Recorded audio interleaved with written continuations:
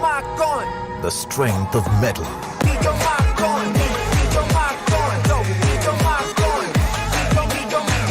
The new Classic Mark III. Get your mark on. And so it begins. New levels of smooth for your skin.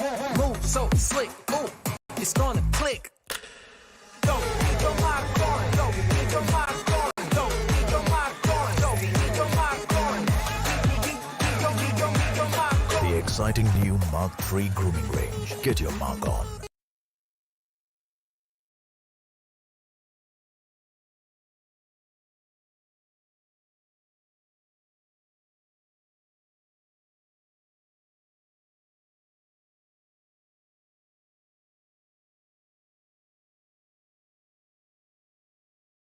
Rivalries come and go, kingdoms rise and fall, but you know I stay. Welcome, ladies and gentlemen, to Gillette 7Sea Invitational by Skyesports. This is day 2 with us two, Edge and Darshita here to take you through the action-packed day number 2 here. We have a lot of teams lined up. We have a lot of matches lined up. I wouldn't say a lot of maps, but you know the cycle. It's gonna be Erangel and Miramar for 3 times. And Darshita, after day number 1, I don't know what's in store for us in day number 2 here.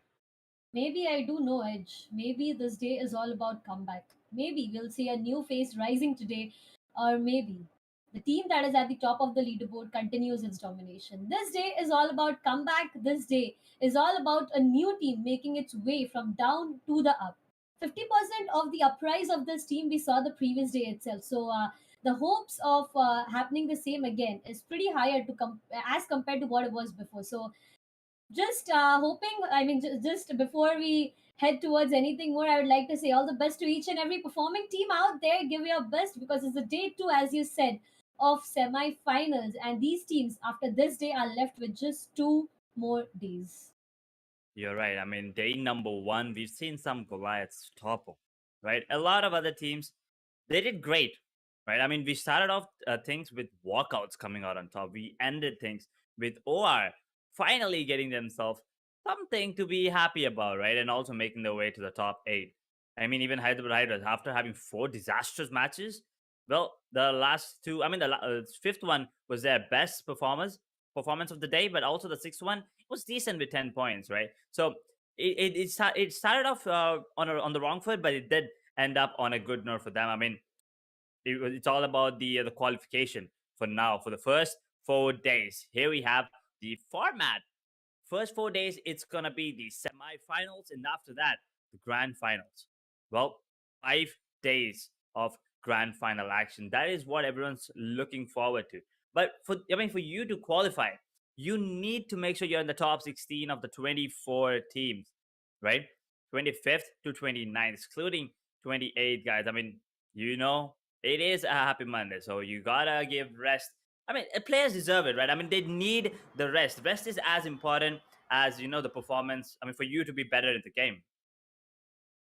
Agree with that. 24 teams is what we have right now, and as you said, 16 teams is the only number that gets qualified. The format is as amazing as the matches are right now. 30th March is the date. We'll be starting off with grand finals, and 3rd of April. It's going to be the last day of grand finals, the decider day on which team is going to take back the title and the total prize pool of 20,000 USD. Well, the first prize, if we talk about split, the first prize here is 8,000, the second is 4,000, and the third is 1,500 USD. The fourth to the eighth is 700 USD. The ninth to the 13th edge is 300 USD. My bad, that's 700 USD, and then it's 300 USD. And after that, the 2 amazing prizes that we have right now is MVP and the team with the most finishes. True. That is the most prestigious one, if you ask me. The MVP 1,000, and also that doesn't you don't have to share that with anyone, right? That's going straight into your pocket. So that's pretty much higher than the number 4 spot. So I'm pretty sure every player is gonna have their eyes on that. But at the same time, you wanna have that number 1 spot for the entire team, because money. I mean, yeah, it is a piece of it's a piece of everything, but at the same time, the bragging rights that you get. And I mean, there are a lot of big names, right? There are a lot of teams that are trying to make a name for themselves, but at the same time, there are a lot of big names. So if any of these underdog teams, as I would call them, defeat them and make their way to the top, then we might have something coming in the future. Because as I said at the starting of the day, the rivalries, man, I could see some of them trying to spice up at the beginning of day number one yesterday. But with that, let's take a look at the participating teams. That's the why don't you walk through us?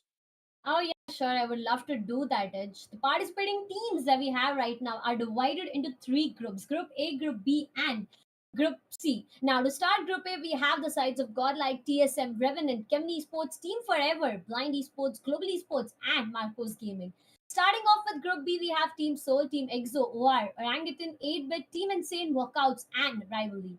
And last but not the least, Edge, we have Group C. That's going to be SKYLIGHTZ Gaming, Team XSPARK, Team 7Sea Enigma, Nigma Galaxy, Hyderabad Hydras, Revenge, and Entity Gaming. A lot of names, a lot Yep. of people are having hopes on a lot of teams, especially, I mean, now the ones at the bottom, right? I'm talking about 8-bit. I believe it's Revenge as well, not having a great time there. So, I mean, and Rivalry, well, okay, not great, but at the same time, they're still trying to make their way to the top. So, all these teams, they need to, as you said, find a way to make that comeback happen today because they don't want to let other teams have a really good lead and moving on to the day number 3 and 4.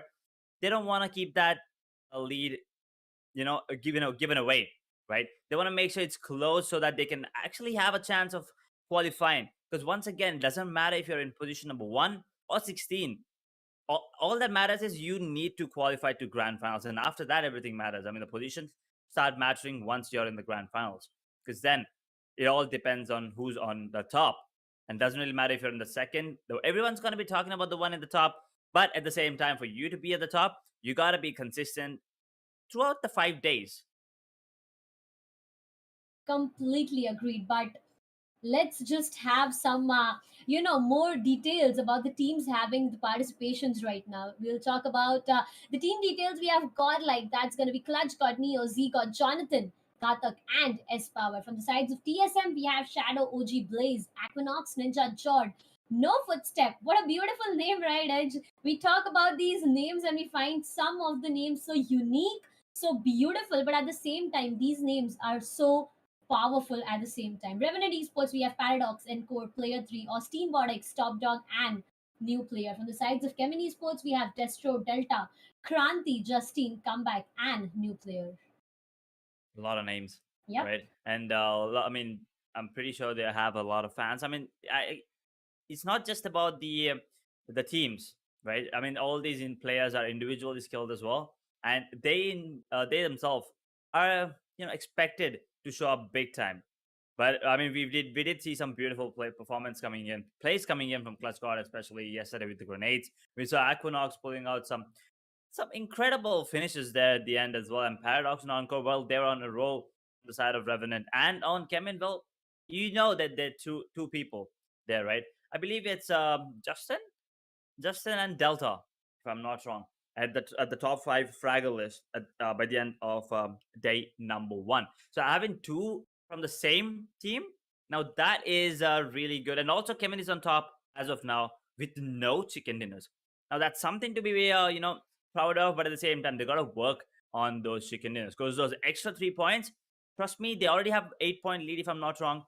So having those extra 3 points every single time is gonna be crucial when once you go down to the day number 4. But talking about the rest of the teams, we have Forever, Blind, Global, and Marcos. Once again, that's the why don't you walk us through that? Oh yeah, sure, why not? From Forever, we have Daljit, Maxkush, Always Bolte, Player 5, and Player 6. Now, when Edge, when I look at these names, I find it pretty exciting to know myself on who these players are. Look at that, Player 5, Player 6. I mean, why you have to do this with us? On the sides of Blind, we have Shadow, Rage, William, Spy, OP, Zaddy, and Deadpool. Beautiful names again from Global Esports. This team itself is so powerful. May they have their two of their players already eliminated. The deadly duo we saw the previous day, the deadly duo, if I'm not wrong, was of Manya and Knuckle. that worked a lot. And the team they had a fight with was Marcos Gaming itself. So these players, as you said, they are not just talented as an entire team itself, but individual talent is something that they have themselves. On the other side, we have Soul, EXO, OR, and OG. Up to you, Edge, for that. Bombing team Soul, Akshat, Omega, Goblin, Hector, player 5 and player 6. Once again, you gotta keep that suspense. And then Team EXO, they have Sensei. Punk Q, I guess that is. Sorry if I'm pronouncing it wrong, but then we have Fierce, Snacks, Immortal. And on the side of our esports, we have Jelly, Aru, Aditya, Atanki, player 300, and Anto. Well, you know what they can do. Orangutan Gaming, Ash, Trigger, Believe, ACOP, AKOP, never mind. Did I say ACOP? Oh boy. Well, WizGod and Veds. OG, another one that I'm still waiting for still waiting for them to pop off. So we haven't seen a lot from them coming in yesterday as well, but OR, man, Darshita, they ended the day really, really strong. Maybe they'll start today's day even with a banger and a chicken dinner, because at the end of the day, Edge, everyone is looking forward to that victory on their names. The next four teams we have is 8-bit Walkouts, Rivalry, and Insane. Now, this set of teams is something that I have my eyes on, because these players have the capability to do numerous of beautiful things. From 8-bit, we have Tsunami, Right, Juicy, Madman, and again, a new player. Walkouts, we have Mr. Spray, Yuva, Abrar, Beard Baba, Kirito, and Killua. From Rivalry, we have Nickel, Desync, Krish, Phoenix, Tryouts 1, Tryouts 2, and from Insane, we have Adi, Neo, Saya, Mac, Player 5, Player 6 once again. Now, if you talk about Team Insane right now, Edge, Neo is the one I have my eyes set on, because this player, um, you wouldn't even expect the timing he'll pop off, and he'll pop off just so beautifully. And I mean, that's the reason I would say I probably, I'm looking forward to his name somewhere in the MVP list out there. True. He is one of the players that everyone's looking forward to make a mark. But Group C now, SKYLIGHTZ Gaming, Somraj, Booker, Kamla Boy, new player Ronak, and Vexy. Team XSPARK, well, Mavi Scout, Ultron 420, Karagad, Fearless. Some big names there coming in as well, Darshita. I mean, pretty sure the viewers are going to be excited for that one. But 7C Esports themselves. Rinse, Praygod, Sarang, Savita, Ranjit, Alu Boy. Another team that have still to, pop off. I mean, they did perform really well in the last game yesterday, but we expect a lot more coming in from them. And NIGMA Gaming, Eggy, Sagi, Avi, Rex, Evo Italy, and Enigma Gaming himself. All these players as well. They kind of stay at the bottom of the scorecard for a really long period of time, but then they start hitting those shots, getting those points, and then qualifying in the end. Agreed, completely agreed. The next side we have Nigma Galaxy, Hyderabad Hydras, Revenge, and Entity Gaming. If I'm not wrong, I guess that's the last part of Group C we have. Again, last but not the least, because from Nigma Galaxy we have MJ, Apollo, Dreams, Vixie, Max, and Joker. From Hyderabad Hydras we have Ace Black, Carry, Manti, Striker FW, Evel Surya, and the last player as well, whose name I missed, but Nick coming forward to the entire day. Six maps again. That's gonna be Erangel and Miramar repeating itself thrice a day today, even edge. It is. This is gonna be the cycle of Erangel and Miramar for three reputations there, and it's gonna be four. I believe it's four. Yeah, there you go. Four matches for every single team yet again. Every single finish, every single point matter. And with that, with no further delay, we're gonna be jumping in. It's already delayed a bit. I know, guys. You guys are all waiting for it. Been a while, and now the map of Erangel, Godlike, TSM, Revenant, Kevin Esports, Team Forever, Blind, Global Esports, Marcos, Soul, EXO, OR, OG, 8-Bit, Walkouts, Rivalry, and Team Insane are going to be the ones jumping in on the first map here in day number 2 of the semi-finale. Well, guess what? Look, I'm still waiting for the zone to come in, but look at the flight path there. There's no one going to a stop as of now. I mean, maybe GE, maybe they want to make their way, and I think that's OG also trying to. Oh, sorry, that's I think Revenant trying to make their way to the north, maybe Asnaya, but guess what? The zone is down south and let's to the west. good zone, I would say, for this moment, because look at that edge. Most of the teams we right now have already inside the play zone. Yes, some teams we do find them outside the play zone, but again, if you talk about EXO, if you talk about Insane, they got a good opportunity to enter the zone from the sides of the areas of farm up there from Yasnaya. I guess that's gonna be team Godlike, because Yasnaya is a home to Godlike, and anyone entering your home is not a beautiful place to be. But we do have one fight right at the beginning itself. That's going to be 8-bit and Soul getting into a okay, that's going to be 8-bit, the sides of team 8-bit and TSM getting into a fight there from walkouts. There's going to be OR Jelly, who's been put down from Abrar from the sides of walkouts as well. Rigatos is looking forward to a great position because they already have one fight initiated. Tsunami was down to the ground, but again, he's been revived back and is looking forward to patch himself up. And guess what? The, the fight is against the sides of Team Blind.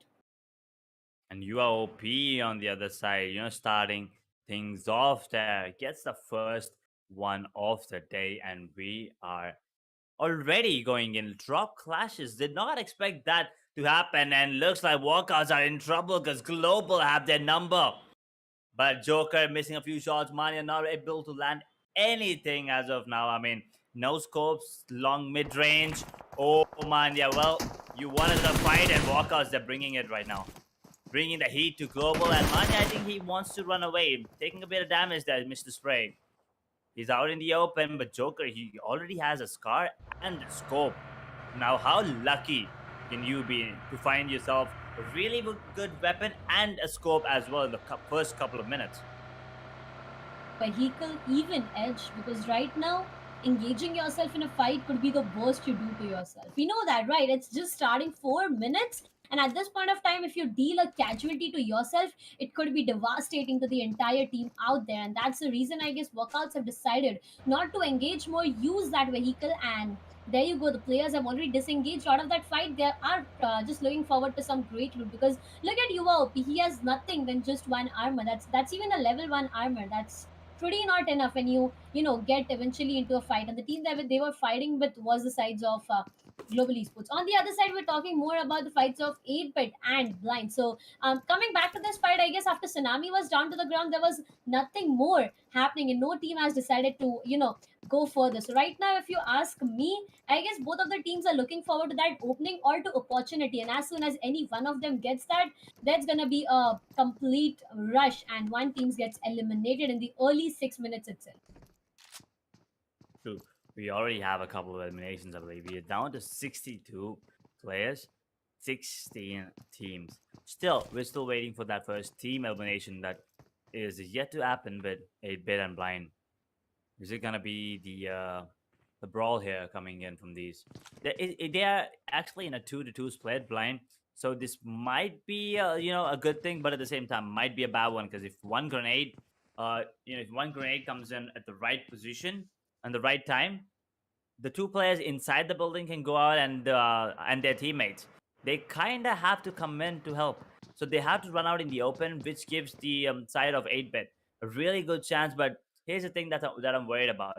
8-bit hasn't had a great day yesterday. Hasn't had a good day either, right? So I'm not really sure what their plan of action is gonna be, and not really sure how confident they're feeling, because it is a new day. So I'm hoping that their minds have reset. But if not, then it's gonna be a lot of trouble for the side of 8-bit. Agreed, completely agreed. On the other side, we have Team Soul.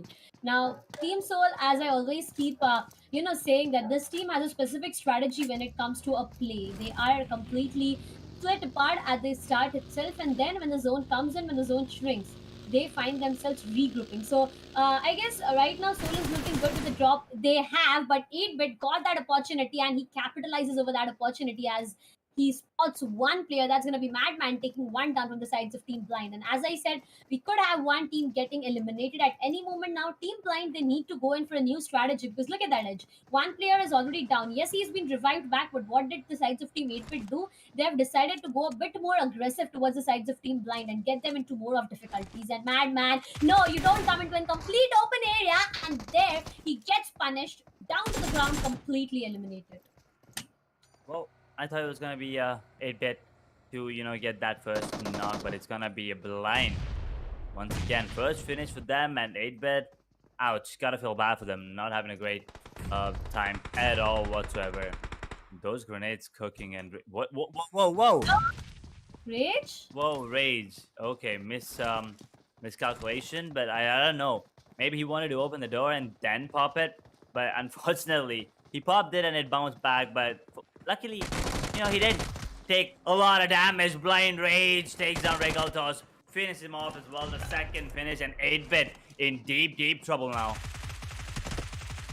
Man, the sides of Team 8-bit, they had the opportunity to capitalize over this, but what did Team Blind do? They just capitalized over the mistakes that Team 8-bit made. Now 8-bit, look at them. Madman was the one to get an initial opening for this entire team. They decided to go a bit aggressive, and at the same time, Madman and Riddletos both were punished, down to the ground, completely eliminated. Blind, right now they are looking good. Again, a window peak is something that the sides of Team 8-bit are looking forward to, but there's no chance of going back out of this fight. We have one more fight going on the sides of OG and CHEMIN Esports, where OG believe is down to the ground. Give a right exactly behind CHEMIN Esports. They have been caught, but OG, they're losing player down and down. Robin right exactly in the front, only one situation. Robin gets punished there. He'll be finding himself down to the ground, gets eliminated completely. CHEMIN Esports falling down right now, and I guess that's going to be the last player surviving from the sides of CHEMIN Esports. That's Justin. Not sure of how long can he survive it.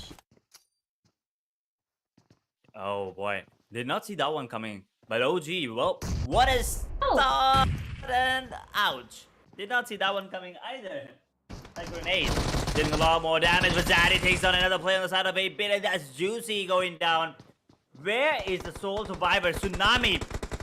Well, there's a tsunami of players right in front of him, and he goes 8-bit eliminated in 16th position yet again, and Justin takes down one more player on the side of OG, and OG. Well, it was a 1v2 with them against CHEMIN. And guess what? They get third-partied and CHEMIN. Well, Justin survives, but OG, they are down and out in 15th position. Just like that, this is not the kind of start that I was expecting from both these teams. Agree on that note. I mean, look at that. Justin is the last surviving player. Luckily, they got 3 finishes, but again, position is something that Justin needs to look forward to. But that's going to be 2 teams getting eliminated in the early 9 minutes. That's going to be OG and 8-bit. Now, what happened with 8-bit is something we'll be discussing on the caster desk back out there. But CHEMIN Esports Justin, I don't know what this man is exactly up to right now, because all he can do is run away out of that fight, find himself a good position, be safe and secure till maybe next 15 minutes, get a good position in the top 5, get some placement points, and I guess already CHEMIN is on the top of the leaderboard, so maintaining that consistency is going to be a huge responsibility for this sole surviving man. I mean, we know CHEMIN is the best at surviving. Right? This is what they do. When they lose players, they try to stay alive for as long as you can. And talking about surviving, look at the zone. 80-20. Water is still in the picture. So I'm really looking forward to see maybe the next zone will consist at least 10% of water. Because what it does is, I mean, 90-10, yeah, it's not a great ratio in terms of what we want to see. But at the same time, when you have water in the zone, it opens up the possibilities of how to, for the creativity for these players, to how they're going to be playing. And how are they going to be positioning themselves? Because they can be inside the water, they can be around it somewhere, but at the same time, you try to stay away from it, right? So I really want to see how these teams tackle that. But as we see, GODLIKE, they're making their way. They're trying to position themselves in a good way, and also making their way into the zone. They're taking a bit of heat coming in. Not really sure who that was, but GODLIKE, well, they're back to safety, and there's nothing to worry about. But on the other hand, Marcos, do you really think they should take this fight against GE right now? Maybe I would answer that later on, but looking at the mini-map right out there, look at the way Marcos has placed themselves, Edge, a straight line. And looking at that, I guess Global Esports, you got your answer already, right? Global Esports have decided to not engage in this fight, get out of that fight. But we have one more happening on the other side. That's going to be Rivalry and EXO. We have Snacks here ready with a UMP in his hand. Maybe opening is everything that these teams are looking forward to. EXO right now, I guess they are holding a good position. A second position is what EXO has. Tryouts is being caught. A big mistake. That's going to be Tryouts down to the ground. Snacks, he won't be waiting even a single moment to finish the sides of Tryouts completely. Fierce is down there. He knows that there are 2 players surviving up there. Snacks decides to go a bit aggressive, get himself back on, but again, Nikhil will be caught there. Snaxy is down to the ground, but at the same time, let's look at the cover fire. A beautiful cover fire by the entire team, and they are successful in saving Snax. Teammates, you gotta, make sure that you have your teammates back. That's how, that's when the teammates will have your back. And this grenades being rained here. Fish and Sensei cooking grenades. Let's see who comes out here. Snax, I think, will go down. Oh, never mind. He just healed himself back. But he is gonna go down as well. 2 low points of health. Not gonna be going down yet. Fish takes down Fierce. And Hacker. Oh no. He takes one of the players inside of Rebel. Just try out. He goes down and Hacker confirms the finish as well. Hacker takes down another one. That's Krish. XO. Well, Fierce is down, but they still are going in strong. Rivalry eliminated in position number 14, while Godlike and Global are going at each other here. Godlike lose 1. I think Global lost 1 as well there. Equalizing fight, it is Edge, but look at that. Manya is peeking, his head is getting visible, and so is the case for Zigor. Now, after seeing this, I guess we got to realize that you don't come and open Manya. Sorry for that change, but Manya gets punished for coming in a complete open area. S-Power holding a beautiful angle, puts him down to the ground, is looking forward to eliminate him completely, but I doubt that's going to be possible. New player and Zigor, they are right exactly in front of each other, but look at the mess getting created out there. Like they've decided to go and get out of that position again. They get caught by Joker. Now, we were in the thoughts that WALKOUTS have already lost one of their players, but right now, they are going to lose first of the player. That's going to be Manya, but Zigor gets caught there by Joker. That's going to be Zigor down to the ground, but at the same time, S-Power, he gets the confirmation on Manya out there. So, Global Esports down to 3 players, but at the same time, Godlike, they are left with 2 surviving players. One of them is the Clutch God himself, and Zigor. He needs that, a revive right now.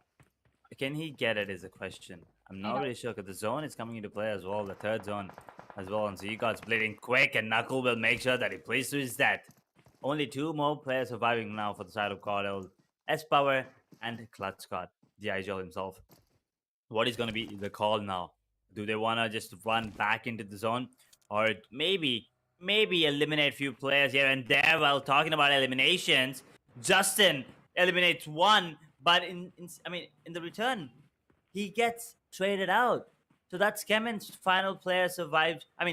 Dead, basically, at this point.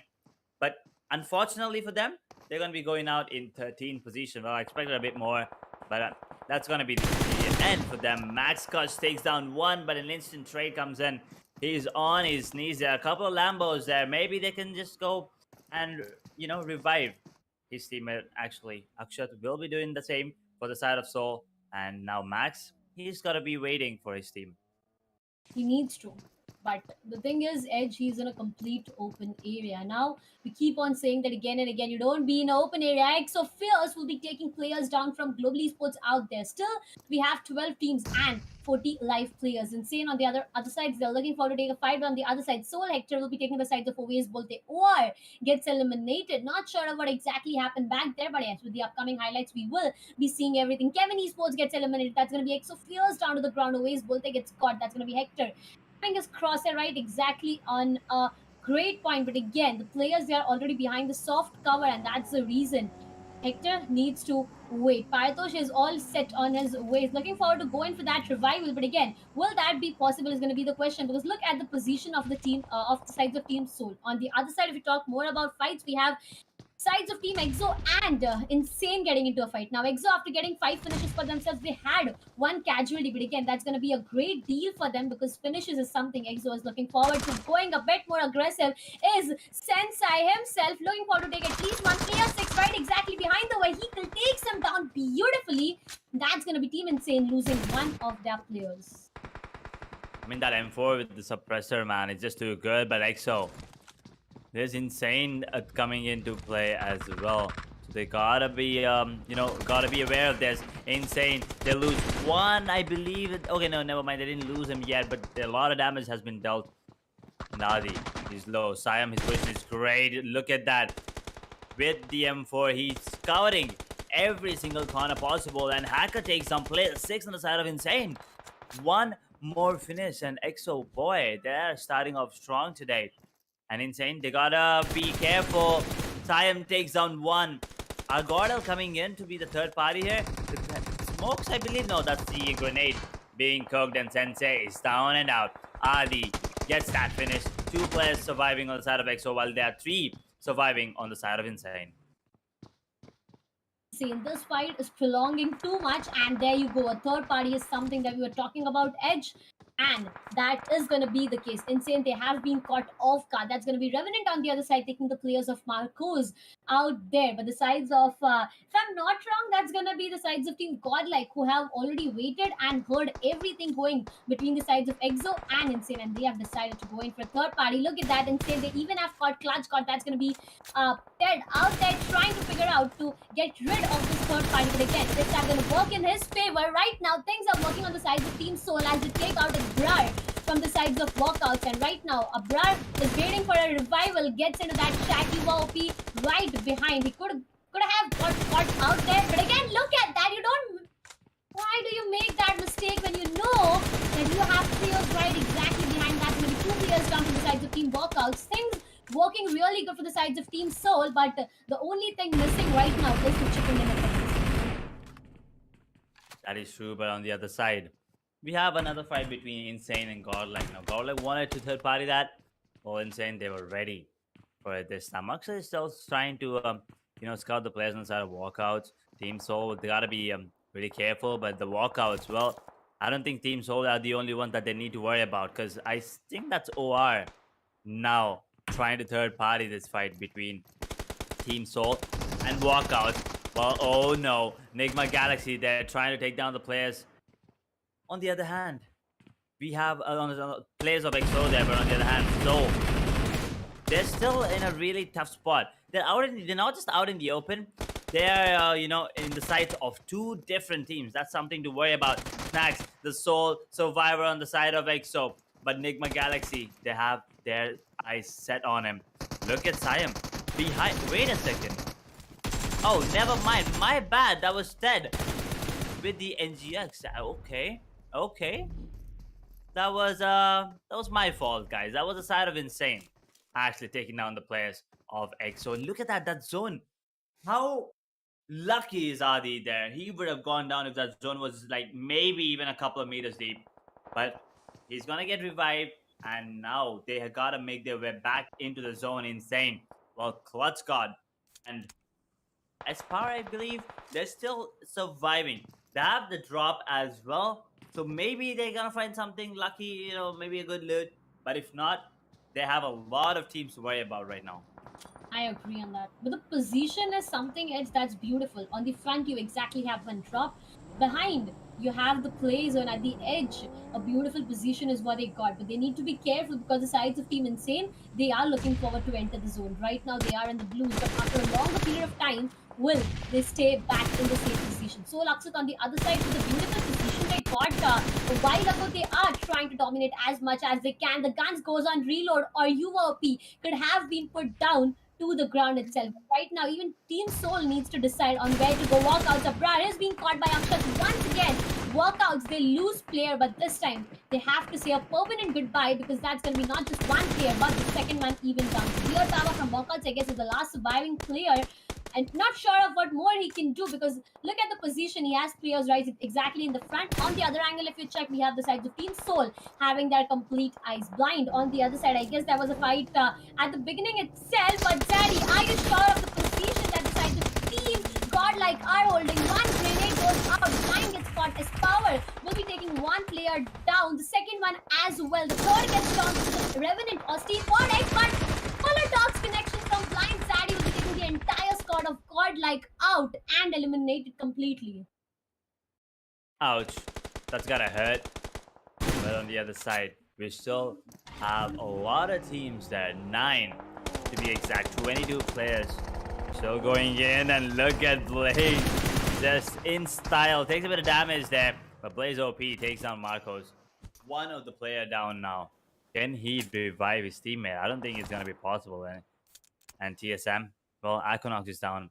2. They have 3, but one's on his knees. So that's gotta be something to worry about. And so, 4 players. This is a better performance from them coming in. Already a better placement as well. 3 finishes to their name. And looks like finally they found their groove, and also Wizbolt is in a lot of trouble. He's out in the open, and Omega trying to take him down. Couple more, and that's all he needed. Will be finishing him off, and with that, I think that's Team Forever going out in position number 9. And now I think there's another elimination there coming in. Walkout. One more team getting eliminated, but look at the position of OR. Right now, they have their bigger chunk of the play zone itself. Team Soul, they are trying to have an entry, but there you go. I guess that's going to be Hector who gets punished right now. On the other side, Omega is holding a complete different angle, and he needs to check each and every corner of the angle he is holding. Paritosh on the other side, all smokes that they have been deployed. The grenades, they are getting chucked at Omega, and he needs to be careful because that's going to be a grenade parade right exactly on his face. He could go down with any of these grenades getting a connection. There you go. The second one from the sides of Paritosh going right exactly in the front, but Omega is up and he's dodging each and every grenade. Even after dodging the grenades, he's looking forward to utilize his utilities more and more. With the grenades going their way, Maxwell hits that really bad. It'll be punished, and that's going to be Maxwell down to the ground, but Daljit finds one on Omega, and that's going to be Omega down. Paritosh gets caught by OR. Maxwell will be eliminated completely. Soul Akshat falls down, and that's going to be the players of Team Soul falling down one after the another. So is the case with OR. TSM looking good right now. 3 finishes, 2 players down already, but look at the position. The position is something Edge I'm really afraid of. The position's not looking great, but we already are down to 11 players and 5 teams now. TSM, they still have 3. Shadow OG, once again, on his knees. So, they still have a man advantage over other teams, but Aditya, he goes down. That's going to be the end of OR there in position number 5. 10 players alive right now, with 3 of them being the players of TSM. I mean, Soul having 3 as well, so I think it's 4 coming in from 2 other teams, right? So, they got to be really careful. They're Revenant. I haven't seen a lot of action coming in from them, but they are now out in the open. Goblin is trying to take him down with the grenades, cooking it, but will he be able to deal any damage? No. There you go. The grenade doesn't get any kind of connection. Goblin, look at that. Look at the amount of smoke he has deployed. He has blocked the visions completely. But again, the vehicle is something he needs to be careful about because that's damaged already. And so is the case with Goblin. Look at the HP this man has. But on the other side, the other players of Soul gets caught. And that's going to be Akshat and Goblin down to the ground. I guess Hector, he is the one surviving out here. Is looking forward to do something more. On the other side, TSM gets one from the sides of Revenant. Blaze is looking forward to take the another one, successfully does that, and that's going to be one more player down. TSM, they are looking good in this match. 5 finishes is what they got, and they are looking forward to more and more. Blaze with 1 finish entirely in his name. Goblin on the other side, he is not looking good, and that's going to be done. Team Soul, they are in a lot of problems right now. Look at that. Hector is the last surviving player from the sides of Revenant. It's going to be Encore from TSM. They have all their players surviving with 8 finishes. So do you think, Edge, it's going to be a map? It's going to be a match? It's going to be a victory for TSM? It does look like it, and it's been a long time coming as well, once again, for them. And so, well, they'll lose a player. It's all down to TSM's 3 players, and the last surviving player for the side of Revenant, it's going to be Encore. He's going to be trying to revive his teammate, but he's out in the open. There's a bit of pixel that can be seen coming in from Ninja's arm, but he's trying to get that angle, unable to find that, picture perfect position for them. But he is now back on his feet. Player 3. Now, can he be the reason that Revenant win, or are TSM coming out on top? You never know. 3 M4s. Actually, I think everyone has an M4 here. So this is going to be... It's going to come down to the aim and gameplay right now. The zone is really small. There's just a haystack in front of each other. And a couple of vehicles that are already burning. So nothing that they can do. I don't think a lot of util is available for both these teams. And just as I say that, I see Shadow cooking a grenade, landing it. Is it going to be coming out on top? That's a beautiful grenade, but is it going to be exactly on his head? Oh boy, beautiful one. Player goes down yet again, if I'm not wrong. Encore, the only one surviving right now. He goes down as well. TSM. Beautiful play there. And I once again, Darshita, the grenades at the end. The real MVP. I told you the utility and the way that they were using it as well. They saved it. They were so smart. Absolutely beautiful performance coming in from them. And I mean, you gotta hand it to Revenant as well. They did try their best, but TSM with those extra bit of grenades in their pocket at the end didn't pay off. reason, Edge, that we keep on saying utilities at the end of the day are everything that you need. Now look at that.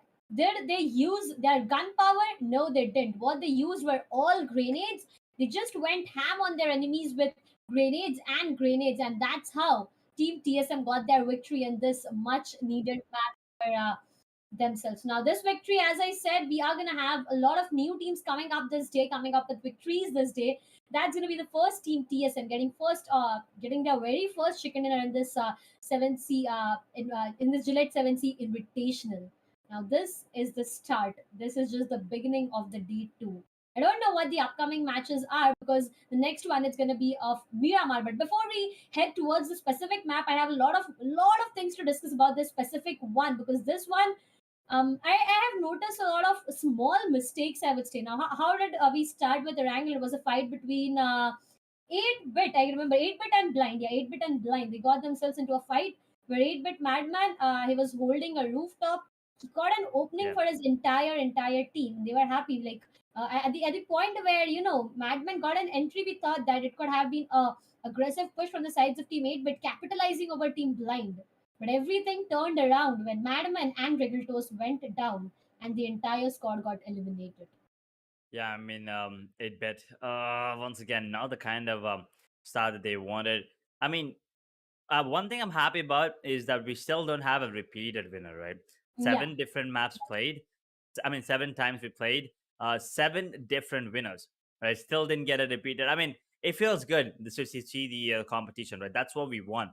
We want to have that competition, really good, and also the difference not being a lot. But before we talk about the game a bit more, we'll be looking at what just went down there. Match highlights once again. It started with Blind and 8-bit there. Blind and 8. But this is how the sides of Team Blind, they lost a fight which was written in their name, I would say. I mean, look at that. After 3 finishes, I guess Tsunami out there was the last surviving player, and what more he could do. Then we look forward to a fight between Rivalry and Exo. Snacks, a beautiful cover fire was provided. We moved further with Godlike and Global Esports getting into a fight where Manya was caught and punished. But again, a third party was something, not exactly a third party is what I would say because a mess was created out there. The zone kept on shrinking. The breathing space was something that was snatched away. But EXO, they performed beautifully overall. I guess Snacks was Sensei was the last surviving player, got eliminated, but Walkouts, they did a great job. Walkouts, Abra, he took one player. Amra at this point of time, what happened was Abra was down to the ground. He was finding himself a shack to hide. At the same time, Beard Baba went inside that shack to revive him, and he got caught. He got punished there. OR got punished from the sides of Team Soul. A beautiful position is what Team Soul was holding entirely. At a point, I thought that with this position, they will be able to capitalize, but the zone snatched away everything. The zone did come into play there, and insane as well. They almost went down at the end, but that zone just played out in their favor. And also walkouts. Well, they were being third-partied by OR there while they were taking that fight against Soul. Unfortunate for them, but GODL also did have a really good position. But after that, the last 2 surviving players, they had to go down, unfortunately. And I think Siam did go down to the zone once again there, Darshita. Play zone once again coming into play, unfortunately. But this fight, Atanki trying to take down as many as he could, but Aditya already going, having going down already. Atanki just couldn't do a lot, right, all by himself. Unfortunately for him, but that was the storyline for the side of OR and Revenant. Well, this is a better start for them compared to yesterday's one. Yesterday they seemed to be struggling a bit, but today they started off strong. I mean, didn't get the chicken dinner, but still. And also talking about TSM, you can see it. They only have, I think it's 6 or maybe it's something like that. Oh, actually, they have 10. Yeah, okay, 10 to 11 finishes for the side of TSM. And talking about the match standings, first match of the day. So, 7 matches in total, obviously. TSM, 11 finishes for them. You expect a lot more from TSM, to be honest. I thought they had something around 15 to 16, but 11, that's still a great number. 26 total points, which is the reason why they're sitting on the first position as of now. A 30 bomber was something I was looking forward to, but again, TSM, they did it beautifully. They needed this chicken dinner, they snatched it from everyone, and look at that. Second, we have Revenant. 4 finishes is what they got. with a total of 16 for themselves. Team Soul on the third with 15 in total. Insane got 12, Blind got 11, OR got 9, EXO got 7, and Forever they got 6. As we come down and down, we have Walkouts with 5, Godlike with 4. We have 3 teams with 3 in total for them. That's going to be Global, CHEMIN, and OG. Marcos with 1, but again, unfortunate for the sides of Rivalry and 8-bit, who got eliminated early with 0 total point. I guess Rivalry got into a fight with the sides of Team EXO, where EXO eliminated them completely, Right. and 8-bit got into a fight with the sides of Team Blind, where Blind eliminated them, and that's how these teams, they lost everything that they had. Again, getting 0 points from a single match, not a real good start to a day, because at this point of time you need to make that comeback, you need to make things work in your favor, and this is how you'll get a position in the top 16, because at the end of the day, no matter what you do, top 16 is something you need to have your eye on. That is true. I mean, TSM up until yesterday they were having a bad time. Even Team Soul didn't have a great day yesterday, right? But it's great to see them, trying to improvise and adapt to the situation. And now they, I think, made a leap right now.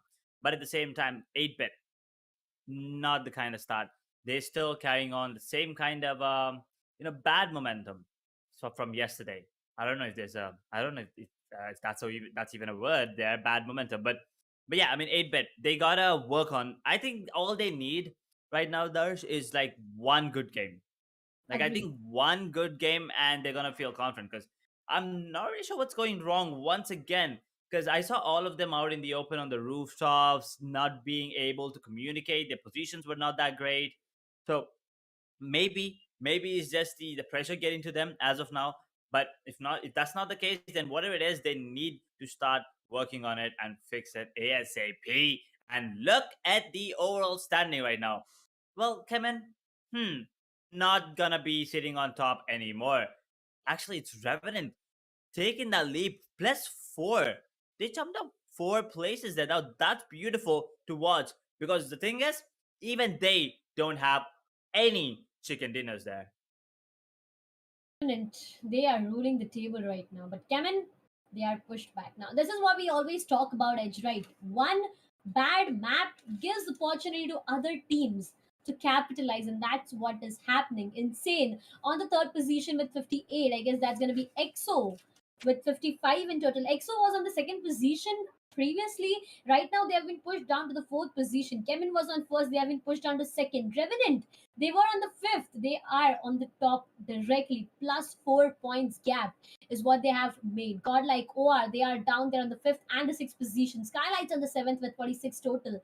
We have Walkouts on the eighth with 44 for themselves. Now, the distance that has been created, look at that, 60, 59, 58. That's going to be a single point difference between Revenant, CHEMIN, and Insane. So, with the upcoming match, I feel like it can be any other team, not these teams, but any other third or fourth team just ruling the chart out here. That can be possible. But once again, another thing that I would like to point out, Team Insane, 34 finishes, while Kemen did sit on 31.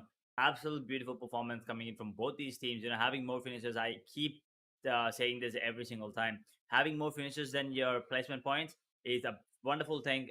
And that's how you know that the team is, insanely mechanically skilled, right? I mean, yes, the gameplay comes into play, the experience comes into play, the call outs and everything else, but it's that fragging ability. Sometimes that's all you need. Sometimes, I mean, you need a lot more. But Kemin and Insane, they have that fragging ability already. All they need to work on is maybe get themselves a better positioning. Agreed, completely agreed. 34 and 31 finishes. I mean, Team Insane, I guess, is the only team having 34 finishes. The highest amount of finishes that any team got. But placement, I guess the highest one right now in placement is Revenant out there with 37 total for them. So I guess if Revenant is looking forward to some more, placement points, finishes out there, it could have been, the difference could have been more and more. But talking more about the second side, now this side is something that is in center. They are climbing the ladder slowly, but again, the last side is something we need to be a bit careful about. TSM right now on the ninth position, a green mark, a satisfaction is what they got after getting this victory. Hyderabad Hydras, they are on the 10th position with 39. Blind with 38. Soul, Revenge, and Entity Gaming. These three teams got double three in their total. That's going to be 33 for all these three. Again, Nigma Galaxy on the 15th with 31 and 7C with a total of 28. So these set of teams, right from Revenge to 7C, they are again facing a downfall in this specific match with -3 for themselves. Whereas the other teams, they are working hard to go up and up. So the upcoming match maybe is something that they are really looking forward to, because at the end of the day, you need to be in top 16, and 7C is right now the last team to be in top 16. Rest, the other teams, the third side of overall standings, will be having a look at very soon. I mean, take a look at TSM. Plus 12. The leap. They jumped up 12 ranks there Yep. with Yep. one map. Once again, that is what I told you. One map is all it takes for you to have a really good position and for you to have a confidence boost as well. Now, top 16, well, yeah, they're going to be the ones that are going to be qualifying to grand finals. But, I mean, it's still day 2, map 7. We have a lot more matches to go with. I mean, I believe there's 24 total matches. So we're still, not even, I think we're like quarter the way through, right? That's it. That's it. There's still a lot more matches to go ahead with, and teams that are at the bottom of the scoreboard. And by that I mean from 17 to 24. Now it's their time to shine, right? And once again, they shouldn't let the teams in top 16 go ahead and have that point lead, because now 28 is where 7C Sports are sitting at, and 27 is where Marco is sitting at with position number 17 there. Now that is something that I'm looking forward to. Team Forever 26, Team XSPARK, well, 20. Look at Global, they held on to their position. Well, not a great position to be on, but they're still holding on to that 20th spot with 19 points. Enigma Gaming dropped down 2 spots, 18 total points. 8-bit unfortunately still holding on to 22 with 14. Orangutan Gaming 13 points. Rivalry Esports now at the bottom from 23rd to 24th. Now 10 points. Now look at that difference. 10 points for them, and 7C they're sitting at 28. That 18 points, Darsh, I mean, it's gonna come into play. It's gonna come back to haunt them later on. So they gotta make sure, even if they're not being at the top of the scoreboard, they gotta make sure that they're at least close enough to the top 16, so that when the time comes and when they have one good match, they can make their way into maybe top 15. Every single point counts, Edge. Every single point. But now we are done with the very first match. That's going to be Erangel, a classic, a vanilla map is what we call it. The next one, it's going to be Miramar. The way Erangel has turned out to be, Edge, I feel like Miramar is going to be one hell of a show, because at the beginning itself, we had so much of happening. So, Miramar being the sandy, the dunes, um, the map, I would say, with so much more, it's gonna be one hell of a show. The players, they need to be really careful about the fly path itself, because that's the start and end of everything. If the fly path is not the one favoring them, it could be really difficult for them to go to their primary drop locations. And again, you are comfortable in your primary drop locations because you know everything about that specific place. But when you are forced to go to a secondary location, you may find it a bit uncomfortable, and that's the reason. If in case there's a drop clash happening, that's going to be done and dusted. So that's something that these players, they need to be a bit careful about. So up to you, Edge. Right now, what do you think Miramar is going to be about? Like any zone predictions, any flypath predictions, anything you have? Not really, because it is going quite unexpected. I mean, I didn't see a single game since yesterday where the predictions were going right. Every time the flight path is kind of weird, but then the play zone completely knocks players. It's completely towards, if the flight path was north, then the zones towards south, right? It's something like that. So I'm gonna keep that. I'm gonna leave that to BGMI gods to decide, but I do once again want to see some sniper action, right? I mean, Okay. every time this map of Miramar comes, I am looking forward. I mean, it is called for, right? It has to be there, because we see a lot of rifle actions, a lot of SMG actions, maybe some M249s as well sometimes, and DPs all the time, to be honest. So sniper action, well, it can be only seen on this particular map because of the open spaces, dunes, the uneven ridges. And I mean, very little, very less buildings to work with. So a lot of fights are gonna be out in the open. So those snipers, I mean, the sniper, the one with the the steady hand, the one with the beautiful precision, it's their map. So they gotta work on it. And I think I still haven't seen a really good sniper fight. I mean, I'm still waiting for it. Still a long way to go. Let's see. Maybe any of these teams. Maybe this time. Maybe in the next game. Maybe the game after that. But I'm pretty sure we have something coming up for us. Because that is something that I've been waiting for since a long time now.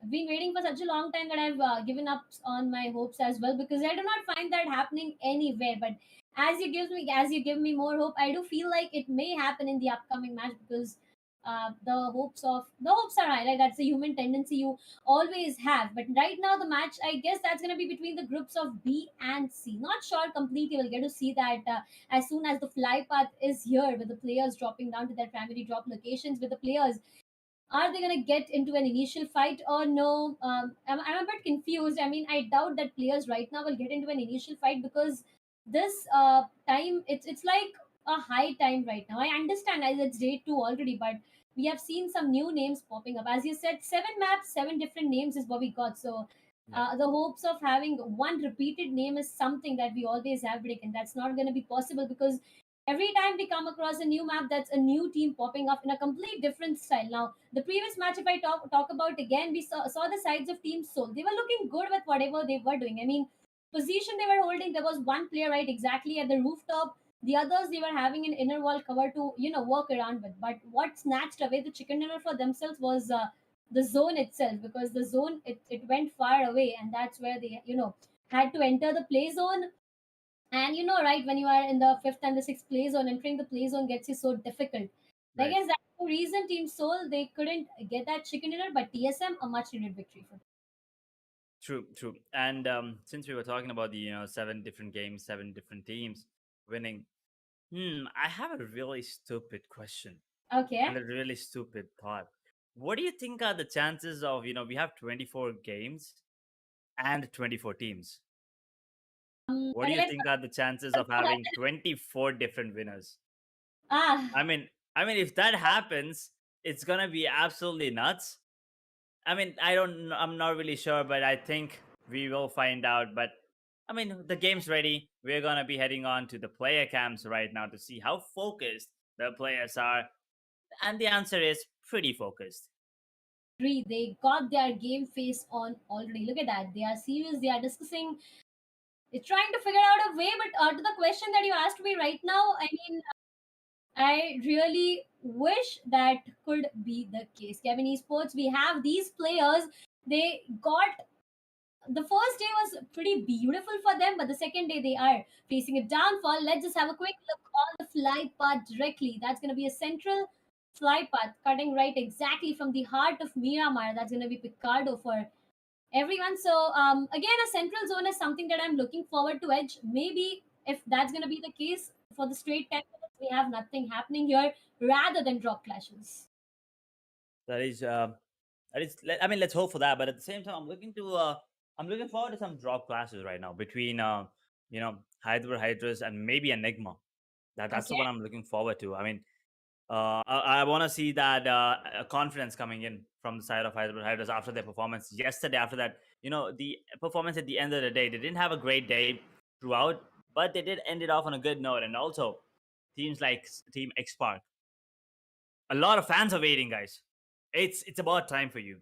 And once again, look, that stuff. The flight paths towards north. It's going towards north, and the zone completely towards south. Now, I mean, it's once again, it's a classic. Los Leones is in the zone, and a bit of water here and there. So, 15%, I think, of water, but still, water is water, and there's no one towards water. So it's gonna be a pretty basic gameplay once again. I don't think we'll be going in for any drop classes as of now, but I'm really looking forward to see how Team X Park. I mean, at least hoping for them to pop off here. Agreed, completely agreed. But what is shocking for me right now is the compounds of Impala are completely empty.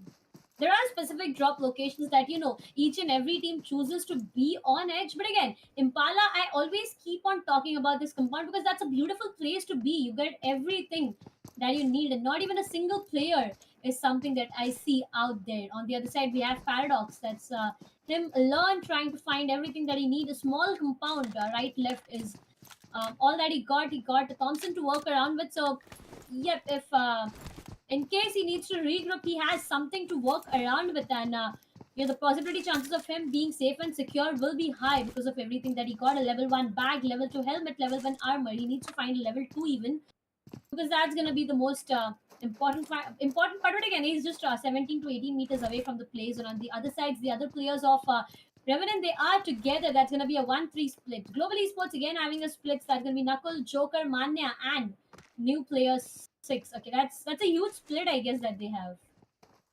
A lot of split, I know, but I think they're confident that no one's even close, Yeah. right?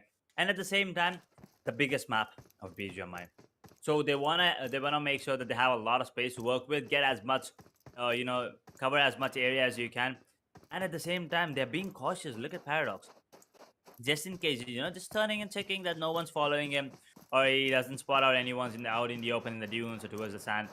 Now that is something I love about these players. They are always, cautious. They're always aware of their surroundings. Now that is something you need to be at all times, because you never know where you're gonna get hit from. You never really know where you're getting shot from as well. But Marco's right now trying to find that loot. We are dropping in with 64 players, so no team is jumping in with 3 players. Good thing to see. But sometimes, we have some teams that have jumped in with 3. Kind of a disadvantage, but not this time, Darsh. Agreed. I guess the team you're talking about was EXO, because the previous day they had just 3 of their players. But right now they have all of them, and they are doing their level best on what they can. Marcos on the other side, they found a vehicle. A complete open vehicle is what they found. So they need to be a bit careful because, again, right, your heads are completely visible. And look at Star.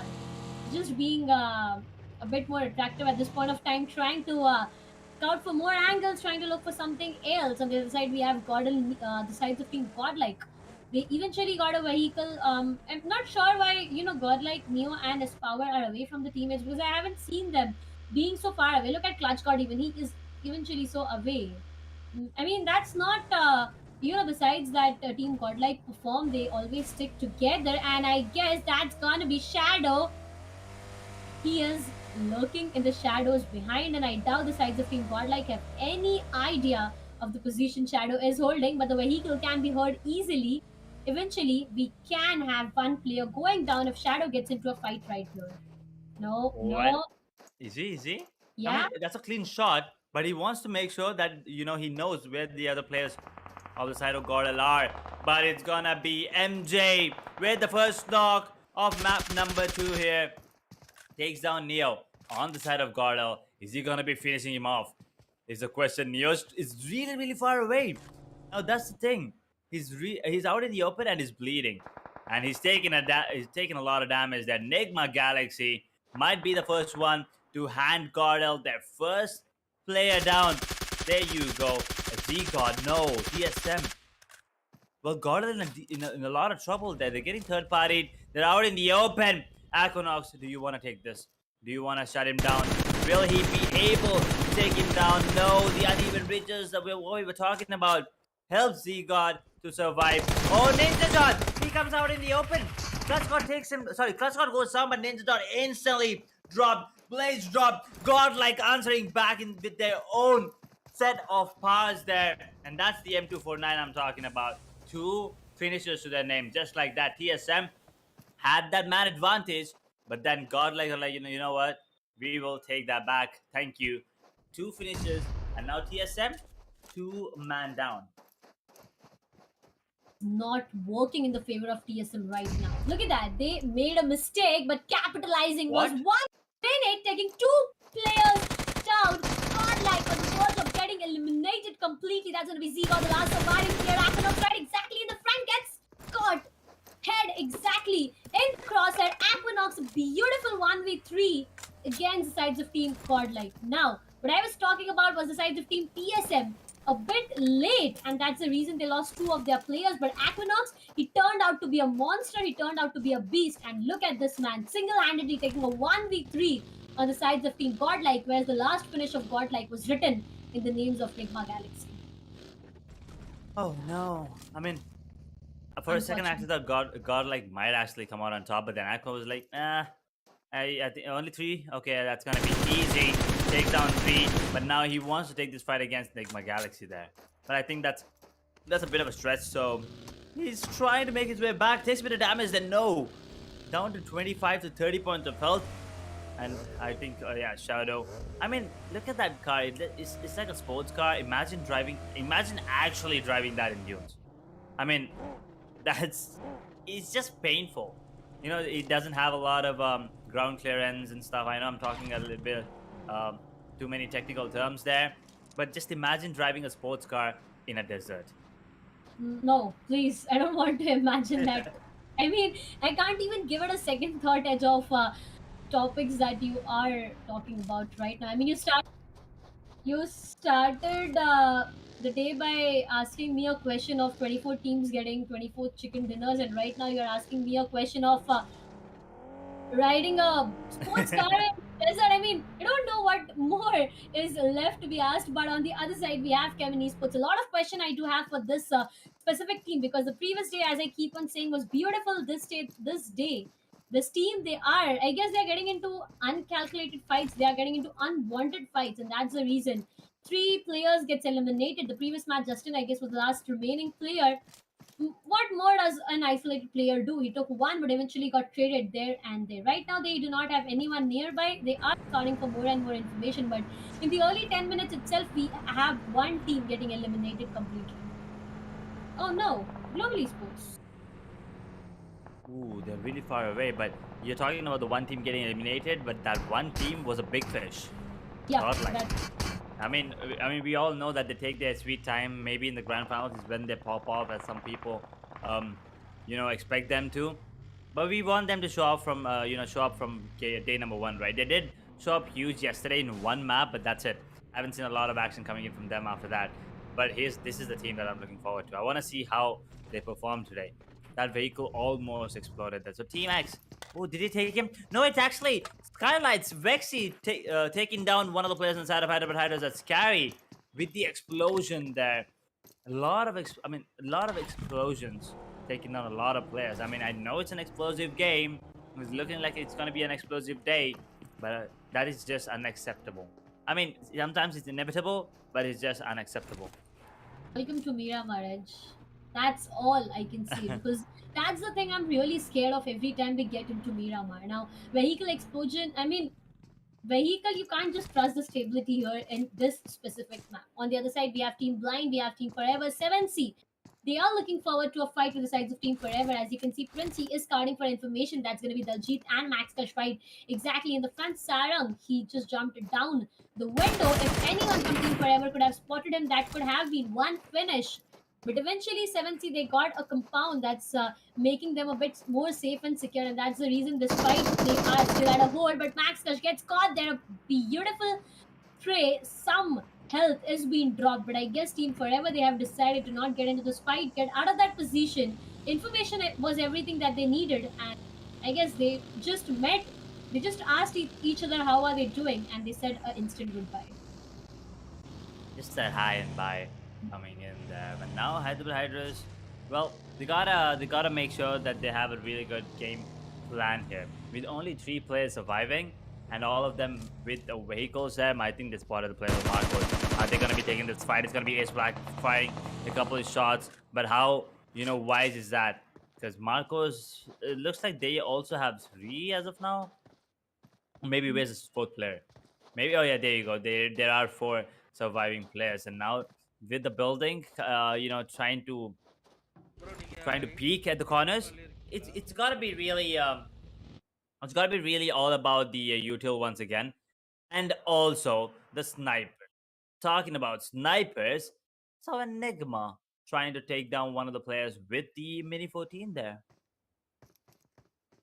All over. And on the other side, we have them holding a beautiful angle, I would say, because Oh, okay. I guess we will be more than happy to see 7C Savitar taking one player down from Khan 90, and that's going to be one final sniper shot that we get to see today itself. On the other side, I was talking about Entity, a beautiful position that they are holding, but right exactly in the front, they have the size of Team Revenge. Revenge, they are looking forward to a revenge itself. When and how, I don't know, but they are looking forward to Enigma Eggy with that minute of connection will be taking Team XSPARK 420 OP down to the ground, not eliminated completely yet, and I'm looking forward to what this fight is all about. Eggy once again, one more Monodox connection sets Scout on fire, and that's gonna be one more player down. Mavi gets that's gonna be down. Fearless, the last surviving player. Do anything more before Whoa. he took one player down to his knees, but that's gonna be Team XSPARK getting eliminated. Fearless took two. Wait a second. Are you sure they're eliminated? Oh, there you go. Yeah. They are. I think that grenade, I think it was launched, but then, it took a while to explode there. And it did explode pretty, pretty huge. Okay, got himself a couple of knocks. I'm not really sure if the finishes were carried on forward. Down to 51 players right now. 14 teams. XSPARK, well, the team that I was looking forward to, unfortunately, could not deliver once again. And blind now. They're all going in the same vehicle. They want to make sure that they're together, while on the other side, there are a lot of fights happening. There's SKYLIGHTZ Gaming. Revenant is in deep trouble. They did have a good one last time, but this time I think SKYLIGHTZ, they have something else in store for them. On the other side, there's NIGMA and 7C fighting off as well. Max goes down. They handle Savitar. Now the sole surviving players is MJ, because his teammate Max went down and out. Savitar in a 1 versus 1, is it? I think he's going to be healing himself up. MJ, he needs a couple of bullets. And that grenade, is he going to be cooking it a bit too long? Oh no. Prince goes down, Saran goes down, and Marcos. Actually, the flank, the third party coming in, takes on the players, but I don't think MJ knows that. Oh, maybe he does now. Maybe he's kind of predicting it, but I still think he's still waiting for that side of Marcos to come in. But Marcos, man oh man, they took advantage of that, of that positioning, and they stole one finish, 1 point, and they eliminated another squad. God, that's gonna get eliminated. Why do I feel like that's gonna be CHEMIN Esports? Because look at that. One player is down to the ground, the other one gets confirmed. Knuckle, vehicle right exactly in the face of Robin, and that's how Robin goes down. Delta PG gets caught, and I guess that's gonna be the end for CHEMIN Esports in this specific map. No, wait, there's one more player left besides of Team Blind. They are looking for a third party out there. Revenant takes one from SKYLIGHTZ Gaming. Blind gets caught by Global Esports once again. They are looking forward to capitalizing, and as I say, I get a confirmation that's going to be Team CHEMIN Esports getting eliminated from the sides of Global Esports out there. Team GE getting 4 finishes for themselves. CHEMIN not really a good start. 2 maps not working in their favor, and 2 is all that is left for them. But again, Zone taking a great shift, working in the favor of Global Esports. One of the player already inside the zone, looking forward to take a fight. That's going to be Somraj from SKYLIGHTZ Gaming, right? Exact in front. He has Revenant Paradox. He has the information, but again, a soft cover is something that is denying each and every of his bullet. SKYLIGHTZ, well, they're having a good time. So on the side of Global Esports, trying to take down players on the side of Blind. Raze goes down there to the explosion coming in. Deadpool is in deep trouble, but new player, I don't think he has spotted him. Now that might be the reason that he survives, but you never really know. Blind still have 4 players. Global, they have 4, and also Shadow OG is there? Wait, no. Deadpool goes down. There's a side of TSM coming in now. Global, this is a perfect position coming in from them. That M249 is absolutely beautiful if he puts it to good use. But that's not going to be the case here. It's going to be them just letting. Are they respecting TSM too much here? Okay. What's happening? I'm not really sure. They're letting Shadow OG run out. Never mind. It was all game plan. It was just, luring him out in the open and then taking him down. You can see Shadow, he just gave up. He's like, just kill me, guys, already. Just finish me. That's true. A lot of brain games is getting played here from the sides of Team Global Esports. Blind on the other side, they have caught themselves into a quite difficult position, but on the other side, so is going to be the case with TSM. Just look at that. End of the blue zone, and that's going to be play zone taking Aquanox down and out completely. Blind on the other side, 0 finishes, but still they got 3 of their players surviving. The casualty dealt on themselves is going to be difficult because again, there's still 11 or 10 teams remaining out there. Vehicle explosion, and that's going to be Sonic going off. Not just Sonic, but Global Esports, they are dominating it completely. They took down 4 more, and if I'm not wrong, that's going to be 8 total finishes for the sides of Global Esports. The match that all the Global Esports fans were waiting for, this young blood to pop off, is something that everyone was waiting for. And look at the beautiful split edge, 2 and 2. Beautifully holding the position, beautifully predicting the zone. 8 finishes is what I said, completely eliminating 2 teams. That's going to be Revenge and CHEMIN. Oh boy. I mean, my eyes are on Global right now. Well, Dalzi takes down one of the players inside of Entity. It's gonna be Dark Lord. He's gonna go down. Ovage Bolt takes down another one, and TSM, well, Aquanox are going down to the play zone. Was the last surviving player for them going down. SKYLIGHTZ still not gonna be stopping anytime soon. But Entity, they're in a lot of trouble. Oh, noob. But Troy goes down to the explosion there, and Dulg trying to take down the players with the grenades there. Revenant are down and out. Now, what are these players trying to do here on the side of Entity? Shadow's low, Noob's low. What can you do, Darsh? That's the question. What can you do? Because they're getting trashed from every side. Grenades, bullets, everything being thrown. What Entity did he just... I think he dealt a lot of damage to himself with that explosion. But a couple of bullets, and he will go down there. Unfortunate for the players going down right now because of vehicle explosions, play zone falling down to their own deaths, getting down and out because of vehicles. A lot of is happening, but look at Hyderabad HYDRAS. Look at the confidence in open buggy. And the player at the passenger seat is something, needs to be more confidence of the driving, because if eventually they make one mistake, they fall down to their own death. But domination is a title and is what Gamla Boy is doing right now. On the other side, Global Esports, they are trying to capture as much as play zone for themselves. Hyderabad HYDRAS on the other side, 0 finishes is what they got. Team Forever, with 1 finish, they have all of their players surviving, and that's going to be 8 teams and 28 alive players. Marcos gets caught in the complete open area. That's going to be Enigma taking 1 and 1 players down. EYD will be taking 1. That's going to be Marcos Dawn. Marcos Star, he was shining, but right now, the GODLIKE is something that he's looking forward to. Is gets eliminated completely. Hyderabad HYDRAS on the other side, as I keep on saying, finishes is going to be the most important aspect, but Global Esports, finally someone out there putting a full stop on the domination, and that's going to be Knuckle down to the ground. Not sure if there's a full stop or a comma. Well, let's hope it's a comma right now. Yeah. Marcos, they still have 2 players surviving right now. Voltaire on the other hand take down the players on the side of NTD, and a lot of shots being fired by Gamla Boy. Takes down 1 more on the side of Marcos, but Daljit, he goes down to Manya, and now NGX. Ted is one of the players surviving. He has a really good angle here as well onto the players of Global, but Max, he's the one dealing damage. Mid-range, long range, doesn't matter. Manya takes down Daljit, unfortunately for them. But still, now, oh no, the zone. Max, he has to make his way back in. But with the vehicle, I'm not really sure that's a good idea. And there are a lot of shots being fired coming in from player 6 as well. Ted goes down, Joker takes down NTD, and that's a third party coming into play. But Global, they're ready for this. The split from them is absolutely beautiful, and takes down 1 more player.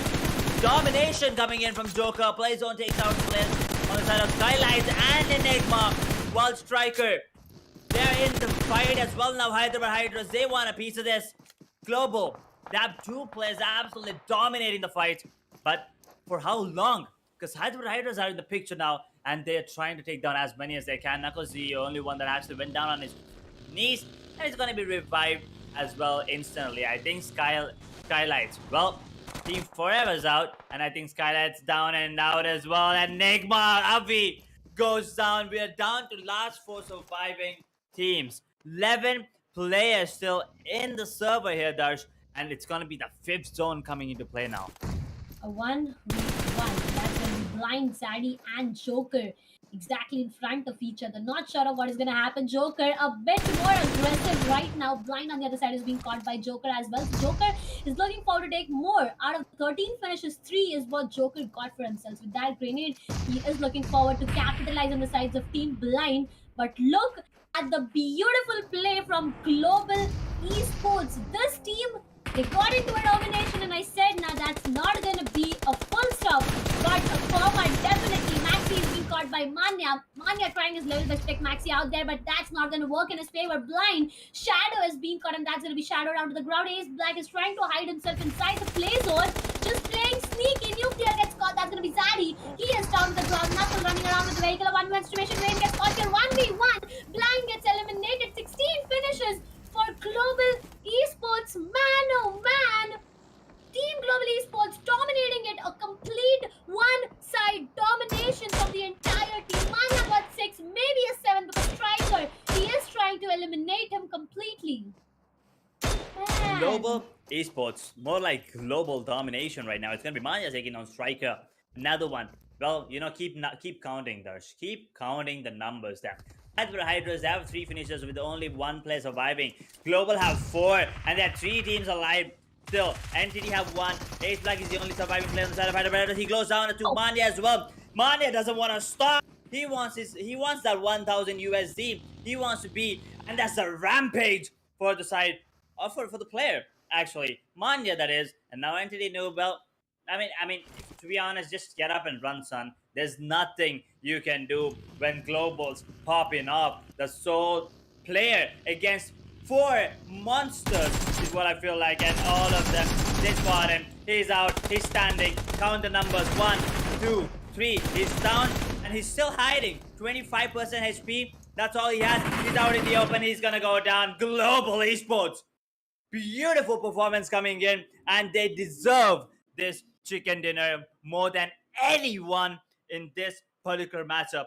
Beautiful performance, and the way that they played, it wasn't the grenades or the utility coming into play, right? It's the positioning, it's the aim, it's the game sense, and the calls. I'm not really sure who the IGL is, but whoever it is, he's doing a pretty good job there. Falling out of words right now. Let me tell you how many teams Global Esports has eliminated. They started off by eliminating CHEMIN, then it was Revenge, then it was Blind, and the last one was Hyderabad HYDRAS. Everyone that Global crossed their path with, Global made sure that it was a goodbye there and there. What a beautiful performance it was. Look at the jolly face. Look at these young faces. Look at these young talents. Beautiful match. Global Esports dominating it completely with 19 amazing finishes. Just giving it a calculation: 19 finishes plus 15 placement points. Man, oh man, what a domination Global Esports has showcased in this entire match. And the thought of you having 24 different winners in 24 different map, I guess that can be possible because again, on the 8th map, we have a new winner. We do. We do. And what a game it has been coming in from a Global Esports, right? Absolutely a phenomenal performance in terms of finishes. And the one thing that I'm actually, really happy about is the final zones, final couple of zones, it wasn't the grenades that were getting those finishes, right? It was them actually coming out in the open. They were not scared at all. And also the teams that we were actually expecting to pop off, like Team XSPARK and GODL, that I was expecting to pop off at least, were the first ones to get eliminated, unfortunately. Global, well, I gotta say, I mean, it was once again a long time coming. It's gonna be, I mean, every team, right? All of these teams are really good. That's exactly why they are here. First things first, right? You gotta give it to them. But now 8 teams have won 8 different maps. So I still am gonna keep my hopes up for that 24 different winners for 24. I mean, 8 done. We only need 16 more. So let's keep our fingers crossed for that one. But Global, I think, how many did you say again? I think 19 finishes, right? Yeah. So I believe that's 34 total points. The highest as of now in this particular tournament. I think the second highest is 31, right? So I think 34 is gonna be the highest as of now. Amazing. I'm falling out of adjectives to describe the level of domination that Global Esports has showcased. 34, as you said, Man, oh man, with one more finish, they could have touched the 20 marks on finishes and 15 for placement. That's going to be 35. Then would have gone bonkers. But right now, the global esports fans out there, they have gone bonkers already for the team performing so beautiful, so exceptional in this specific Miramar match. I mean, I still remember Edge with the start of this Miramar thing. I said that I do feel like there's gonna be something different, and guess what? That's gonna be a pure domination that we just witnessed a while ago. But how did this Miramar match started? It all started with, I guess, TSM and if I'm not wrong, that's gonna be Godlike getting into a fight. Now, what happened there was Team Godlike. There was Neo. If we are not wrong in that, no, there was Neo. It was just waiting Unfortunate. for and upright angle where Enigma Galaxy was Ted who caught him, who punished him, and he eliminated him completely. Now, moving further with that, TSM, they were nearby, they heard everything happening. And what did TSM do? They just went on the face directly. At that point of time, TSM lost one of their player. He was down to the ground. The second one was eventually down to the ground. But Aquanox, he was a monster himself. He took two grenades out. He took one grenade out, eventually took two players out of that single grenade. And a 1v3 against the sides of Team Quad. Like, what a beautiful way it was to start the day with a 1v3. Yes. I mean, first things first, I don't think that split game is working for GODL Yeah, as of that's now, true. right? That's true. They got to work on that. I mean, it works out for some teams. For some teams, that's just not the way it works. I mean, usually this is the here's the basic lineup that teams have: four players, a rifler, a sniper, a support player, and an SMG. Right, this is how it goes. Basically, sometimes the guy with the SMG or the sniper is going to be your IGL. I mean, it doesn't have to be that way, but this is like how the basic, someone that's new to the game or like someone that's learning the game usually starts off. But we now see teams with like maybe there's maybe support and then two riflers and a sniper. That this is how the way goes. But we'll talk about that in a second. Let's take a look at how things went down here on the map of Miramar. As you said, it all started with GODL and TSM taking that fight. Unfortunate for GODL, not the kind of start they wanted, but TSM, man, they did lose a couple of players, but then Aqua was like, guys, hold up, I'm still alive. The star player just comes out, takes out three players on the side of GODL, absolutely destroys. And Global, that did you I don't know if I think the audience missed this as well, but there was car, how do you say this? There was a run, sorry, there was a hit and run. Unfortunately, Knuckle was the one that actually ran over a player there. That was absolutely beautiful to watch. So kind of funny as well, to be honest. But this fight between Marcos and Enigma again. Enigma, perfect positioning from them because they caught Marcos off guard completely. Agreed. Global Esports, their domination started when they started to play Brain Game. Now, I took four names with whom Global Esports had a fight, but I forgot TSM. Well, let's talk about that later on because that's going to be a 1v1 between Marcos and Enigma. Marcos, they capitalized over that 1v1, but again, they were caught off guard, and that's where Marcos got eliminated. Blind got eliminated. Knuckle, he went on a rampage. Look at Ace Black. Ace Black thought that there's just Knuckle right exactly in the front. Wasn't aware of the player right in his behind, and that's where the difficulties begin. But global esports, it's all about global esports in this entire match because it started off with global esports, it's ended. I mean, it did eventually start with global esports taking any kind of fights, but again, the way this team has played now, if we talk about what happened between global esports and TSM, global esports was Joker. I'm sorry for that. It was Joker. He gave. I mean, that's all about global esports. I mean, I'm just. I don't know what is wrong today, but global esports, they have dominated it completely. Now, what did Joker do out there? He waited for TSM Shadow to make a run. He knew that vehicle he'll be wasting more Amazon. He waited for Shadow to get out of that vehicle. As soon as Shadow was out, he went ham, and that's where TSM got eliminated. So this is the brain game you play, right? You know that when you fire on a vehicle, you use a lot of ammo, you use a lot of utilities. But when you go in for firing directly on the head itself, one or two bullets are enough to take one player down. That was a beautiful game by Global Esports. But this Right. match, I would love to talk about one more fight. That's going to be between Team XSPARK and Enigma. Now, what happened there was Enigma Eggy, he took out that Molotovs, he set two players on fire. Then it was Yeah. Scout neatly up. And the last player, With one grenade, I guess Fearless was the one to take two players down, but it was too late already because Fearless got eliminated, and that's how Team Enigma got four finishes for themselves. And unfortunately, those were two knocks, right? There wasn't even Yeah, finishes. yeah, that's So true. maybe they would have gotten, two extra points. A Team XSPARK. Now what I was expecting. I expected a lot more, but Global delivered it for me. So I'm happy. So let's take a look at 33. the standings here. 33. Okay, it was not 19, it was 18, guys. My math is not wrong. It's just the we miscalculated the finishes. So 18 finishes for Global Esports and 33 total points. NTD Gaming, on the other hand, 3 finishes. That's it. That's all they had, and they still have 15. I mean, what can you do when Global have Global's basically fragging and finishing off everyone on the server? All you can do is what?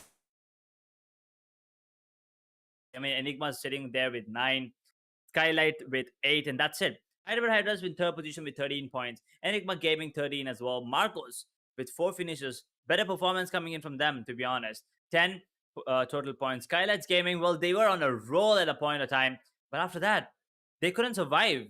But in the open, the grenades running in and the explosions, well, unfortunate for them. 10 points as well. Blind Official, they managed to survive, but I mean, if you don't take down anyone, it's kind of a great thing. 8 points for them, and Enigma Galaxy 4 finishes and 1 placement points bring their total up to 5 there.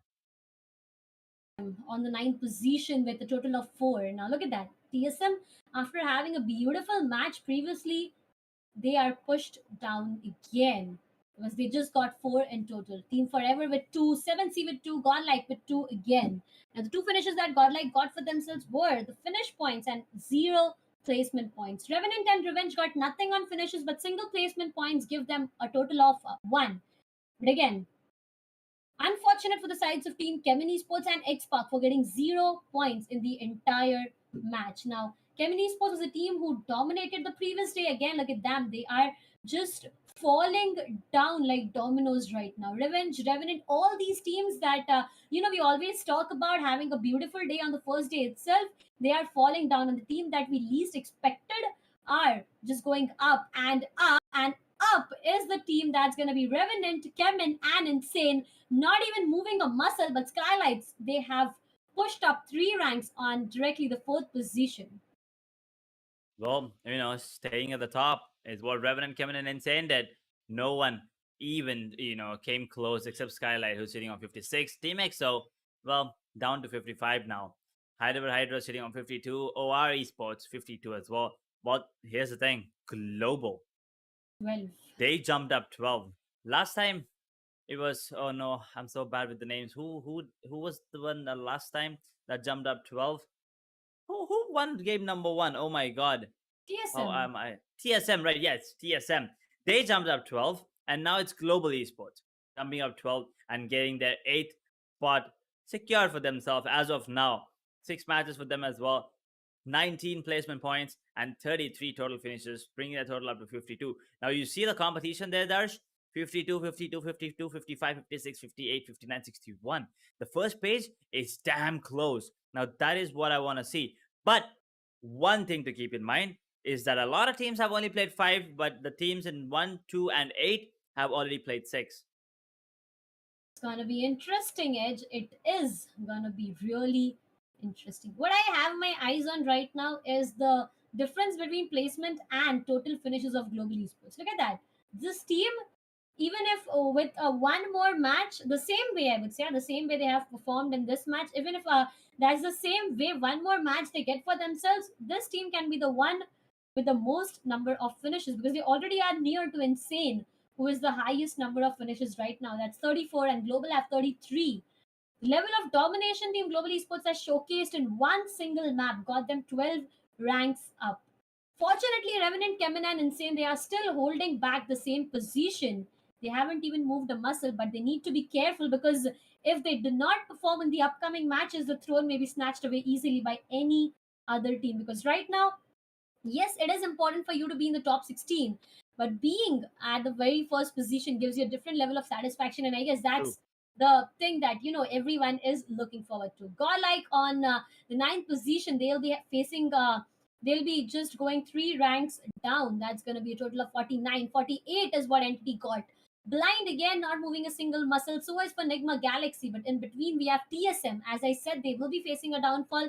That's going to be 3 ranks down, a total of 45. Walkouts, -5. That's going to be 44 for them. Enigma Galaxy said no change. Marcos with 37. Revenge, again, 3 position down. That's going to be 34. This gives you a straight idea that if you do not perform in one single match, even a basic of 7 to 8 points is what you get yourself, then you may not even move anywhere. But you need to get something. As it is said, something is better than nothing. But once again, I mean, we're done with 8 matches and we have 8 different winners. Yeah, But the ones sitting at the top two, they have no chicken dinners. Now, that is something that is that I'm concerned about, because in the upcoming matches, I'm pretty sure CHEMIN and REVENANT, they're going to be getting themselves a couple of at least one chicken dinner for sure, so that they're going to go ahead with the lead. But talk about 8th and 9th position. The 8th position, Global, they are sitting on top. I mean, sitting there with 52 points. Godlike 49. Once again, the competition is close. 48, 46, 45, 44. It's so close that it's anyone's position right now, right? And I mean, even at the bottom, like 16 is only 34, and now 17 is 33, 31, 30, 28. So the competition is close, but the teams that need to worry about, I mean, start to worry, are 22, 23, and 24. That's 8-bit, Orangutan Gaming, and Rivalry Esports. But they still have one extra game to be played, so maybe I still have my fingers crossed. 8-bit, Orangutan, and Rivalry, they can make their way into that second page at least by the end of the day. And teams all sitting on 17th position right now, drop down 5 spots, 33 total points for them. Enigma Gaming, well, there you go, climbing up 3, 31 total points. 7C, unfortunately, they lose 3 spots, 5 matches played, 13 placement points, 17 finishes though. So they have the number of finishes, but they got to work on their placement points. 30 total points. Team Forever in 28th position with 28. Team XSPARK, well, I'm still waiting for that spark to ignite there. 20 total points, 5 finishes, and 15 placement points there, Darsh. agreed. Completely agreed. Overall standings after match 8 is what we have. But after matches 8, look at the third side. They have played 5 matches. And I guess that's a time for the 6th match, because the upcoming is Erangel once again. We keep on saying, right? Erangel, Miramar, it's going to be repeating thrice a day.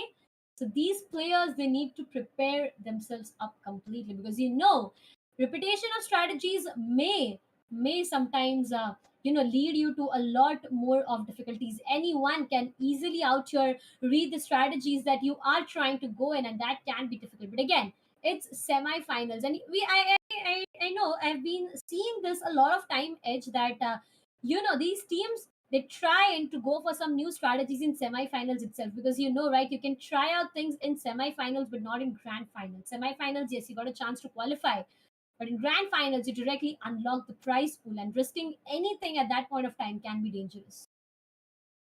Yes, that is true. You can try it with new new strats. You can go ahead with a new I don't know, executes, or a new internal structure there with the teams. But the positioning and everything in once the grand final begins are going to be so coordinated. I'm going to be waiting for that. But this is the perfect time for teams to try out new stuff, because I mean, there are a lot of games, right? And only thing that matters is qualifying. You just gotta be in that top 16. So you gotta maybe give yourself a decent performance every single time, and it's gonna help you. But the question in my head right now: 4 games left for the day. Will we have 4 different winners compared to today and yesterday as well? I want it to happen, but I think this is the match where I think we will be seeing that repeated winner finally. I doubt. I mean, the first time I would say that I doubt, because okay, the things are flowing. Everyone is looking forward to a victory, and with each new map, we are seeing someone new coming on the top. So I really doubt that that is going to happen, Edge. But again, you don't know what BGMI gods have thought for us. If the fly path and the play zone works out in a specific team's favor, it may be their day. If it doesn't, it may be someone other's day, because the previous one, fly path, the zone itself, everything was working in the favor of global esports. And what they did, they do, they got themselves the chicken dinner. So anything, everything can be happening in this specific Erangel thing, because Erangel, it's all about the early skirmishes happening. We have seen this happening in the previous Erangel itself. What happened, there was players, they got just down. They weren't even completely down, they got nothing, but the fights were already started, and that's why Erangel is the most important match. At the same time, you need to be careful, because drop clashes are something that may scare you, that may get you eliminated completely. Something to worry about, right? You never really know what to expect because I mean, when you just drop, you expect other teams to be just dropping off as well. But sometimes what happens is they already have a lot of loot. You never really know. Maybe they have better weapons already. I mean, for sure, if they have any weapons and if you have no weapons, what are you gonna do? Punch your way through? That is not gonna be easy. But one more thing, I mean, if you have util, even at the when you're having that initial brawl against any team, it's not gonna be a lot of help, right? It all depends on who has a better weapon at the start, instantly, and also the ammo is gonna be coming into play because when you, I mean, as soon as you drop, you're gonna be having no armor at all, like really less health as well when compared to later stages of the game. But the ammo, once again, maybe 40, maybe 50, or I mean, at max, nothing more than that, right? So maybe a couple mags. So you gotta make sure that you have really good aim there, and the precision, and also the trigger discipline. All these come into play because if you run out of ammo in that first fight, it's gonna be really sad for you. But we'll be jumping in to that final stages before the match actually begins there. Once again, we see the game phases of the players on the side of 7C, and they look ready. It's gonna be Group B and C. I'm interested. I'm excited, but with this, I guess Sam is more excited. So I'll be Oh, welcoming yes. Sam on the English desk, and Edge, I'll be catching you directly on the fifth match itself. I'm looking forward to it, Darshita. As you guys were sitting and casting the first two matches, I just wanted to jump right in between, but the match was too intense. And Edge, as he was saying, we are seeing a lot of new different winners coming through. We have seen brilliant matches as of now, and I'm expecting again another new winner coming out of this Erangel matchup, because yes, this is the second for the day. There can be a situation, he did mention as well before going, that there might be a repetition in terms of a winner. Let's see if that happens. But the flight path, it's kind of coming very similar as we are seeing. It's going to be starting off at Stalber and ending towards military base.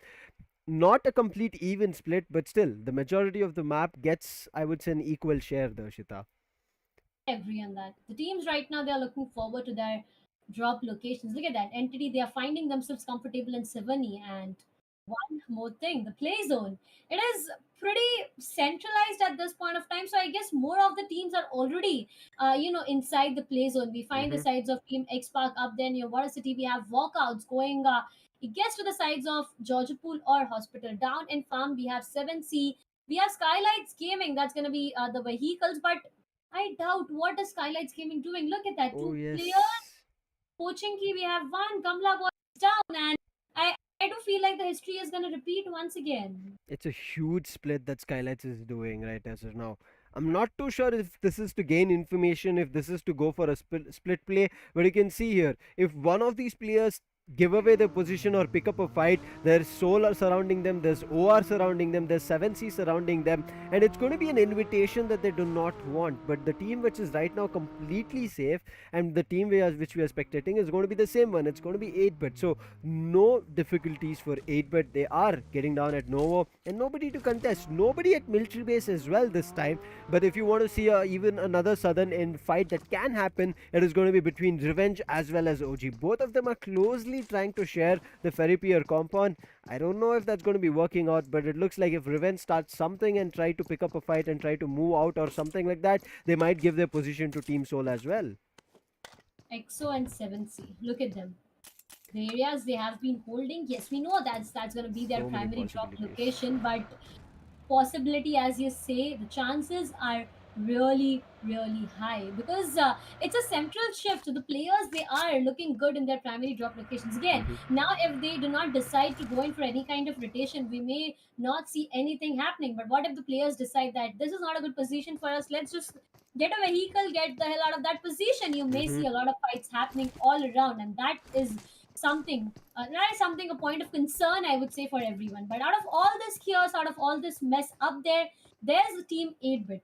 What they are doing, they are waiting patiently. They are enjoying the loot. They are enjoying the entire compound they have. They are away from the meters. That's going to be 700 to 600 meters away. But again, that's a bridge, and I doubt anyone is going to camp that bridge.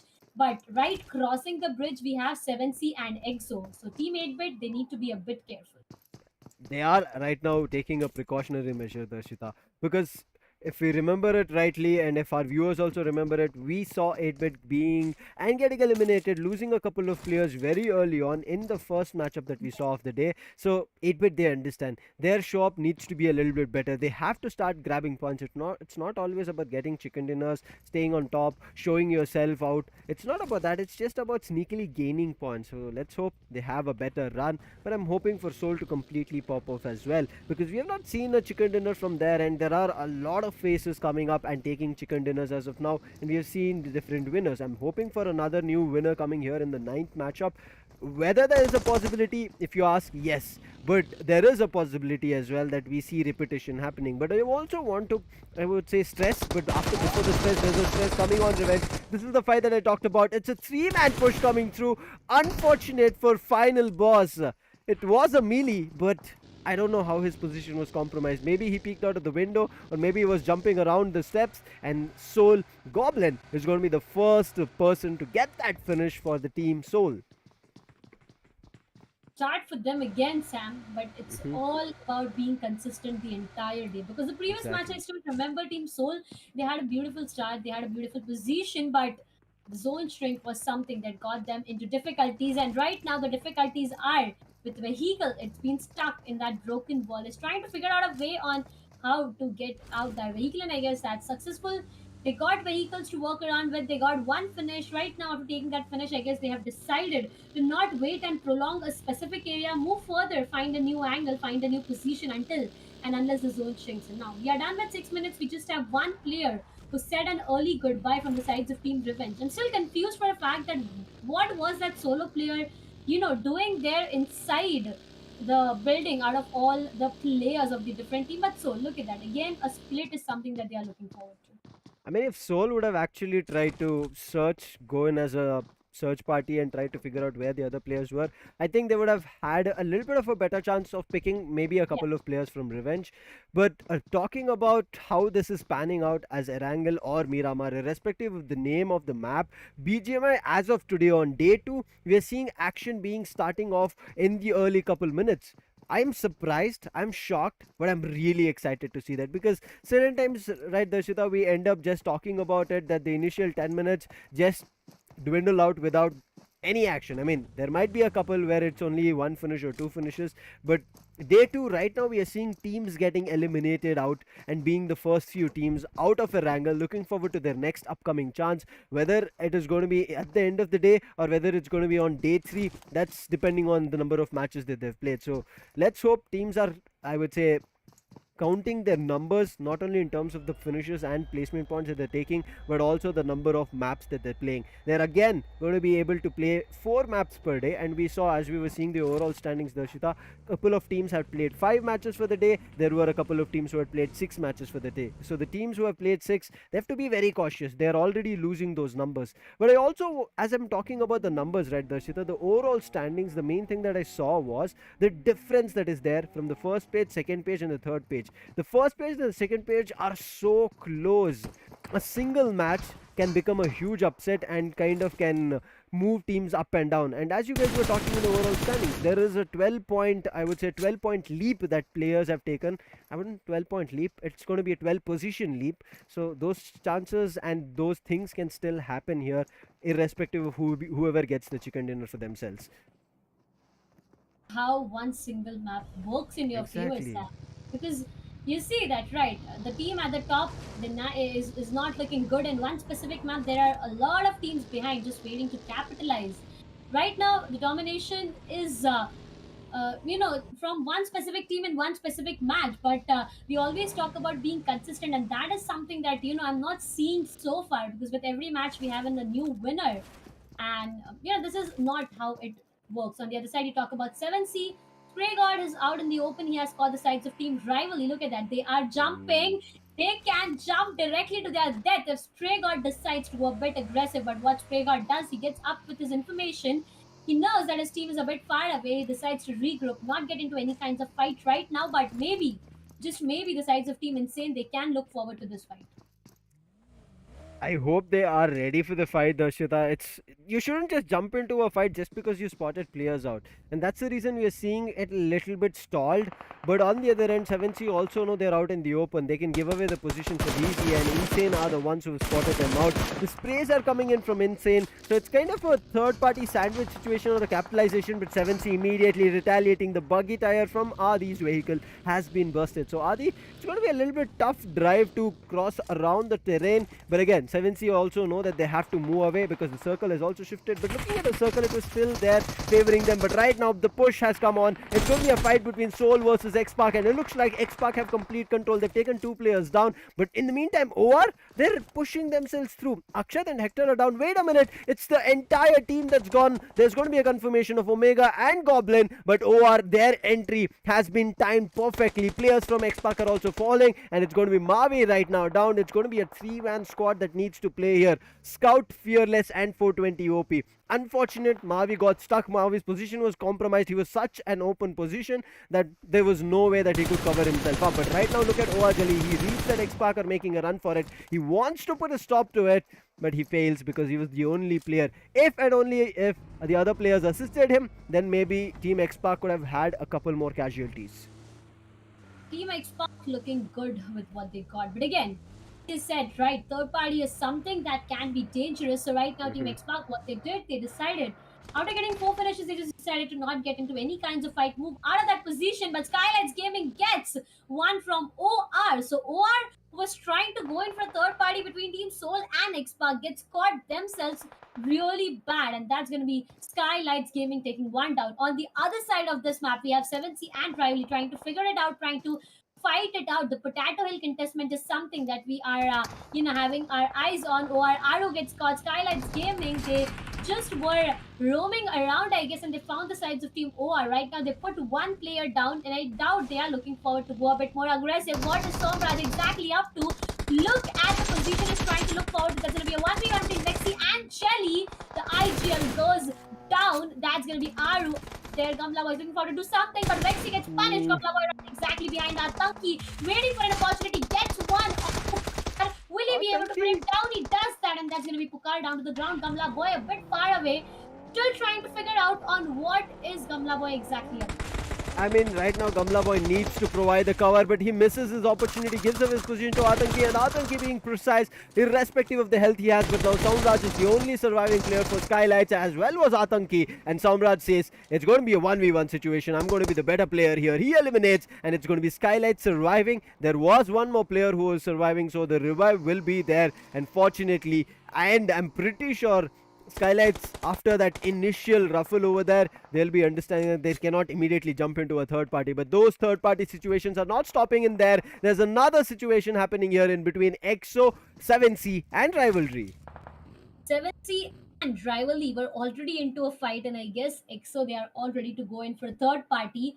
Now, I'm excited about this fight, Sam, because look at the position. Exactly. 7C, they are stuck between two teams, and there's nothing that they can do. If they go towards their right, they get caught. Left, they get caught. The only way is to get out of that fight, but I doubt that is even going to be possible. But getting out of that fight is a decision that Team EXO, I guess, is taking. And look at them. They are just trying to get a good position, and they have decided to not make a third party out here. But 7C Savitar, I guess this man has some different plan.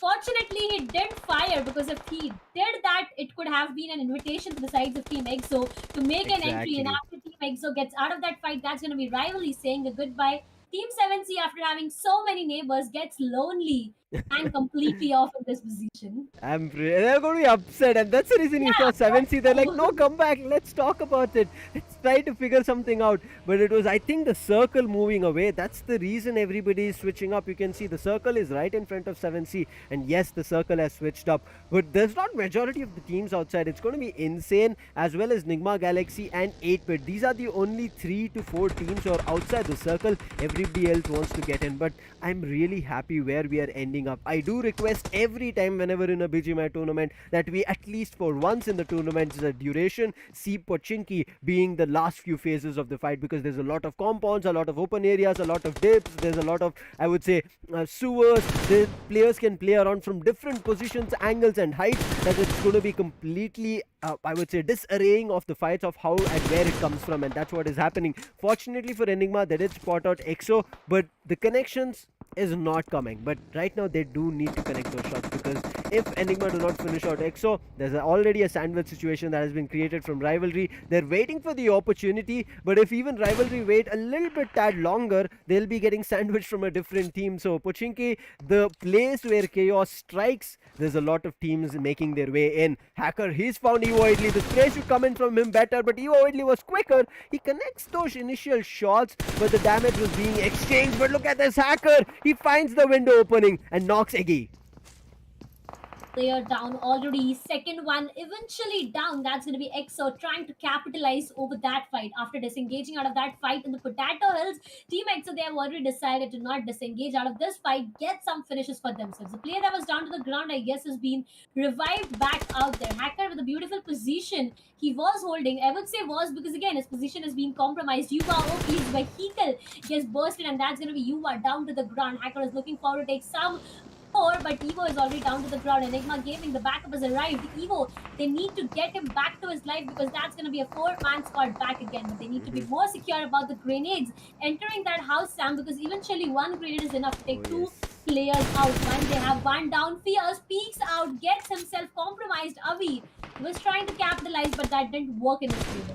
It's not going to be working so easily. Irrespective that their houses, teams are going to put up a very tough fight. But it looks like both these teams, in terms of the early fights you saw, right? Even EXO wanted to pick up a fight, they disengaged. We saw Enigma not in a fight, but we saw Rivalry, who were about to get a third party situation where 7C and EXO were about to meet up. So I think a couple of utilities here and there, resources have been utilized, and that's the reason we're not seeing grenades. It's only rifle action coming through. A couple of smokes have been used from Enigma, that is just to save their players, to bring themselves into a 4-player squad. But look at that, the circle is again switching up, and it's going a little bit further away from Pochinki, but it's going out in the open, and the team that has the best advantage here is going to be 8-Bit. But Enigma, they're making sure they get a couple more fights in their favor, at least some finishes, because look at them, they're at 0 right now, and they spotted a team which is just a 2-player squad. That's going to be SKYLIGHTZ. Somraj leading the charge, and he saved Vexy. Wait a minute, there's Gamla Boy as well, so I'm correcting myself. It's going to be a 3-man squad, but the grenade finally starts raining in. But XSPARK, they're taking up a little bit of a chunk of damage on Revenge. They've done a knock. Let's see if they'll be able to connect a lot. And yes, finally the confirmation comes through. That's going to be Fearless. He finds one, and now 7C, they're in a fight with Insane. Let's see if there's going to be any exchange. But Nigma Galaxy, I think it's going to be a little bit difficult right as of now. OG are also inside this fight. So it's Darshita, we are seeing so many third-party fights, not only inside the circle, but outside as well.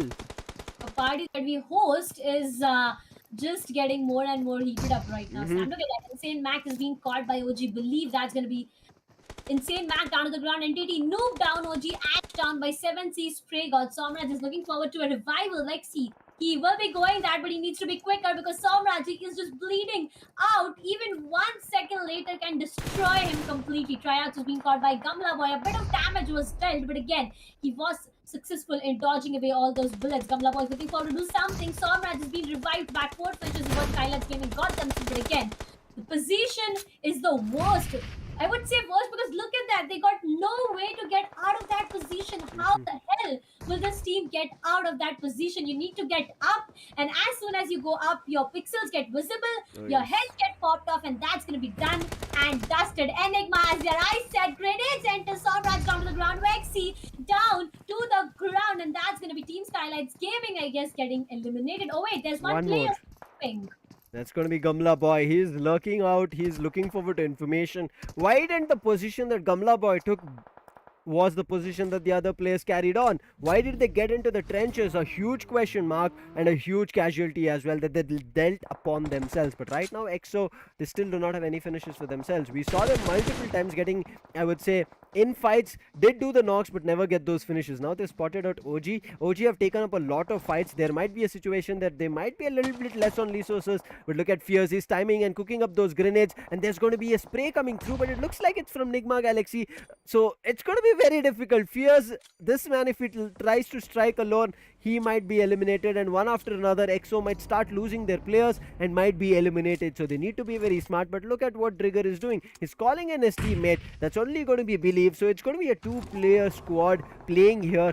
But OG, even with the casualties, they also had kind of a third-party situation out of which they did survive, just like SKYLIGHTZ. I hope they're ready for the upcoming fights, but still Enigma are not letting go of the edge of the circle. They know that Gamla Boy is still there. I mean, they don't know the exact player, but they know at least the squad is not completely finished off. If they finished off, it would have not been a knock coming through, it would have been finish coming through. But as I was talking about finishes, Entity will be eliminated with just one finish for them.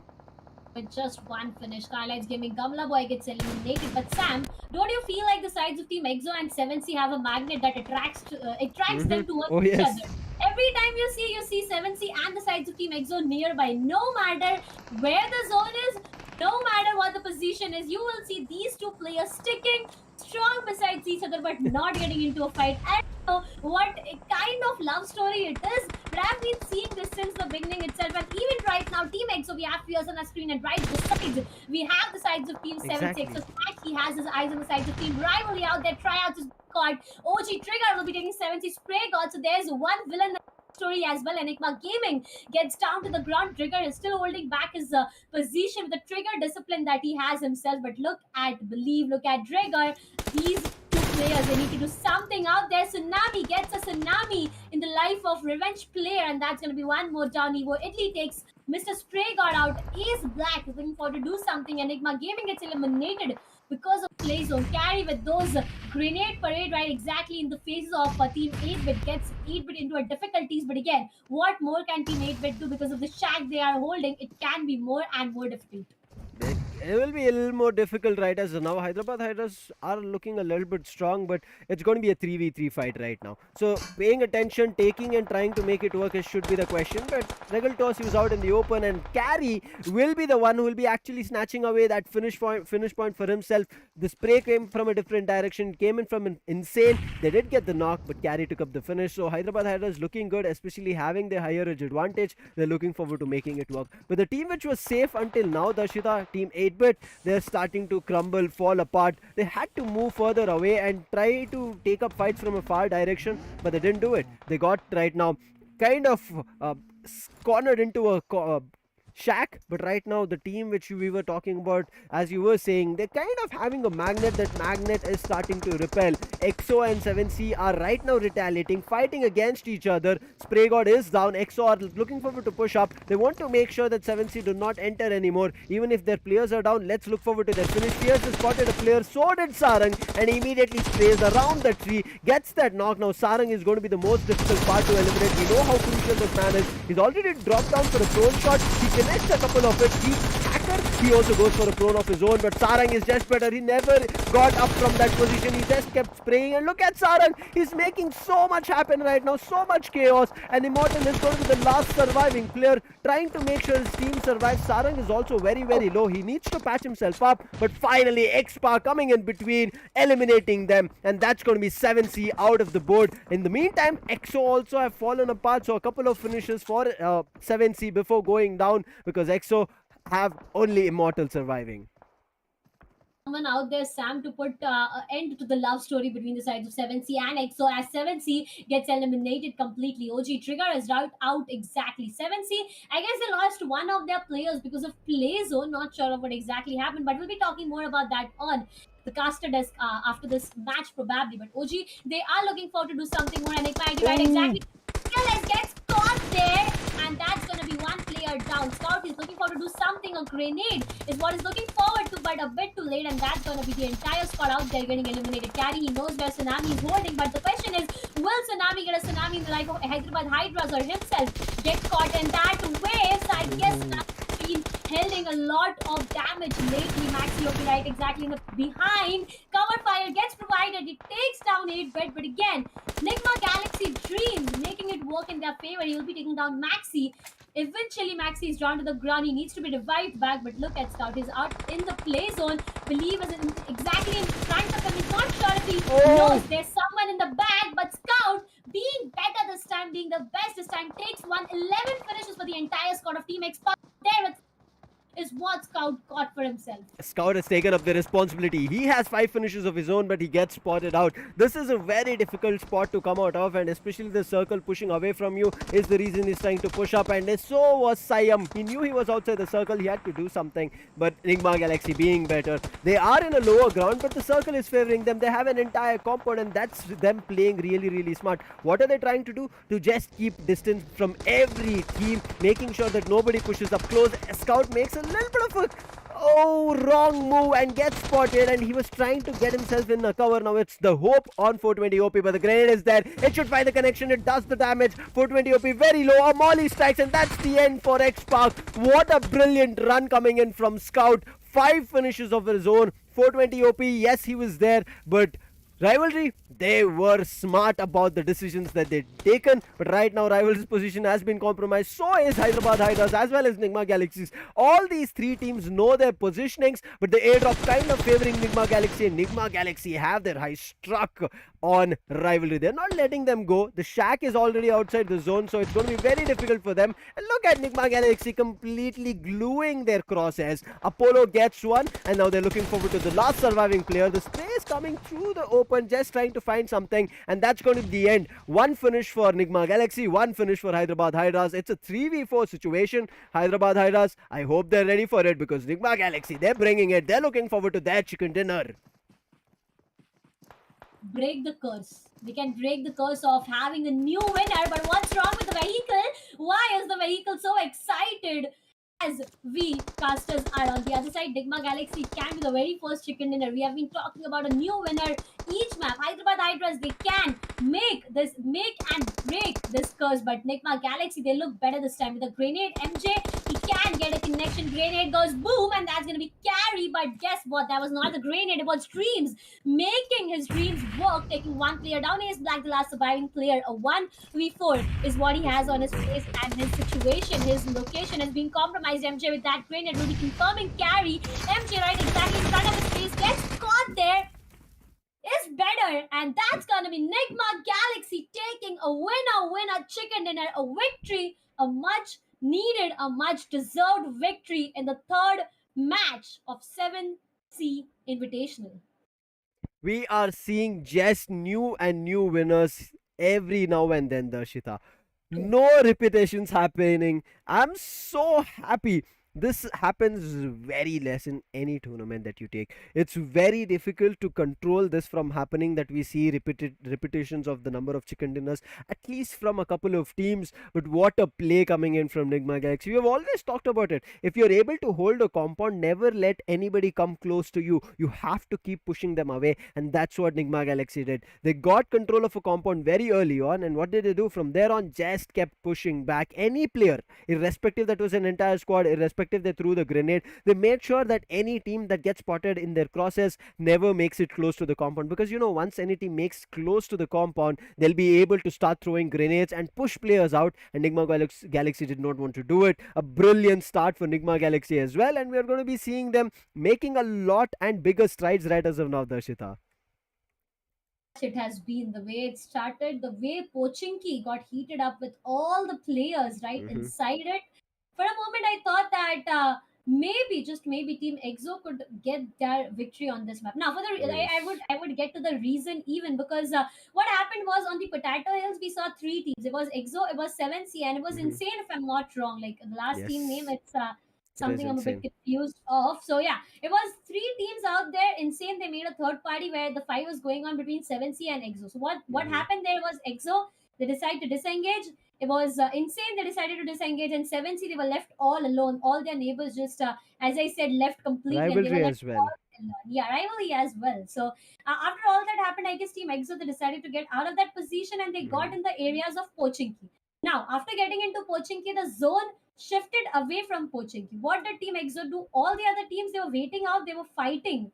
They were waiting for all the other teams to move out of that position, and Team Exo, they became the first team to move out of that position, get into the play zone. But what Mhm. happened next was something not really working in their favor. Team Exo, they got eliminated, but a beautiful rotation is something that we saw definitely from their sides. Exactly, as you said, right? Both EXO and 7C trying to stay together at the same time, trying to uh, prevent each other from meeting face to face. But finally, it had to happen. As you said, the circle was moving away and away in the direction where EXO were moving, so 7C had to move in the same direction and they had to climb uphill. And once they spotted the players from EXO, there was no stopping, and the fight was kind of equalizing. Both of them were retaliating really, really well, and I think it was Fierce who could have turned the fight around in his favor. He spotted Sarang, Sarang spotted him, but Sarang was a little bit tad slower in reacting. Fierce had a lot in terms of seconds that he could have reacted, but I think he waited for the information, because if Sarang said, no, I'm already losing players, I'm going to be starting to fire as and when I see players and opponents coming on my screen, or even the pixels, I don't care.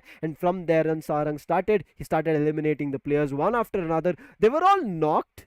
They did not get those finishes still, but Immortal, the last surviving player, as soon as he saw that there's another team that's coming in, that was XSPARK, he immediately went into cover, looked forward for his teammate to try and help him out to get that revive, but it was denied. 7C got all those finishes, but we'll talk about the very start of this tournament in the highlights. It all started where we saw Soul looking really good.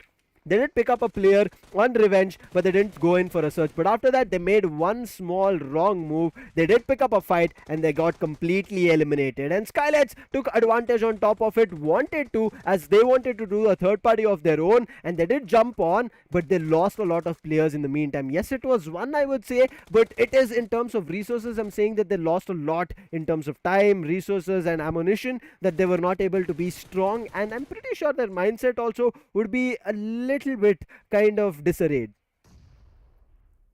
It was beautiful from Enigma Avi. Look at that. A beautiful connection is what he got. But the position, as I was talking about, it was the most difficult position to get out of, and that's where SKYLIGHTZ Gaming, the players, started to fall off. I guess Gamla Boy was the last surviving player, and again, when it comes to down to a sole man taking all the responsibility, it gets difficult, and that's how Maxi OP eliminated him. 7C, they got caught by OG. I thought it could have been a fight between EXO and 7C, but no, there was a villain, and that villain came out to be as OG. But again, OG, they even started faltering. Walkouts, they faltered when Enigma entered those compounds. 7C, they eliminated one and one player, and then finally 7C, Sarang was the one to initiate a fight to the sides of Fierce. He was down to the ground. Sarang took hacker even. So Sarang here, he did more than 50% of job by taking three players down. Immortal Mhm. was the surviving player, but Sarang, again, it was a complete open area. Sarang was trying to go in for that 1v4. He could have done that because the last player was low on his HP, but out of nowhere he gets caught, and that's how Sarang got eliminated. Unfortunate for him, but so is 8-bit. That team were very safe from the early stages. I think that they got no finishes as well, or maybe one finish, because Hyderabad Hydras had lost a player. But it looked like Team 8-bit could have done a lot in this matchup in Erangel, but I think this one wrong move coming in from XSPARK. I understand the circle was crumbling. They had to make some kind of a move, but with half information, and as soon as they started moving in, especially with vehicles, the noise was made. People started taking them down, and XSPARK unfortunately got eliminated. But let's take a look. The first team, as we talked about it, it's going to be Enigma Galaxy in the first spot with the chicken dinner. But look how close Hyderabad Hydras came. They had 8 finishes of their own. Even with 15 points, the point difference is just going to be 2 between Enigma Galaxy and Hyderabad Hydras. And the next team, which didn't even come third, it came in the 4th position. Rivalry were the team to be eliminated at the 3rd position. But because of the number of finishes that XSPARK showed us, 11 in total, and getting 8 placement points for themselves, they are going to be taking the 3rd spot, snatching it away, and creating a 6-point difference from Rivalry. Rivalry with just 3 finishes, Darshita.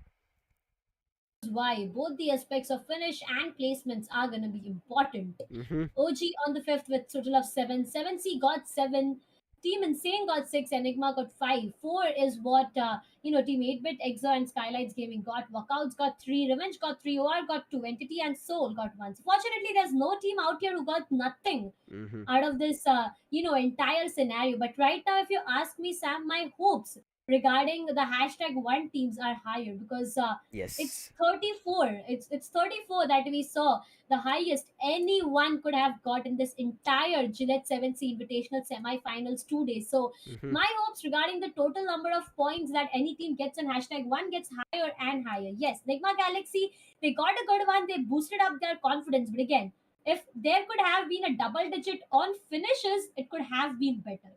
I agree with you. If they would have come close to the 30 digit mark, it would have been better for them. And the leap also that we keep talking about, right? Whether it's a 10 position leap or a 12 position leap, we'll be seeing that for Nigma Galaxy, what their leap is. But now the overall standings, I want to talk about it. From the first position till the eighth position, the point difference is going to be just 8 or 9 points. In the second, it was only around 14 points from the seventh no ninth position till the 16th position. The difference was only 14. Now let's take a look on how much the point difference has been created. Hyderabad Hydras, they jump to the first spot and they leap 5 positions, Darshita. 5 positions in terms of a leap. Revenant have been pushed to 2 positions down. Insane get into the second position, and this is what we are talking about. It is not always about chicken dinner. Hyderabad Hydras did not have the chicken dinners. They had the finishes. They were really, really strong. They came in second, and that's the reason they've jumped up. If you remember yesterday,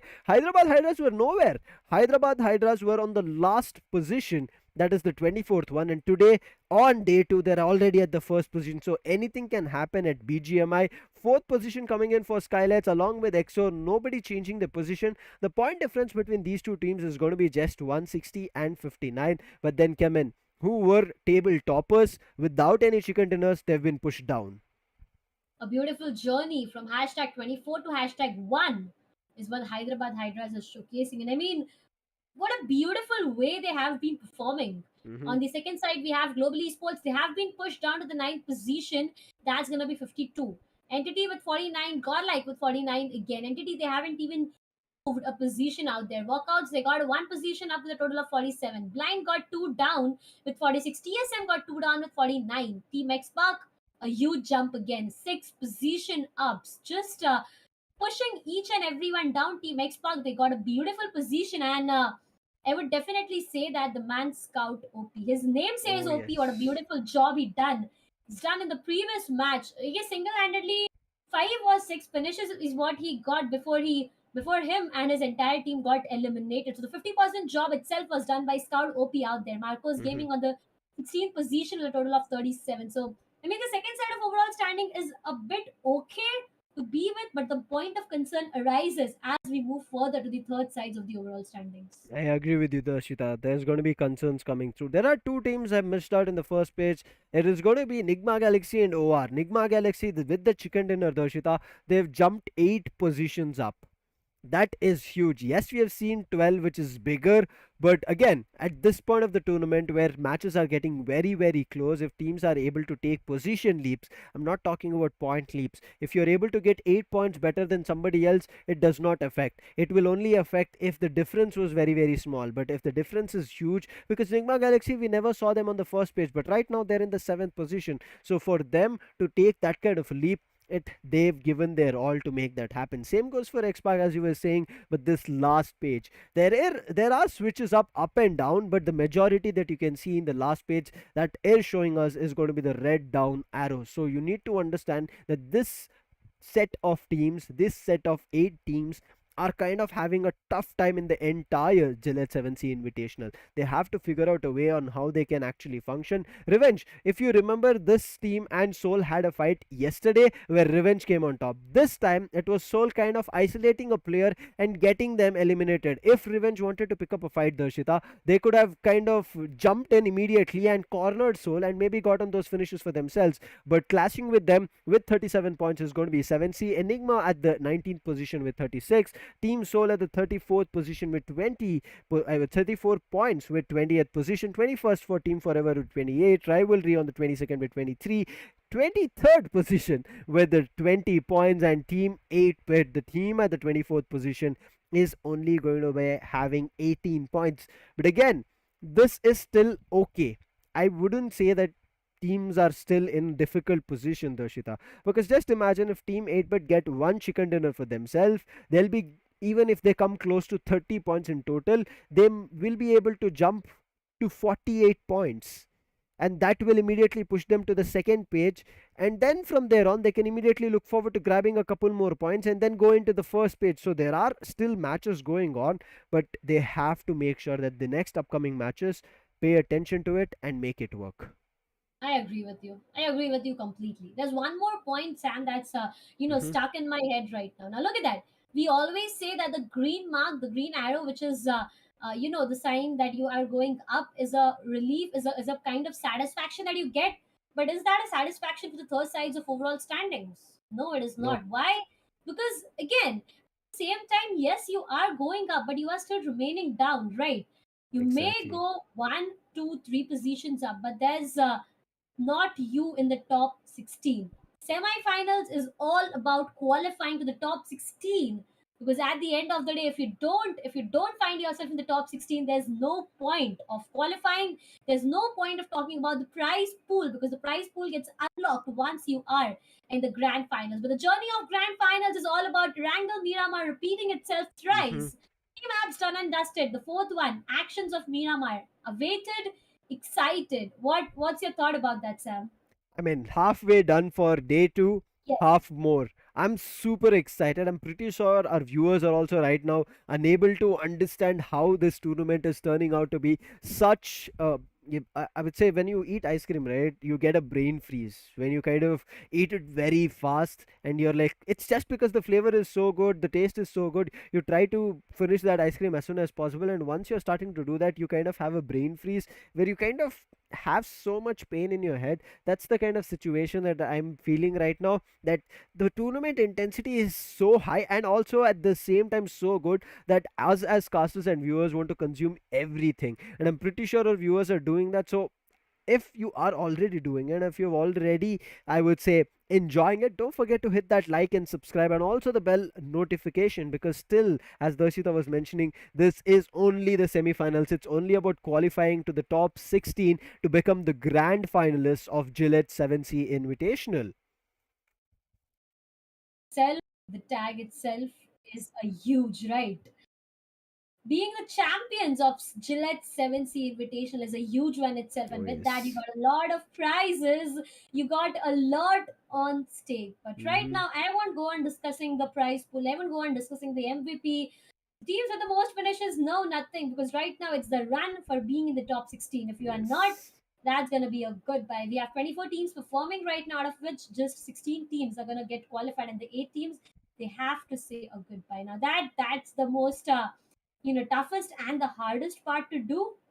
But again, that's going to be a chance of learning, learning, and learning. And these teams, I was Yes. Sam was having a talk with Edge before that semifinals. These teams, they have this urge of trying with new things. Now Hmm. what these new things are, maybe a new rotation, maybe a new escape, whatever it is, but the urge of having something new in semifinals is what we see every day. But that is not Yes. something we see in grand finals, because grand finals, we only see teams performing in their one specific way. Exactly. There'll be a set strategy that they'll be playing with, and they'll be feeling really happy about it because they're able to get the placement points. They'll be able to get finishes. They can take the fights that they want to, but there are other teams right now, Darshita, who are re-strategizing against them. As you said, right? Semifinals gives you the opportunity once you're on the top, especially in the top 10.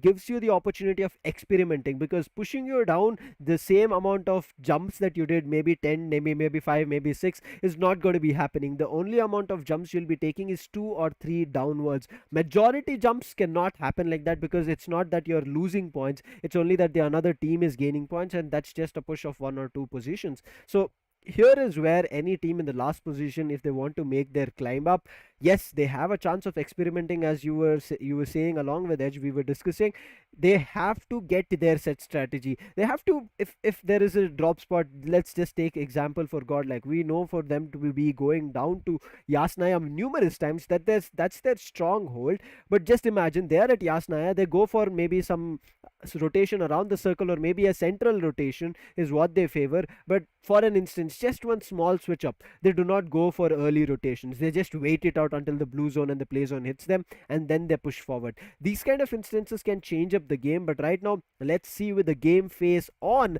what changes these players bring in the fourth match. It's going to be Miramar, Darshita. I mean, I'm pretty sure I don't want to steal your dialogue, so I'm going to keep it there. But the number of leaps for the last page, as we were saying, is going to be preferred to be having more than 5. It is not favorable if they get just 2 or 3 position jumps with the points that they grab. At least minimum 5 spots they have to jump up. That's gonna be true. Look at their game faces, Sam. They are already, inside the map. They already jumped down, and we will be going on that soon. That's gonna be the fly path.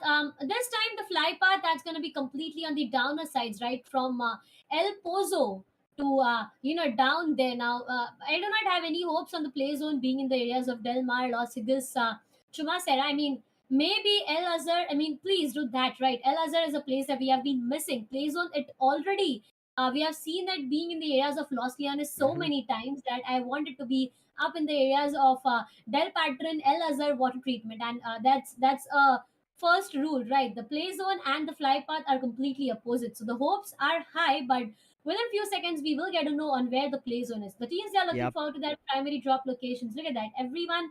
They are looking good, and I doubt that. Okay, there's one drop clash maybe in Mountain New. That's going to be Mhm. Marcos and Revenant. Okay, thank you. I was about to say, Darshita, you have to kind of now get ready for the BGMI gods either favoring you or immediately disregarding you and giving their own fly, I would say, circle.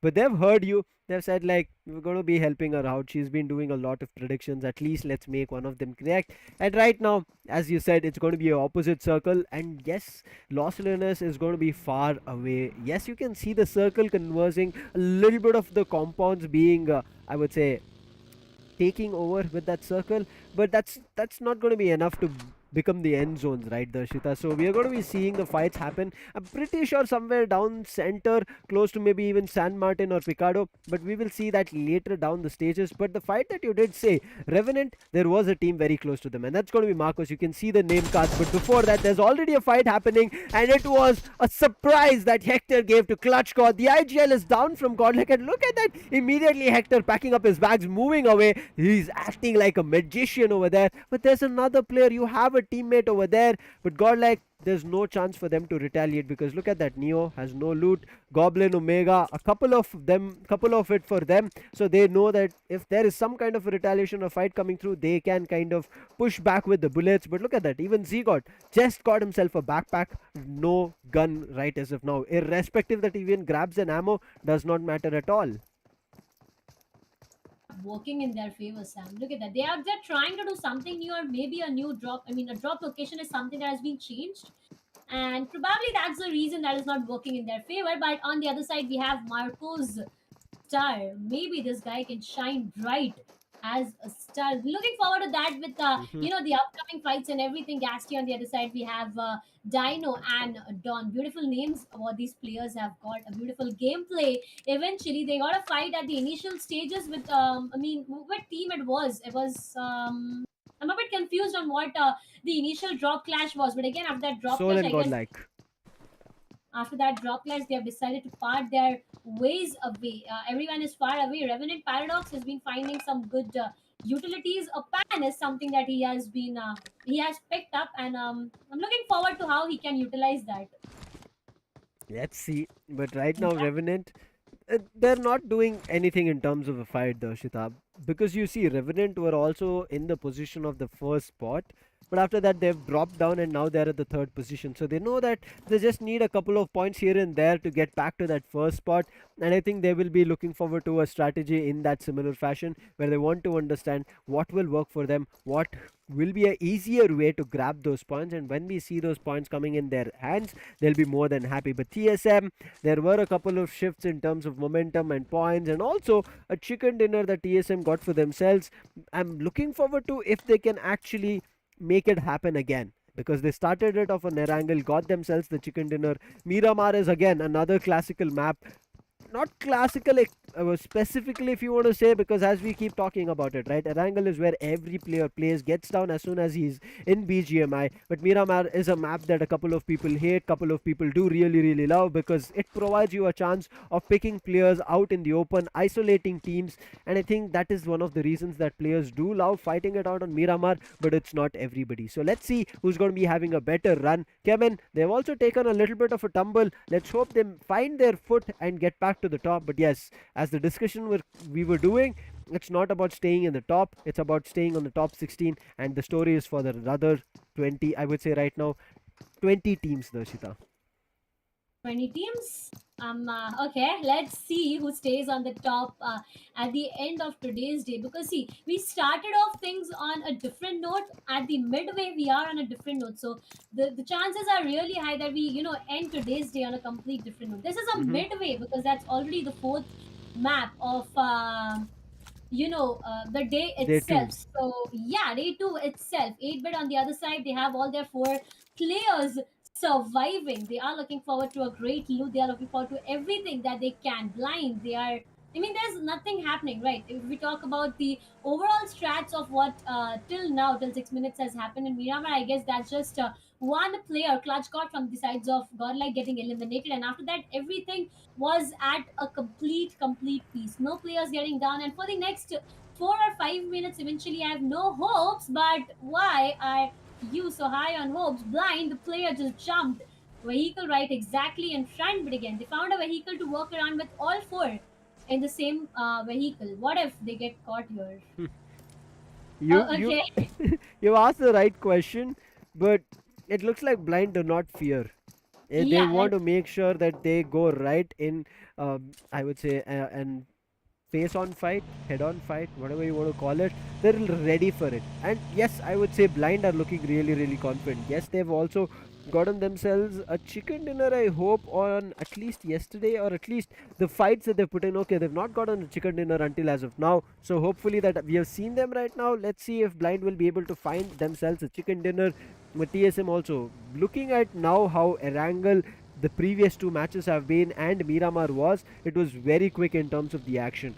But again, Darshita, it feels like we are falling back into the similar old-fashioned play style of all these teams, where until the 10-minute mark, no chaos. But it looks like again, Seoul, they want to meet up with Godlike. They were not just happy with one finish of Clutch God, they want the entirety of Godlike. This is how Seoul actually ended themselves up previously. It was not in the same team, but Seoul picked up an initial finish, looked that they were really strong, went for a head-on fight, and they got decimated and wiped up. So I'm hoping that they're strategizing really well, but it looks like the strategization or the finishes coming in is going to be better from Global Esports, as Manya picks one on OG Vizgod. Going to be Global Esports starting their day once again. Now, trust me, Sam, if Global Esports they don't get a full stop right now, this team is going to dominate once again the way they did previously. But right now, look at that. OG believe he has an upper ground advantage, and Global Esports they have a lower ground disadvantages. This is something that Global Esports they need to be careful about, because new player 6 he is looking forward to climb up. Ash is low on his HP, but eventually what's more shocking is eventually even after having the lower ground disadvantage, Global Esports they managed to take one finish. And look at that, OG they decided to go off the fight and they did not continue, got out of that fight. Global Esports looking good with one finish that they got themselves, but the question is, will they continue? No, I guess, because they are already far away. Vehicles get caught there, but it's too long to get those bullets connected, and that's how Global Esports will be taking one, but that's going to be the end of fight itself. Let's see right now if there's going to be a switch in an unfavorable direction. Not much, but Marcos and Revenant still looking forward to facing each other off. EXO is looking forward to face off 8-bit, whereas Walkouts they're slowly rotating, but while they're slowly rotating they might have a casualty with OR. But look at the complete bottom toward Puerto Paraiso. There is a team. I'm just looking forward to which that team is. I'm looking forward to their name. They're taking such a slow rotation, Darshita.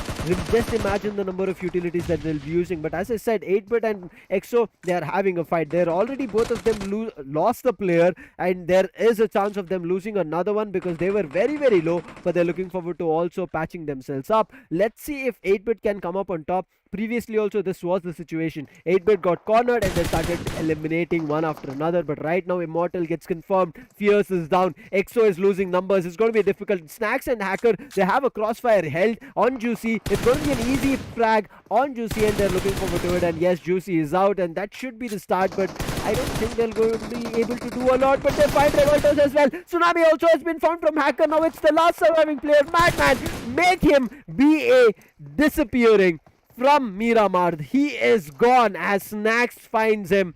What a turnaround of events, and Fierce, he will survive to tell this story. Again making mistakes. Now I still remember what happened in the very first match. It was same 8-bit and Blind fighting it out. 8-bit got eliminated. They got an initial opening, they got eliminated. Same happened. History repeated. As 8-bit, they got an opening again but got eliminated. But right now, Marcos, they find one casualty on themselves as one player is already down to the ground. Revenant on the other side, they are looking good with the vehicles that they have. With the player who was down to the ground, that's going to be done. It's not just down, he gets eliminated completely, and that's going to be the sides of Team Revenant taking one finish for themselves. So I guess Soul, Global Esports, and 8-bit got one for themselves. EXO got 3 for themselves, and the rest of the teams, I guess they are all up with all the other players. The teams who have lost one of their players, I find it a bit of the journey, I find it a bit difficult for them to survive. There's a lot of gifts flying right down the crates for EXO. I mean, they got rewarded, so the rewards are pretty sweet at this moment. Look at that, so many gifts all around. They are just picking up all the utilities that they need. I'm looking forward to the rotations because, again, being in the blue for a longer period of time, as you were discussing, Sam, it can cause you a usage of a lot of utilities. And already they have just 3 first aid kits and 10 bandages to work around with. But at the right time, you see that Snacks has made his way out. So is going to be EXO. But Soul, we did see them looking forward to fight with Godlike, but TSM, they're also on the hunt. They are kind of smelling that there is going to be an opposition. Let's look forward to taking them out. And Aquanox, he's brilliantly searching the rooftops. He should be able to spot Hector because it looks like he's the one who's out in the roofs. But it's, I guess, the tree which is providing cover to Hector, and his position is not getting compromised. But Godlike also, this is why I said Godlike do love a central position. And if they get a chance to hold the circle in a compound, it's going to be very difficult to take that chicken dinner from their hands. It's not like Godlike will look forward to fights, but just like we saw Enigma Galaxy getting their chicken dinner while preventing teams to get inside the compounds, that's what Godlike will do. Soul is in a very close compound, but Soul, they're about to get clustered from various different teams. Godlike will be very happy because it's still the circle favoring them, and the blue team that we saw, which was going in for a very slow rotation, is going to be Rivalry. But it looks like EXO, after they finished off a fight at the edges of the play zone, they might be able to meet up with Revenant. But in the meantime, TSM, who are on the hunt for a couple of other teams, as soon as the circle has shifted, they understood that the circle corners are where they have to watch out, and they're looking at it. They've spotted OR. The spray might start coming through at any moment, but they're also fearing a back spray coming through, a back fight coming through. But there's a fight that comes in. That was Team Forever, who did not have the slightest clue that Godlike were holding the compound, and Max Kush, that's a free finish coming in for Godlike, and the first at least. Jumped off his vehicle to his own death, and that's how Team Godlike will be getting one finish for themselves. Now, you're talking about the corners of the play zone, right, Sam? Let me tell you, there's one team in the corners of the map itself, and that's Marcos Gaming. I don't know what Marcos Gaming is, doing out there, but we'll be discussing more about that. TSM Ninja Jord is being caught in a complete open area. That two-wheeler is something that he has to work around with, but again, is that going to work in his favor? For the moment, yes, but look at this man. He directly jumps inside compound. Oh my god, TSM, what a beautiful way to enter. Tell everybody that this is our compound. Always Bolte gets down to the ground. Aru will be confirming him there, and their Soul with one finish for themselves that they got at the start itself. They are looking forward to completely eliminate the sides of Team Godlike as well, but Blind gets caught by Global Esports, and that's going to be Deadpool down to the ground. As soon as the 10-minute mark is done, Darshita, it's just chaos everywhere, brewing up, and you can see teams there falling one after another. as you were saying, Marcos, you're playing very, very slow. It looks like the possibility is still there. Revenant and Marcos looking like they're tailgating each other, not letting each other go. But right now, it looks like OR in a huge disadvantage. They're getting spotted from two different teams. One is going to be Godlike. On the other end, it's going to be Team Forever. Team Forever, they've lost two players. Unfortunate for them, but they're still looking forward to firing all guns. They want to make sure they have a chance where maybe if I would say the time gives them the opportunity, they strike fear on their opponents and get those finishes and maybe become one of those two players who eliminate two entire squads. If they're able to eliminate two entire squads, Darshita, they are going to be gaining so much space in Miramar, and there are so many compounds to play with. I think it is going to be really good for Team Forever, but it's going to be very difficult. They've moved away from the opponent. OR have complete clue of where Team Forever can come through, and that's the reason they're just looking forward to spraying them. Even a couple of pixels being spotted, Team Forever is taking the brunt force of the damage from the other teams. Be careful. They need to be really careful. So is the size for Godlike, I would say right now. Because after losing, the IGL itself, Clutch God itself, it can be a bit difficult. On the other side, Global Esports, they are continuing that domination after taking one player down from the sides of Team Blind. Right now, they have got one more, and that's going to be 3 if I'm not wrong for the sides of Team Global Esports out there. On the other side, each and every team is looking forward to that Del Patron compound, and everybody wants to get a hold of that compound. But right now, exactly in the center, we have Godlike. Now, we have seen this team performing since a long time, Sam, and we know, right, when you enter the house, the home of Godlike, they wouldn't like it at any cost. Now, anyone randomly entering your house, would you like that? Definitely no, right? So this can be a moment where Godlike gets their revenge done, right? But on the other side, we have Rivalry Krish. He is looking forward to take players down from the sides of Blind, but Tryout Low Play Zone was the one to eliminate him completely, and that's how Team Rivalry will be losing one of their players. Wait, I think he was already knocked. Yes, I did not see him properly. We switched very fast, but I did speak about this team. Rivalry, very slow rotation, and finally the zone doing the damage. But Walkouts, what's happening to them as Global Esports spotted them? The couple of damages coming through. There was a player, I guess Abrar, it was Yuva OP who fell, but right now TSM, they've picked up a fight with Soul. It's going to be difficult, but Abrar, the last man, trying to kind of reverse the action coming through, do the damage. But Global Esports along with Rivalry, if they join hands, it's going to be the end for Walkouts. Goblin from Soul, he's fallen apart. This is another fight in a different direction that we are getting to see. We did talk about it with TSM, but finally in the finish we will be getting a confirmation that it's going to be Walkouts being eliminated, I guess. And yes, they just have one finish for themselves. Unfortunate, but the fight between Rivalry, Global Esports, there's another team that has just walked in. I kind of got the half clue of the name. I'm not too sure which was the entire squad, but yes, we will talk about the fight as soon as we head over to it. But it looks like Rivalry is going to be another team, and one after another teams are just falling apart, and it's both the gatekeep, sandwich, third party, fourth party, whatever you want to call it, happening here in this fourth circle.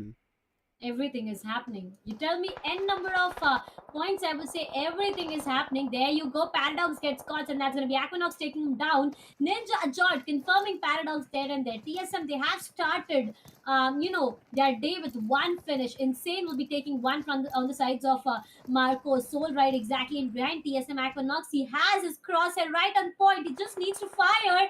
He didn't, and that's why he misses. On the other side, we talk about Revenant. Paradox, they already have lost one of their players. GODL, they're right exactly in the front. Neo is trying to go back to his team. They even have a great opportunity in the play zone itself. So the probability chances, as I said, are high. But on the other side, Z got the sides of Global Esports out there. So right now, that's going to be fight between the team that has the play zone and the team who's been dominating since the last match, I would say. Global Esports right exactly in the front. One player has been getting a lot of damage on himself, but Insane, out of all this, they are playing on the edge of the blues. They have vehicle to work around with, so the zone entry is a bit easy for them. But Marco Star, I guess the play zone gets more of his attention, and that's why Star will be going down to the play zone itself.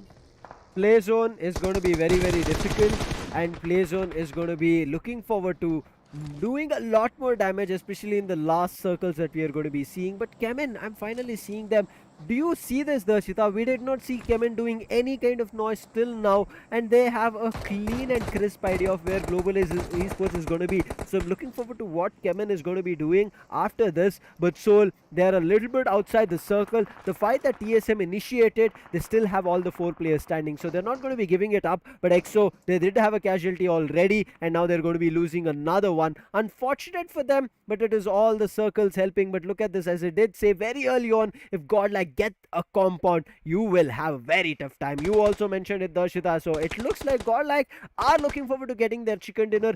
We did see them completely fragging out insane, but right now they have an opportunity, they have an opening. They've not made a lot of noise. I want to see them making a couple of noises, but let's just wait it out. But as I said, CHEMIN, they'll be finally doing the damage. But Godlike, Z-God, he's also spotted, and he's making sure that this third party between Godlike as well as, between Global Esports as well as CHEMIN works in only Godlike's favor, and it's going to be Knuckle who's just been spotted. But Global Esports, they eliminate CHEMIN, and CHEMIN, unfortunate, the single house they were stuck in, I don't know whether you want to call it a garage or anything, it's a single compound that they were stuck in, from where they'll be only getting one finish. And right now it's only the last 2 surviving players from Global Esports, out of which one player, that's going to be player 6, is knocked. My bad, there's still another player, that's going to be Knuckle and Joker. Joker is the one who's a little bit further away from his team, and this can become a casualty. You can see Knuckle and player 6, they're right now looking forward to regrouping with Joker, but it's going to be difficult. But in the meantime, we see play zone taking out Blind Rage, so players are still falling to the play zone.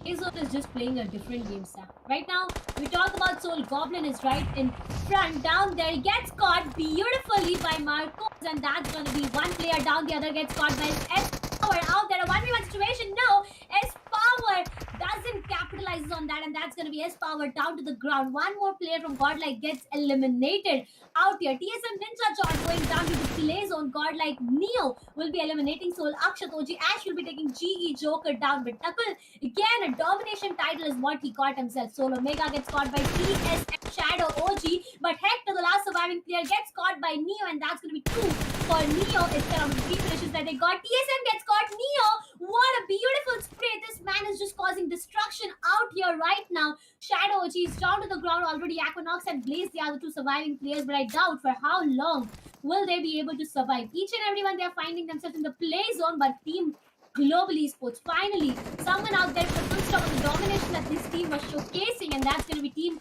Global getting eliminated. Daljeet will be taking one from the sides of Revenant, Austin, Vortex out there. Right now, Godlike, they are even out of play zone, but again, feel like they could get an easy entry, what I was talking about gets here, and that's going to be Team NIGMA Galaxy eliminating one more. Okay, that's going to be Team Forever eliminating one more team out there. Revenant gets eliminated. Blind Spy, now he is waiting down patiently. Look at that. Godlike, they have no idea about where the positions of Blind is, as Power is in a complete open area. They are looking forward to go and make an entry inside the play zone, but the uneven dunes is something that is going to cause a problem, Sam. It's going to be causing a lot of problems. I'm still unable to believe Team Forever is still surviving. They lost a player very early on. They lost players after that as well. OR had their address, but still Team Forever fighting it out. OR Atanki, they are a team who had actually spotted out Team Forever, but Atanki, look at him, he's already spotted, but how is he dodging everything? In the meantime, OR on the other direction, they were just taking players one after another, and Insane were completely good, and OR, it's going to be the last surviving player right as of now. But Godlike, they would be happy if they would have gotten the compound, but the compound has moved away, the circle has moved away, so should Godlike. Now you can see Orangutan Ash, he is looking forward to making his way up, and as soon as he does that, he spots players from Godlike. The grenades are coming in, and this might be a situation that they might get backstabbed, so Godlike, they need to think twice about it. They moved a little bit very early, because of which they are right now under pressure from 2 different directions. If they don't time it perfectly, they're going to be losing a lot more. Z-God, he's down, that's because of Spy OP. There's a cover fire coming in from S-Power. Is it going to be enough? I don't think so at all, because it's going to be making life very, very difficult, Darshita. It is gonna be difficult. Spy will be going in for grenades, but Spy needs to be really careful about the blues right exactly in his behind. He is trying to patch himself up, Sam, but how long will he be able to do that? Because again, they both need to rotate. Or Atanki will be taking one on Insane out there. That's gonna be S Power and Neo. Now Zigod is down to the ground. They need to revive him back, but S Power will go down as there's gonna be one more Spy. grenade. Neo is the last surviving player. Spy, are you going for a heel battle, my friend, or are you going to give a big surprise to Neo out there? Aditya gets caught by NGX10. That's going to be Neo trying to survive, but I doubt. I feel like This is Spy is gone. going to give a big surprise before he goes. Neo gets caught, but Neo, this time, this man is going to be better, and that's going to be Blind getting eliminated. As Power is down to the ground, Neo is waiting for an opportunity to revive him back, but Trigger is right exactly in the front. So Neo, he needs to decide on what can be done. Do he needs to revive him back? I guess. I doubt, and that's going to be S Power getting eliminated. Neo, the last surviving man from the side of Team Godlike. He was bleeding out for so long, Darshita. He Yep. was trying his best. He was giving all the calls that Neo wanted, but Neo, right now, the last surviving player, he has moved from various different directions, and OG is blindly spraying through it. Neo, he has to pack himself up. He has 3 first aid kits, but the 4th coming from OG's end is very fast. They are circling him. They're cornering him. He is stuck in a small pocket, I would say, with a smoke covering. But look at OG as they're clearing every direction for Neo. They're also finding a player. That's going to be the last surviving player for TSM. And now we have the last 3 teams. One is going to be Godlike with Neo, who has 4 finishes. On the other hand, OG is looking way better with 6 finishes. But Neo is the only man who had all those 4 finishes. But a brilliant grenade coming in from Ash. It's going to be ending it up. And Marcos Dion, the last surviving player. What can this man do? It's a 1v3 situation. He sprays Ash. But if he would have gotten that knock, Darshita, things could have been better. He finds that knock without getting any damage. He immediately reloads and he's going in for another fight. Trigger is just holding it down. But look at this. Dion makes it happen. It's a 1v1 situation. He's done the damage. He cannot push back. He needs to go up. But the health. Oh my god. And it is going to be Dion who clutches it. Who gets the chicken dinner. And we are just going to be seeing new teams, new faces in this Gillette 7Sea Invitational getting their chicken dinner. What a matchup it has been till now. It was just the halfway mark. We were hoping for it to be a repetition that one team could have actually gotten the chicken dinner. Irrespective, it is just new teams coming up and another after every map. Marcos Dion, that 1v3, unbelievable. I don't know what words do I say. What did he eat over there? What did he think in that moment, Darshita? Oh my god. I mean, I was sitting patiently, giving it a thought of a 1v3 situation of the winner getting repeated. But Marcos, he turned out to be a complete beast, a monster himself. What a 1v3. He took one player down. The fact that, the players were out in the open. For a moment, I thought like this could be a clutchable moment. And guess what? Man, oh man, just look at our faces. I mean, just ignore everything, look at our faces. I mean, Exactly. mixed emotions. I don't know what we have right now, but a 1v3 at the end circles. Marcos, man, just bow down to this man. I don't know what more do I say. I need an extra set of fans here. Yeah, please, please. If it was a 1v4 situation and if he would have done that again, and I believe he will do it, you would have been seen me dripping in sweat right now. I mean, the camera Oh is my not giving justice right now, I'm pretty sure, because I'm still sweating. My hands are sweating, even though I did not play the game. But just seeing that on what Dion just did, and that's just sheer, I would say, making use of knowledge, positions, and the fights. First, he picked up a fight on Ash, eliminated him. Then he saw where the other 2 players are. Then he took down Drigger. Drigger was the one who climbed up on the hill edge, and because of that, that was an easy position to fight out, and Dion made it successful. And the last surviving person, he was, yes, pushing up, but he should have pushed up when Drigger was about to get knocked up. If that would have happened, then Dion couldn't have gotten a succession of either going in for a reload or switching up his gun, and immediately could have been traded off. But look at the health as well. It was the damage being done from the last surviving player from OG. He did do the damage. The health, I would say, was less than 10, Darshita. But he still pulled it off. And this is why we say you should never give up on any match. Neo, That's what he was doing. If there was no grenade coming in from Ash, I'm pretty sure Neo would have come on top, maybe even at least taken up two finishes from OG, brought it down to a 1v1v1 situation. So the possibility is still there. If you remove those resources of grenades and smokes, anything can happen. But if this is the way we are going to be progressing, and we have still two more matches to end the day, we are still seeing newer faces, newer teams getting their chicken dinner. I'm pretty sure. I don't want to jinx it. I think now that I've said the word jinx, I'm not going to be even mentioning what I was about to say, but I'm pretty sure you get the feeling the viewers also know what I was about to say.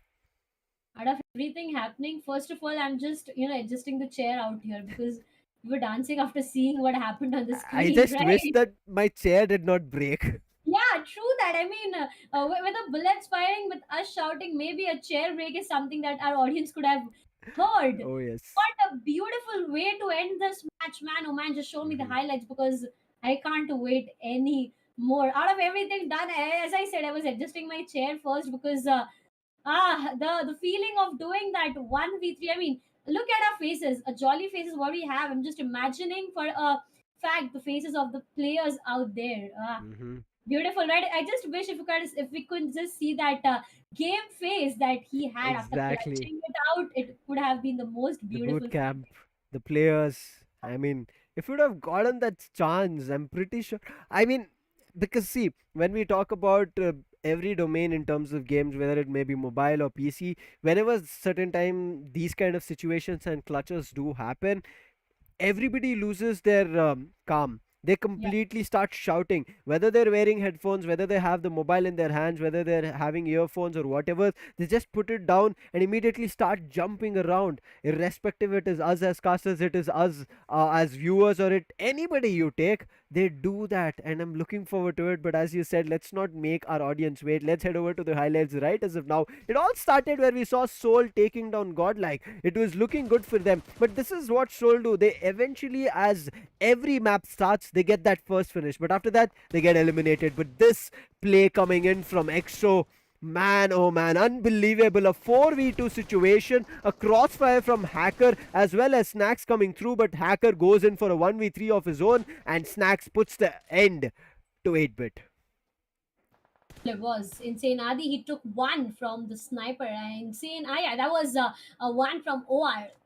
Globally Esports, they were into a different fight out there. But again, there were some things that were not working in their favor. So was the case with the sides of Team Soul, where Godlike eliminated them. I love the way Neo was playing, to be honest. But again, they got contested in a complete different angle, and that's where difficulties begin. As Power, he was caught, he was bleeding.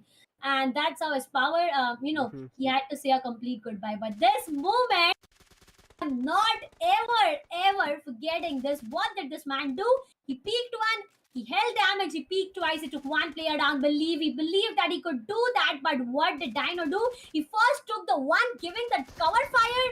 He just took the advantage of the uneven ridge. There was a 1v1, capitalized over that beautifully. Oh. That's how they got that chicken dinner. Marcos on the hashtag one, but guess what? OG is better this time with one single point. Though Marcos got that chicken dinner, it's gonna be OG on the very first position because of the total points they got. Oh, this was just brilliant, Darshita. That the match we got to see, unbelievable. But I'm hoping that as we progress, we are going to be seeing a lot of faces right as of now. But Darshita, look at this, how close even Global Esports came here. If it was not them giving away their position to CHEMIN as well as Godlike, I thought that Global Esports could have also pulled up a lot.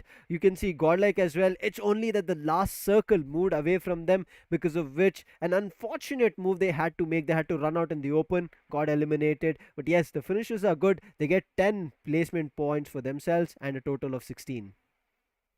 Beautiful match it was, right? OR on the fourth position with 14 total points, TSM with 13. Global Esports got 10, Blind got 6, Team Forever got 6, Team EXO they got 6, Insane and Soul they got 3 for themselves, Revenant got 2, Kemen, Rivalry, Walkouts, and 8 but they got 1. So fortunately, once again, I would say that no team got 0.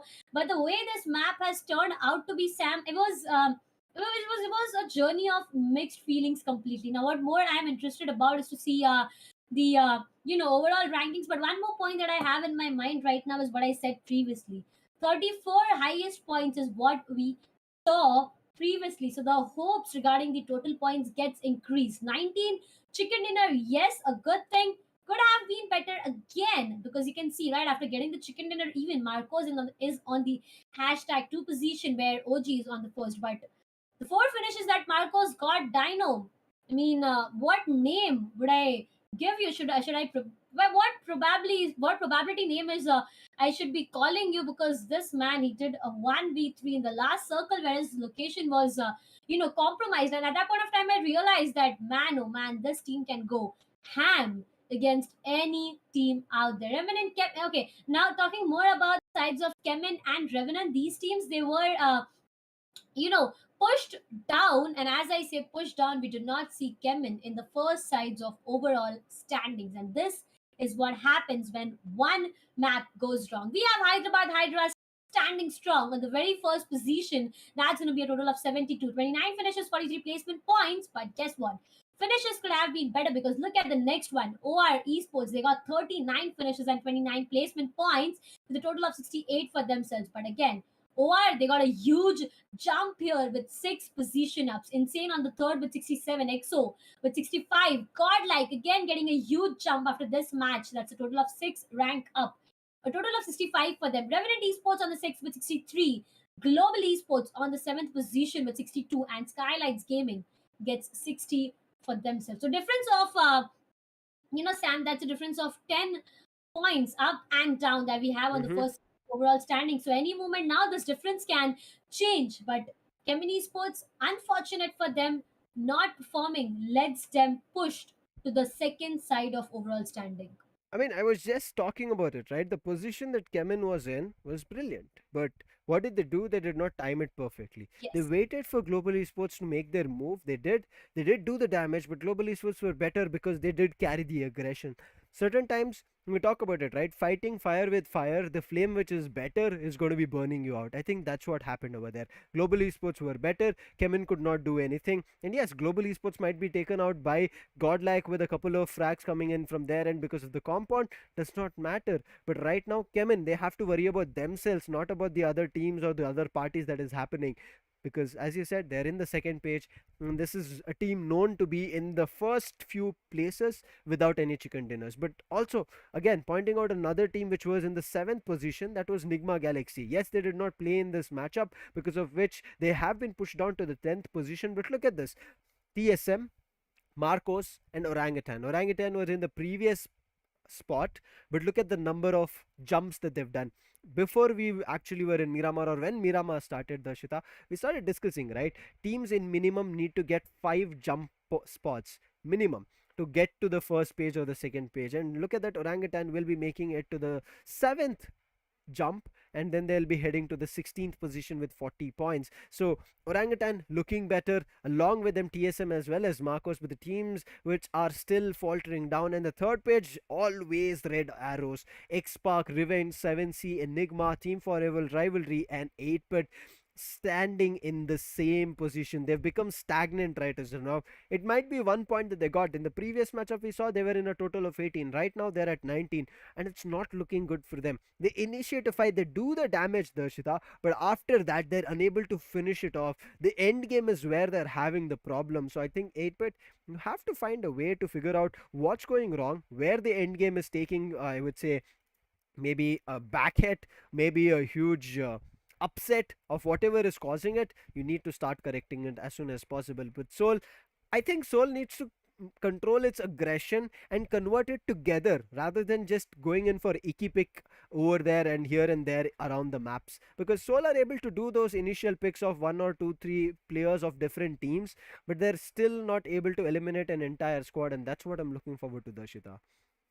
I agree with you, Sam. I mean, these teams on the third side, they need to be really careful here on. We are already on the halfway of second day itself. I mean, just giving it a second thought, how fast the time is flying, right? We Exactly. started off, we already are done with 10 total matches. There's just few left for Two more for these today. teams, and more of the teams have played 7, more have played 6. And with this, I was talking about halfway, more than halfway, I would say, because right now we are heading towards the match Erangel. Hmm. A and C are the group that are going to perform here, and the previous time A and C performed together, Global Esports got a victory. So maybe they could, break the curse. I mean, I want someone to come up and break the curse of every time a new team getting a victory.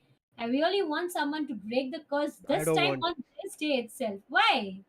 Because see, if some teams start getting their aggression in and capitalizing on it, we will eventually see that the first two spots will be for that two specific teams. They will be walking in as a semi-finalist and being on the top till the end of day 4. But if this is the scenario every day, we will be seeing every team becoming and getting to the first spot, having the chance of getting themselves to the champion spot, and that kind of a confidence boost is necessary. But also on top of it, Darshita, that game that we are seeing right as now here in Gillette 7Sea Invitational is super interesting. Because if you see, if you would have talked, like, let's just take example for XYZ, okay, I'm not going to be naming a specific team. If they get 3 chicken dinners in the entire tournament, you're bound to call them that they are one of those targets or one of those teams which have the potential of becoming the champions, right? But if we end semifinals with various different teams getting the chicken dinner, we will be under confusion, just like how we started the semifinals on day 1. Which is that team going to be taking the champions trophy? We don't know, because every team got the chicken dinner on the semifinals turn. Okay, I agree with you. Okay, I do That was a agree with long you. explanation, so you're going to Yeah, agree to it. that's gonna be completely true. A long explanation is what I got. But again, see, the reason I say that I want one team to shine right now is because there are different stars, right? There are Hmm. different stars in this in this open sky itself. But there's this one star who shines bright than the rest of all.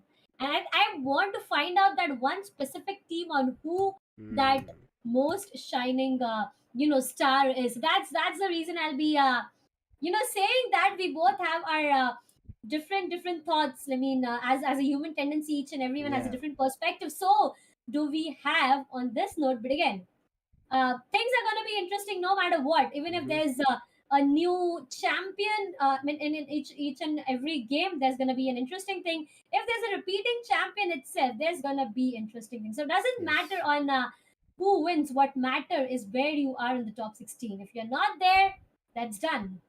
Exactly. It's going to be mattering if you're there in the top 16, whether you repeat your chicken dinners, whether you don't. Because we have seen in a couple of tournaments that when I've got a chance to cast, irrespective that the team gets 1 chicken dinner, 2 chicken dinners, they still get eliminated of the tournament. It's not about getting chicken dinners, because getting 15 points, if you club 2 chicken dinners in total, you get 30 points. There are teams who are grabbing that 30 points on one specific map itself. So if you're doing 30 points in two different maps and then combining it, it does not make sense, Darshita. So let's hope that teams, whichever get that chicken dinner, which break the curse, is going to be really good in terms of the potential that they're carrying forward. But I'm hoping for finally the teams in the last few pages start making their comeback, because there are a couple of chicken dinners that are missing over there. You see, Orangutan, if they would have gotten this victory, they could have also gotten the chicken dinner. They're already at the 16th spot. So I'm hoping this Erangel coming in is going to be brilliant. But as you said, Global Esports with the matchup on Group A and C, when they fought it out, the situation is that they got the chicken dinner for themselves. But that was on Miramar. Right now, it's going to be Erangel, the classic matchup. So anything can happen. But before we head over to the matchup, see the game faces of the players, what is your thoughts on Erangel? Be an amazing map. I mean, right, start from the fly path. If you ask me, I would say please give it a tough competition before anything. And as you were talking about the game phase, Sam, we already have the game phase of the players. So I guess we'll get our answers right after seeing the faces here of how these players have got themselves ready for the Gillette 7C Invitational. And with that, we have the fly path. We have Edge here to continue with you guys for the last two maps of the day. Well, I got the steering back in my hands now, so I'm gonna be going in. It looks like we are heading north, everyone. So make sure you have your parachutes ready and drop where you want to, because it is the second last map of the day. And talking about, I mean, the last two. Forget about getting that chicken dinner back to back, because I think we are in for the two more teams trying to get that Right? first chicken dinner. We won. Is exactly Sam. We won that competition. I don't know what Darshila is on about, but I mean, it is. I mean, she's right about there's one team trying to be dominant. It does make sense, but that's not what we want, right? We Mm-hmm. want to have a really good competition. We want it to be like so suspenseful that in the end, by the end of day, even like day 3, we still are kind of not sure about who's gonna make it to top 16. Right? We don't want to Exactly. make it obvious. But right now, one thing's for sure: 8-bit, they need to perform. Otherwise, they are gonna be the first one to kind of make sure that they're not qualifying because they're in a deep, deep trouble right now.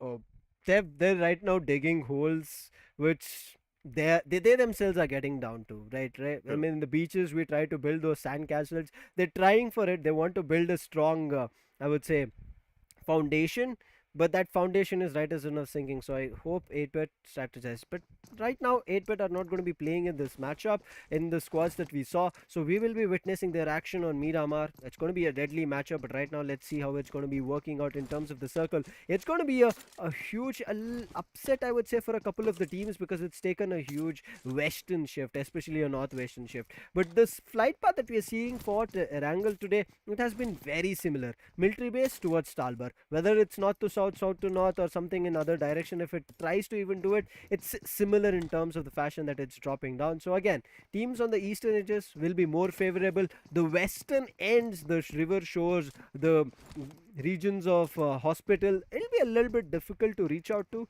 but I'm pretty sure whichever team wants to get to that as either a drop spot and their loot spot will be looking forward to doing that. But I'm pretty sure CHEMIN, after their run in that previous Miramar action where they got off to an unfortunate, I would say, fight where they were not ready, I'm pretty sure they're going to be getting their game faces on right now on Erangel, making sure they don't make that mistake, because I'm pretty sure they're hungry for that chicken dinner as well as getting to the top spot, because they've been pushed down to the second page edge. Remember being on the top at the end of day 1, and right now day 2 almost about to end with just 2 more matches. You're in the second page.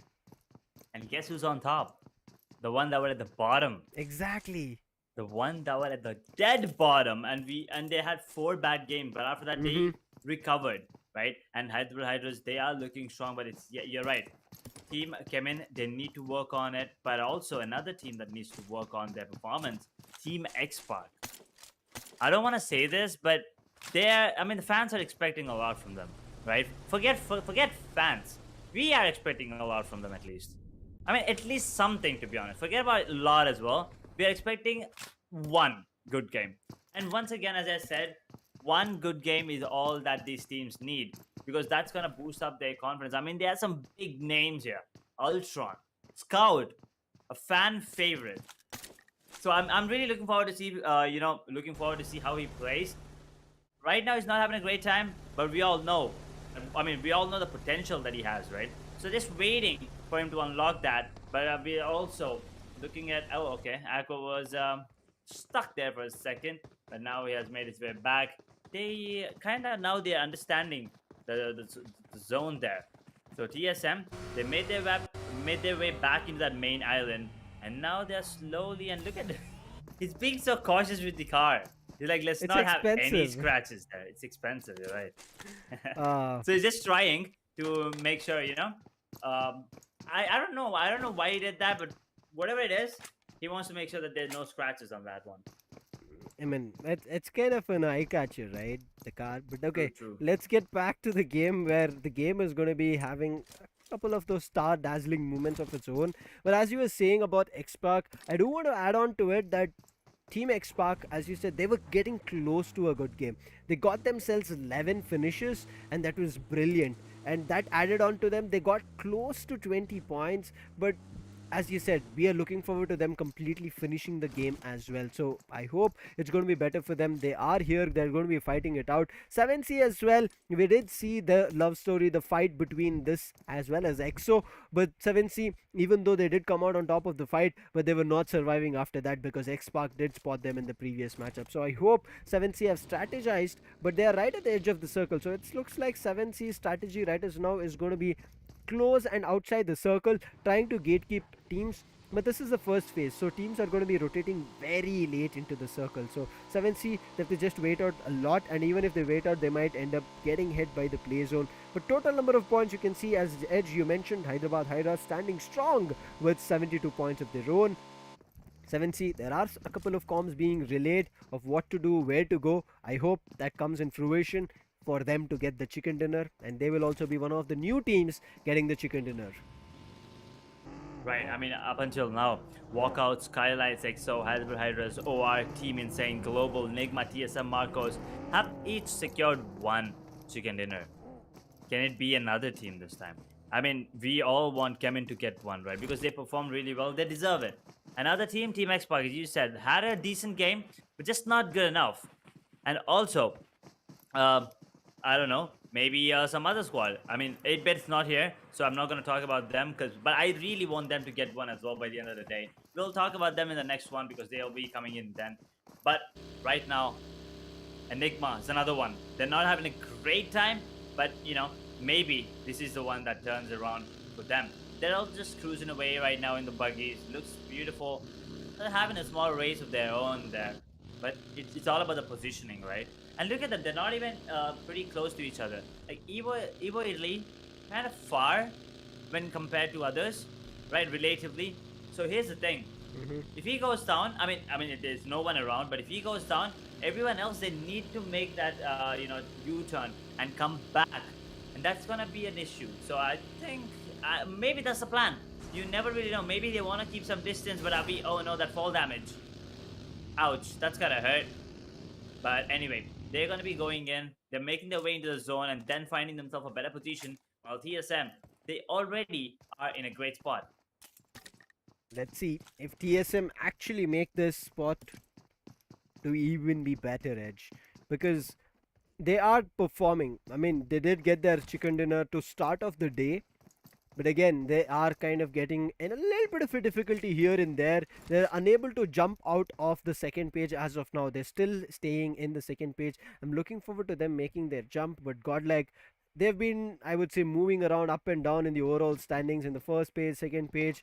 Unfortunate for them, previously it was a surprise coming in from Seoul where they had to lose ClutchGod, and ClutchGod is not making the mistake now. And look at them, how smart they're playing. Their strategy right is now again a center hole coming in the circle, and what are they doing? They've sent S-Power as an information seeker, and the other three players are playing together. As soon as S-Power maybe has a casualty or sees players, I'm pretty sure he's not going to start popping off. He's going to try and wait it out, but right now, as soon as we were talking about popping off, it is going to be 7C Spray God along with his teammates. What a move in that they've done. Revenge have been completely caught off guard. There was one player who was ready. There's another player who's doing stunts in between all the chaos from 7C. I want to see who that player is. I think it was Savitar with the bike. He came with a wheelie Edge. I mean, style points, right? Exactly. I mean, if you gotta do things with style, and Savitar is just adding his own flair to the frags there. But beautiful performance already from 7C. Great start on the other side. We have NTD. Noob taking down one of the players inside of TSM. I think that's Shadow going down, unfortunately. And Enigma getting a few of their own, while 7C here looting and making sure that they have, replenished their util, whatever they've used, if they've used any, and also getting that ammo back in their backpack. And TSM got a beautiful Lamborghini, looks like an Aventador, and now they're making their way back. And look at the zone shift. Well, still a lot of Joggerful and School. Puchink is there as well, and the fight is there as well. The action between TSM and HYDRAS. While I think there's a third party coming into play as well, while Team XSPARK and GODLIKE, they might have a brawl here. I'm looking forward to what GODLIKE does, and there is a single player that we were talking about, S-Power. I'm not too sure if it's him who's knocked or if it's somebody else here, Edge, because we can see a player being knocked. Unfortunate for that guy, because it's going to be even more difficult, but it looks like they've come down for a 2-2 split. But XSPARK, this is the opportunity if they want to strike. Zigod, rating was so very low, they were trying to make a run for it, but Mavi catches him and makes sure that he punishes the player, and right now he's looking for the confirmation edge. Wait, it's going to be NTT Troy snatching it away. Mavi, all the efforts gone in vain, and NTT Troy picking that up. And this time, yes, it was not ClutchGod, but Z-God, one or the other, you have already had casualty. I don't think this was the move that Team Godlike wanted to do. They just went out for information and unfortunately got spotted out from an entire team. Not only an entire team, two different entire teams, and they came and had a casualty without getting any finishes. Unfortunate for them, but this has kind of given an idea for Team XSPARK as well of where Entity is. But look at Entity playing smart. After that initial finish grasp coming in for their end, they're not worrying about it. But Apollo, I mean, you're not in the circle. You cannot make these risky moves and stunts. Look at your health already. You might, I mean, have a chance of being knocked edge in the blue zone itself. But it's still the first, it's still the second one. So I think he's gonna be okay if he just stops by and heals himself. But if he has no heal, then He had? yeah. Yeah, I know he had a heal, but I don't know if he has enough time. If someone shoots him from behind, he's done and dusted. Yes. So I mean, I'm hoping, and by the looks of it, I don't see anything on the kill feed. So I think he's safe for now. He has healed himself and back into the zone, but he's really far away there, Sam. Not really sure what he was doing, but that is something to look after. But at the same time, Entity, the perfect opportunist, stealing a couple of points here and there, getting that 2 finishes to themselves, and TSM a man down, Godlike a man down. Well, you gotta start worrying. And Aquinox out in the open. Entity noob almost took him down, but at the same time, he took a lot of damage. Whoa, Troy, he knows where Aqua is. He's looking right at him. Will he be able to get the shot? A couple of pixels is all he needs there, Sam. Exactly, Aquinox is very low. But Enigma, we've been seeing them on Erangel.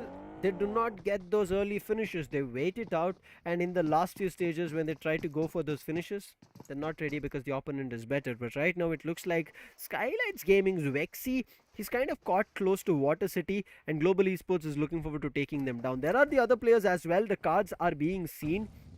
But Global Esports, if they pick up Vexy, then is only when the players of SKYLIGHTZ will have an idea that, okay, wait, there was Global Esports so close to us, and this is an unfortunate thing that we did not pay attention to, and that's what he's doing. Global Esports, Joker, who's already inside the compound, is calling in for backup and resources, but the circle moved. If the circle wouldn't have moved, I think Global Esports, they would have had an advantage of eliminating the team. Every team right now is entering, so if Global Esports makes one wrong move, they give away their position, and it's going to be a crossfire from various different teams coming through. But Nigma Galaxy, look at them rushing right in between SKYLIGHTZ as well as Blind, so it's going to be difficult for them. But Team Forever, just like they survived in Miramar, they're looking forward to their survival. They've spotted Team 7C. They did a couple of sprays, but right now Spray God, he's come up right in their faces. If Spray God starts off, it's going to be very difficult. But as I said, Nigma Galaxy were trying to rush right in between SKYLIGHTZ as well as Blind. SKYLIGHTZ will be finding one, and that's going to be Apollo down. That's going to be one more player down, and unfortunate. I mean, he can still get himself back to feet, I guess, if everything goes right by Global Esports. Their position is good. Can they take this fight? Do they want to take this fight towards SKYLIGHTZ Gaming? And another thing, the zone, it still has that a river in play.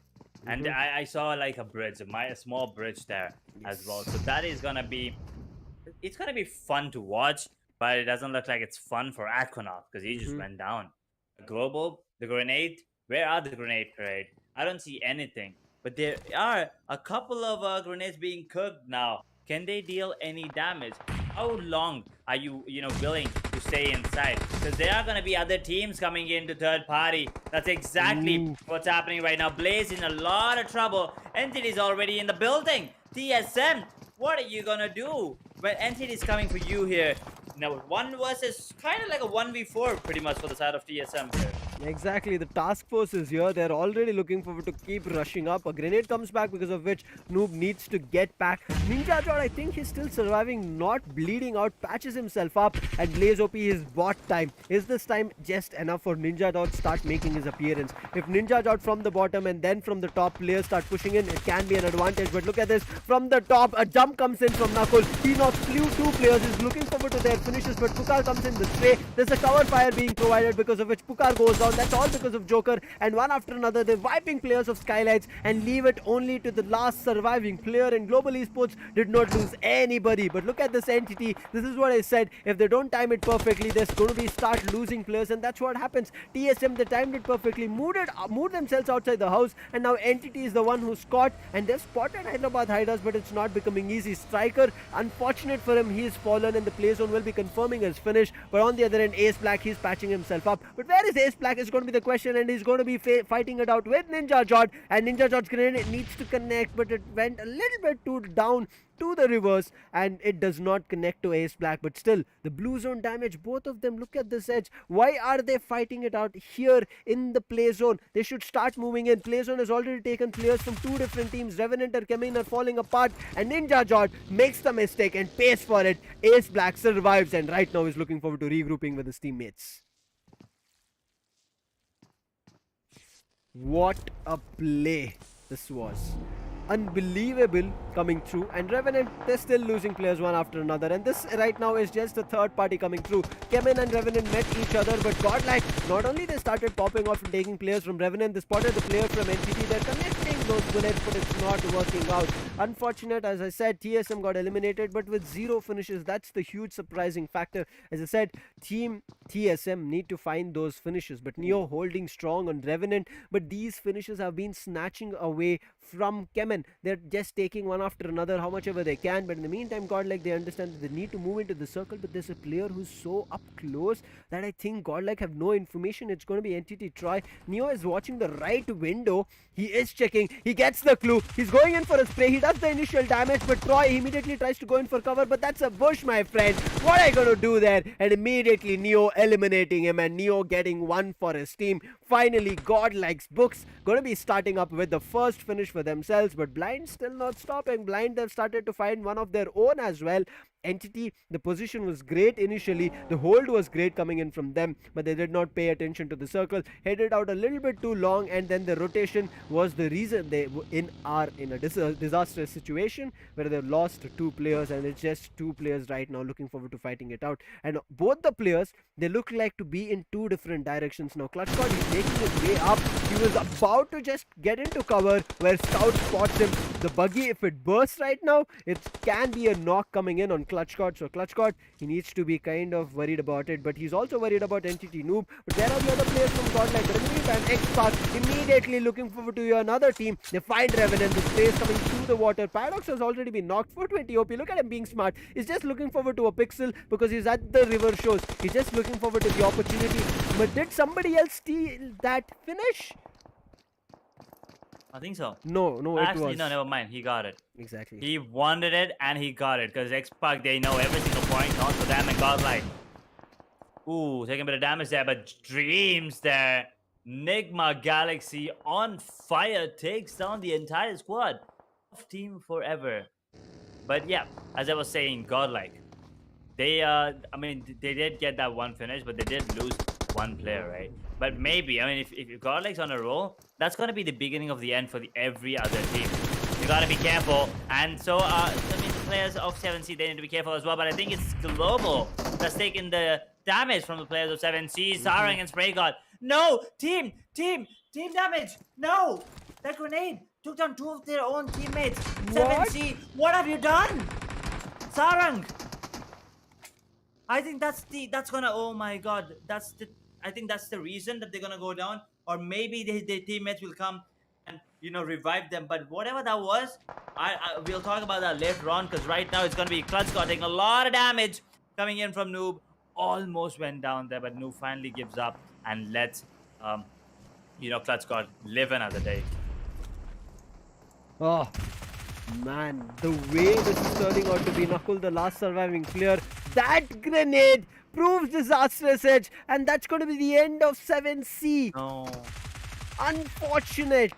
The pressure coming on top of their minds, crumbling to it, giving yourself up to that pressure is the reason the entire team gets wiped out. Global Esports was looking good, but Espower is looking forward to a melee action. He's just jumping out there, but as soon as the call comes through where Noob is, the spray comes and it was precise with the assistance on Neo. And now Neo, he knows there are other players, and that's the reason immediately he switches up. But the main team that they have to worry about is XSPARK, because XSPARK have already compromised and known their location. So GODLIKE, they need to either move away and move to a different direction, or they need to fight in the forefront with Team XSPARK. If they do that, who knows what can come out on top. But XSPARK have all their 4 players surviving edge.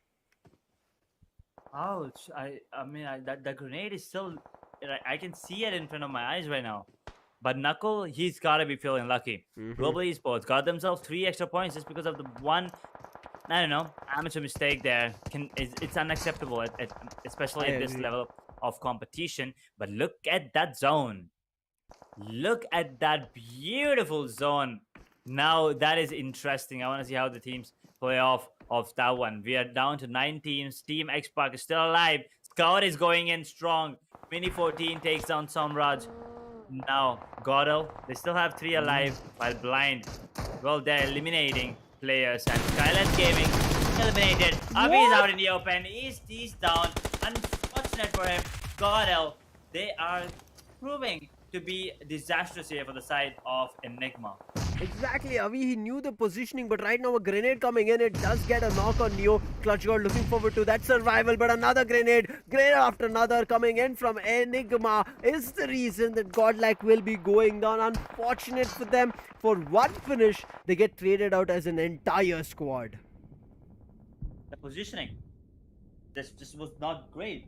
The positioning was bad coming in from them, and I'm not really sure what the call is here from Blind, but they're in the water. They're trying to survive because their position. Oh my god! I thought he saw him, but he didn't. It's gonna be Knuckle coming in with the third party. They're sneaking his way. Marcos, one of the players, did go down. Now Knuckle needs to stay alive for as long as he can. Because the sole survivor on the side of Global, while Eggy, he spotted the players in the water. Whoever's in the water, they gotta come out. Look at that zone. Once again, it's almost 50-50, Sam. 50 land, 50 water, and look at the water. It's beautiful. Unbelievable of the way this is turning out to be, but I think that this is going to be okay. I'm not going to jinx it, Edge. We still have 7 teams surviving. I'm just going to let the game flow as it is, because as soon as you say something, the opposite is about to happen. XSPARK has spotted Scout has spotted Evo Idli over there. He did connect a couple of those shots, did the damage with his Mini 14 and the 6x that he has, but it was not enough to get the knock. But XSPARK, they need to start moving up. They know that there's going to be another team that is very up close to them, right at the riverbed, and that's the reason they're being cautious about it, deploying a couple of smokes. But Enigma making sure they get those resources back online. But it looks like, to represent his team, he's dropped the vehicle over there in the water bodies and will be trying to hide inside that. Let's hope he survives the longest and tries to make sure his team comes out on the top. But right now, look at the amount of smokes being deployed from Dreams. Can you please stop putting that barrier? It is kind of completely denying any kind of vision. They did initially see Dreams, but right now it looks like this mist kind of prove like they are in a dream edge. It does, and that's exactly what he's trying to do, is, trying to block off any vision. But Deadpool on the other side takes down Enigma Gaming. The player, that's what I'm talking about. Forget about that, because I don't think it's just the player now. It's the entire squad eliminated. 3 finishes. They're out in position number 7. Team XSPARK still going strong. Blind Rage dominating right now. They have 4 finishes. Global Knuckle is still alive with 6 finishes to their team's name, but Nigma still going in. So now here's my quick analysis, Sam. Nigma, GE, both these teams, and also Marcos, they have a really good chance of getting that second chicken dinner to their name, and even HYDRAS, as a matter of fact. There is the possibility, as you said, but it looks like Team XSPARK, they're acting really, really smart. Along with them, it's looking like Blind also want one of their own. They have 5 finishes in their name. They're playing really good in terms of position. They've covered each and every angle and denying any other team from pushing from different direction. But Rage, he's going to be very crucial here. Scout gets spotted out in the open. Spy, he does the damage on Scout, and it's going to be finally Maxi OP who gets that knock on Scout, and the Rage coming in from Blind. He's going to be getting that finish for himself, and Team XSPARK finally losing one of their players, but Marcos immediately falling one after another, and Marcos Dion, the man who clutched an insane 1v3, will be eliminated, and that's going to be the end of Marcos and Team XSPARK still surviving. 5 finishes for them, but XSPARK, if they want to convert this, they need to eliminate players from Blind. Blind, on the other end, the way they've created a barricade edge is going to be very difficult to push up. Nakul still surviving for his team. He has 4 finishes going in for him. Nigma Galaxy have 2 players. Hyderabad Hydras have also 2 players, but Maxi, he's the one. You saw his name propping up multiple times. He's done the damage, and whenever he has had the opportunity of grabbing finishes, he has done that. So let's hope Maxi OP does a lot in terms of more damages. But look at Nakul, he just randomly is playing everywhere that he can connect the bullets, but it's going to be Ultron immediately retaliating and eliminating Global Esports. That was actually a really good spray, flicks as well, to be honest. Global Esports down in position number 5. Now 2 teams. It's a 50% chance that we see a new winner. It's 50% chance that we might have a repeated one. Enigma Galaxy and Hyderabad Hydras both have 2 players each, but Blind, they have 4 alive, and Team XSPARK, they have 3. So there is a really good possibility that we will be having the 9th winner. And just as I say that, Max goes down, and so does Dreams on the other side. What was this? This was just brilliant. The timing when Nigma Galaxy players were spotted from both Blind and XSPARK was perfect, pitch perfect. There was no difference over there. But now it's going to be Hyderabad Hydras. As you said, it was a 50-50% chance, but now it's dropped down to a mere 20% for Hyderabad Hydras to get that victory. Hyderabad Hydras do have the circle, but Shadow, he's spraying, but there's just shadows over there, nothing else, no player being spotted. But look at Mavi, how close he is coming in to the team Blind, and if he gets the opportunity, he's going to be doing the damage. He finds that one player, Shadow. Now it's back to a 3v3 situation. Mavi is circling, Mavi is going close. The grenade comes in for assistance from Ultron, and they will be eliminating Shadow. And look at this, Mavi pushing up, he gets another one. His team is helping like brilliant right now. It's going to be the last surviving player. That's going to be Spy OP. He's looking forward to doing the damage. Hyderabad Hydras carry, he was trying to push up, but just one single boulder for cover. Mavi and his other teammates need to start propping up grenades, but they're looking forward to getting Ultron back online, and that's their main intention. Carry trying to go as a distraction right as now. Finally there's a grenade coming the way of Carry. There should be a confirmation. Wait, it was not a grenade, it was actually a smoke. And now one after another, Team XSPARK slowly pushing up. Mavi, he helps up Ultron, and now is the opportunity. Maxi OP finds another player. That's going to be 420 OP, and immediately changes this from a 3v3v1 situation to a 3v2v1 situation. Maxi OP does fall down, but Ultron is not giving up the chances. He brings it back to a 2v1v2. Let's hope Carry survives this. Carry is just in the water bodies. Ultron and Mavi together, can they be deadly? But it's going to be Deadpool's deadly grenade. Oh, beautiful grenade. But Carry, what is he? I mean, I think he's just trying to stay alive for as long as he can, because he's a sole survivor right now. But I don't think anyone spotted him. But if anyone spots him for even for like a second, he's gonna go down. He's playing it smart. Hyderabad Hydras now have a really good chance of making it to the top. But Mavi is the sole survivor inside of Team XSPARK. He's gonna be taking a lot of damage there, and that zone will be coming in. Why are they not seeing Carry? He just came out for like multiple seconds. They're blind. I don't want to say it, but they might actually be blind there for a second. Did not see him. Now he was spotted. But Mavi goes down. Team XSPARK. Now Carry. Can he pull off a 1v3 and get that second chicken dinner for his team in the same, or not the same day, but the next day? But yeah, blind looking to get that first chicken dinner. Carry is so dead. He's trying to deny that point. I'm not really sure if he did. He did deny the point, Edge. But what a game. Another game, another map, another winner here. It's not a repeated winner once again, ladies and gentlemen. It's going to be Blind official getting that first chicken dinner for themselves in this semi-finals. Well, you gotta hand it to Team XSPARK as well. They played very well, but at the end of the day, there's gotta be only one winner, and it's gonna be Blind. I think we need a moment of silence right now for what's happening. Right?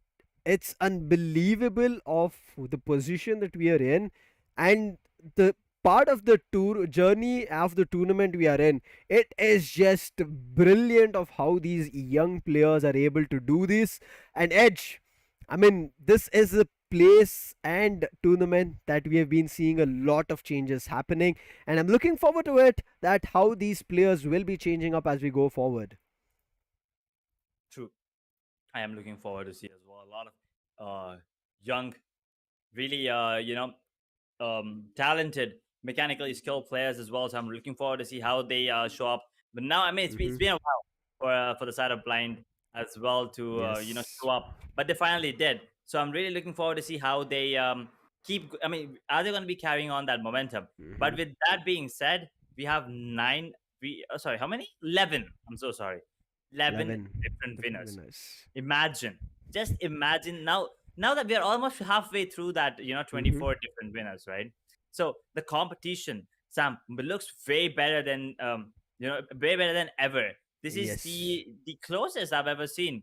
We usually see by the end of 10, 11 games, we usually have a team, at least two teams getting 2 to 3 chicken dinners for themselves. But this time, no, not even a single team. I mean, HYDRAS did have that really close chance here to finish things off, but he was just caught off guard. I mean, once again, that was just too much to not look at it again. So let's just take a look at the match that we just witnessed on the map of Erangel here.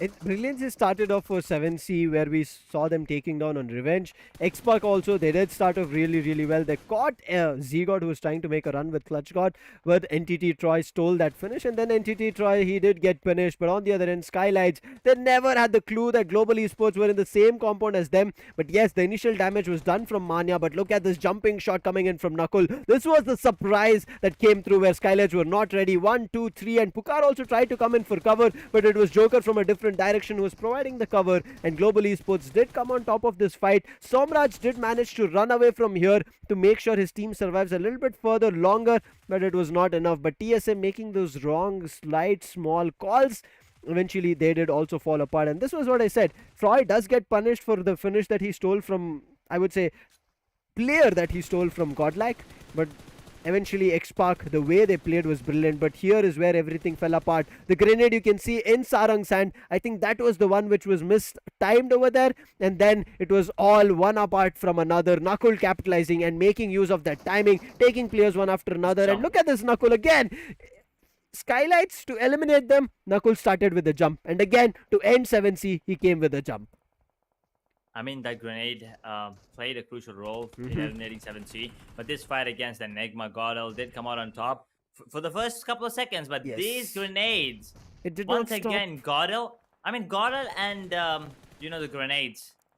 Well, that's got to be a love story better than Twilight. Oh, wait, nothing's better than Twilight, actually. Okay. But yeah. But anyway, I mean, Team XSPARK, we wanted them to have, good game. They did. But just couldn't, and just couldn't close it off yet again, second time. So maybe moving on to the final map of the day, maybe they can do it.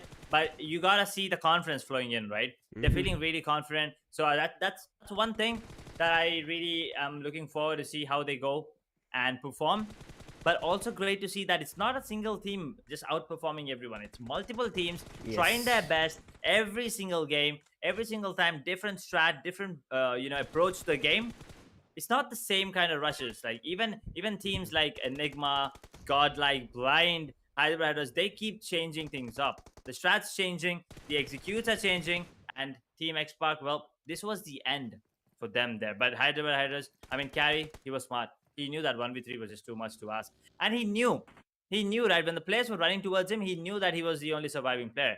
And I believe that's, that leap now. With 10 finishes and 25 points, Blind's going to have a really good leap there. But Team XSPARK, that's the one I'm interested in. 8 finishes, 18 total points there. XSPARK, this is the second time I think they've come on the second spot, but I need to give credit to Mavi here. He played so well, Edge. He was the sole aggressor for the team. He just kept pushing forward and forward and forward, got players from Blind. He brought it to a 1v3 situation, but unfortunately those grenades coming in, Maxi OP from Hyderabad HYDRAS doing the damage was one of the reasons that we saw, unfortunately, Hyderabad HYDRAS not because of Maxi OP, but because of the play zone get eliminated. If Maxi OP could have survived, the play zone wouldn't have pushed him. I'm pretty sure Hyderabad Hydras would have done a lot in terms of damage, because you can see they do not have a lot in terms of the finishes, but Maxi OP's damage was there. If we get a chance to see just Maxi OP's damages, I'm pretty sure it's going to be sky high. But in the fourth position, Nigma Galaxy carrying forward the momentum, the confidence that they have, they're going to be at the fourth position with 13 points. Global Esports with 12, 6 for Enigma Gaming with 5 total points, Entity with 5. Marcos will be having just 4 placement points. Godlike, the aggression is good. You can see they have 3, but they did not survive for a long time. They lost the player very early on. SKYLIGHTZ, a surprise came true, but they did also get a couple of finishes. But 7C, unfortunate. They were the team to be eliminated after SKYLIGHTZ, but just because they did not have the finishes, nothing could work out for them. Revenant with just 3 finishes and nothing in terms of placement points. CHEMIN with 2 finishes, no placement points for themselves as well. And Revenge will be having 1 placement point. Team Forever 1 finish, and TSM nothing on Erangel's matchup. That's surprising. We were talking about TSM, right, Edge? That they're slowly inching up, climbing up. But this is going to be disastrous. But look at the change. Hyderabad Hydra still standing strong, but Blind jumped to the second spot with 11 position jumps. 11. That's insane. But once again, I want to talk a little bit more about Hyderabad Hydras. Look at the difference they still have. 11. Yes, 11 points. And they have one more match to play. They have 11 already and a match to go. That's insane. For 6 months. And then Blind, I mean, having that 11, 11 rank jump, that's absolutely nuts for them as well, pushing them to second position now. Global Esports, on the other hand, they are looking confident with 74 points in third position. 4 rank leap for them, and also Enigma Galaxy 6 rank jump there.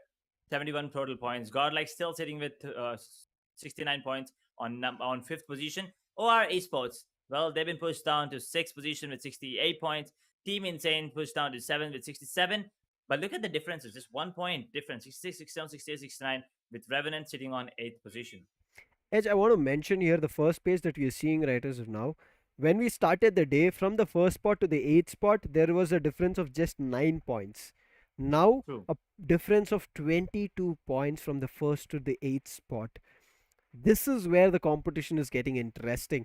Irrespective, Hyderabad Hydras are playing really, really good in every matchup that we are seeing. But with new teams coming in as winners and chicken dinners, things are just taking a lot in terms of the changes. Unfortunate for Blind, along with them Global Esports as well, who do not have another matchup to play. If there was a situation, Edge, if they had just 7 matches played and Miramar is a match they would have ended on, maybe Blind or Global Esports, one of these two teams could have ended on top. Nonetheless, the second page, again, we see a lot of red marks in the third page, but the second page has it because a lot of the teams have jumped to the first page. You can see SKYLIGHTZ have made their way here, EXO have made their way here, and it is going to be TSM taking a downfall, but XSPARK finally making their entry here in the second page. They have to keep this going, and one chicken dinner might also push them to the next page, that is the first one. But EXO with 65, SKYLIGHTZ with 64, CHEMIN with 62, Marcos with 60 points. TSM is going to be the team which was very close, but unfortunate for them because they did not have a great run. But Enigma, it was a great fight that they put up across with Global Esports. The way they immediately retaliated with the grenades, Edge. True. The grenades were absolutely beautiful to watch. And Enigma Gaming sitting on 41 points with 17 on 17th position. Orangutan Gaming 18th position, 40 points. 40 for 7C as well. But the grenade, that's going to be haunting them. Pretty sure after the next game, 7C have one more to play. And after that, I'm pretty sure they're going to have some, some talks in that boot camp. Because that was a disastrous grenade coming in. Team Forever, they're done. They're the only team done, which means they're going to be, sticking in that third page there. But every other team, Soul, 8-Bit, Rivalry, Revenge, 7C, Orangutan, and Enigma, all of them have one more match to play, which means they have a really good chance. Maybe not 8-Bit, but everyone else, they have a really good chance of making it to the second page. Yes, they do have. Let's see which that team is going to be. But I'm also here wondering that none of these teams in the last page have a chicken dinner as of now. There is still a chance. 8 teams, we have a lot more matches to go. There are teams in the first and the second page also who do not have the chicken dinner. But for all the viewers who have just joined us, who are looking forward to the information, it's already in front of your screens. TSM started off strong, but after that, here on Erangel, the fifth match for the day, they did not get any points. They were just sitting at zero.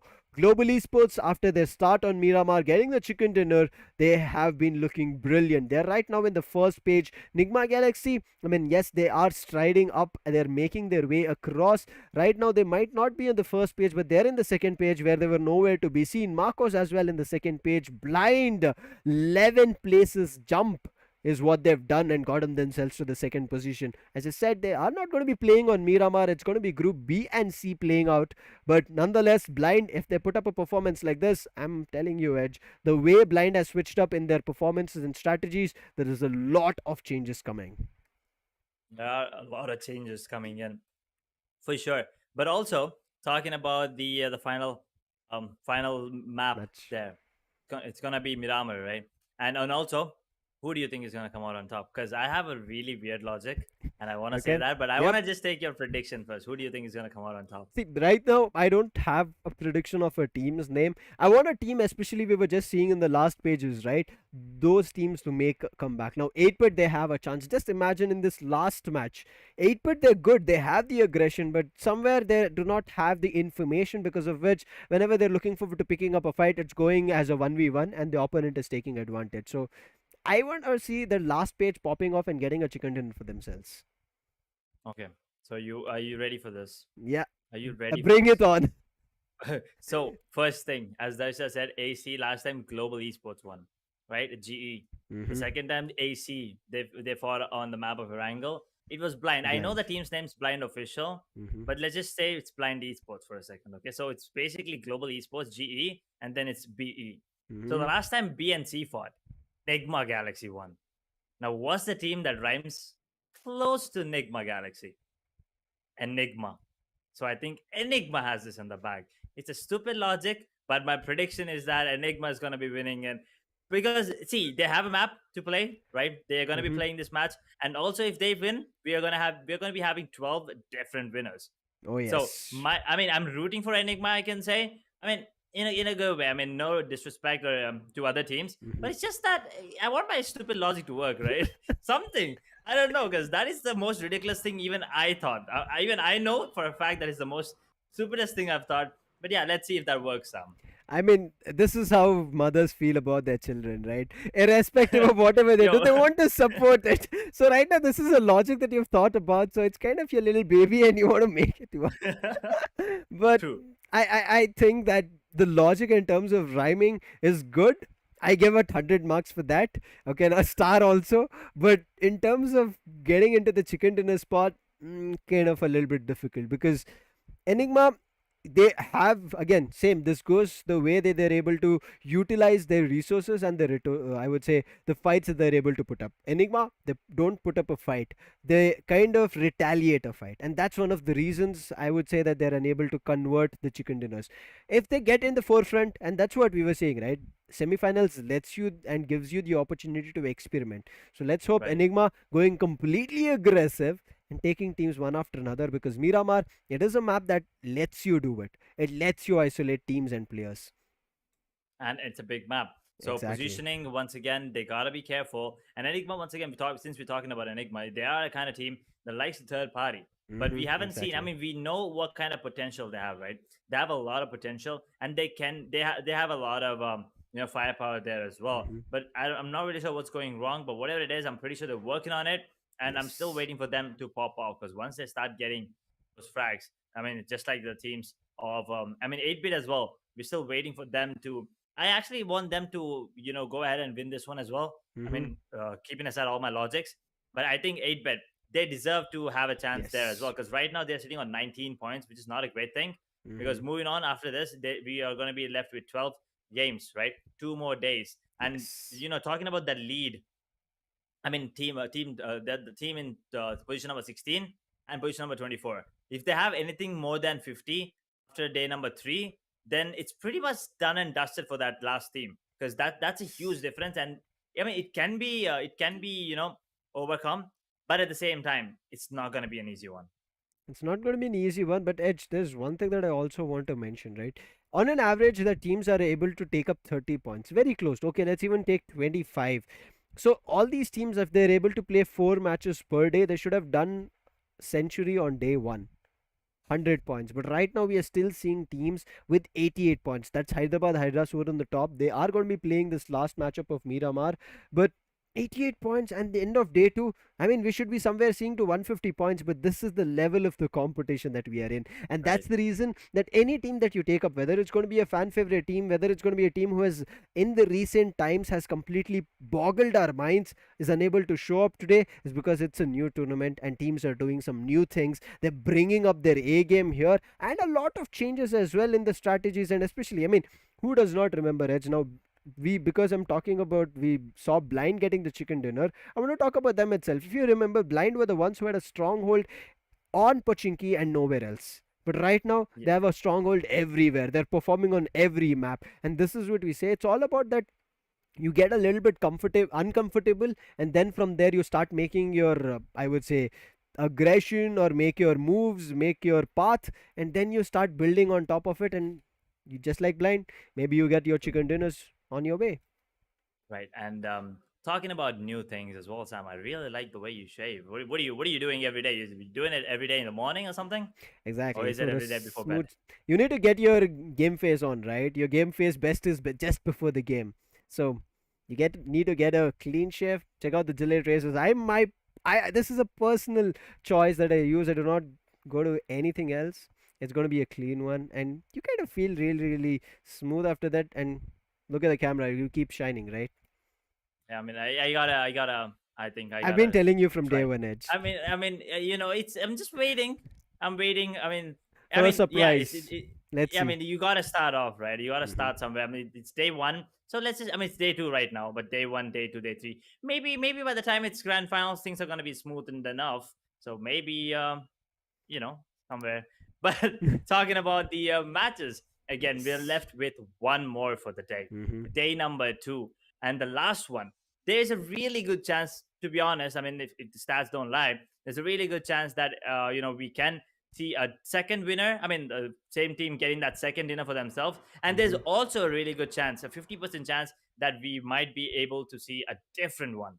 Oh So it's yes. basically 50-50. It all depends on the teams. It all depends on the way that they're going to be playing. And also, I want to see, are they going to be going in for those finishes or the placement points? Because one thing, Sam, we noticed all the teams. I mean, we argued about this the other day, right? We were talking about this. We were like, the teams like Walkout, Skylights, and EXO, they did win those first three matches, and Hmm. after that, they were having a downfall. So we were talking Exactly. about them, trying to just wait out and stay alive till the end, trying to take those fights. But these teams, they're proving us wrong.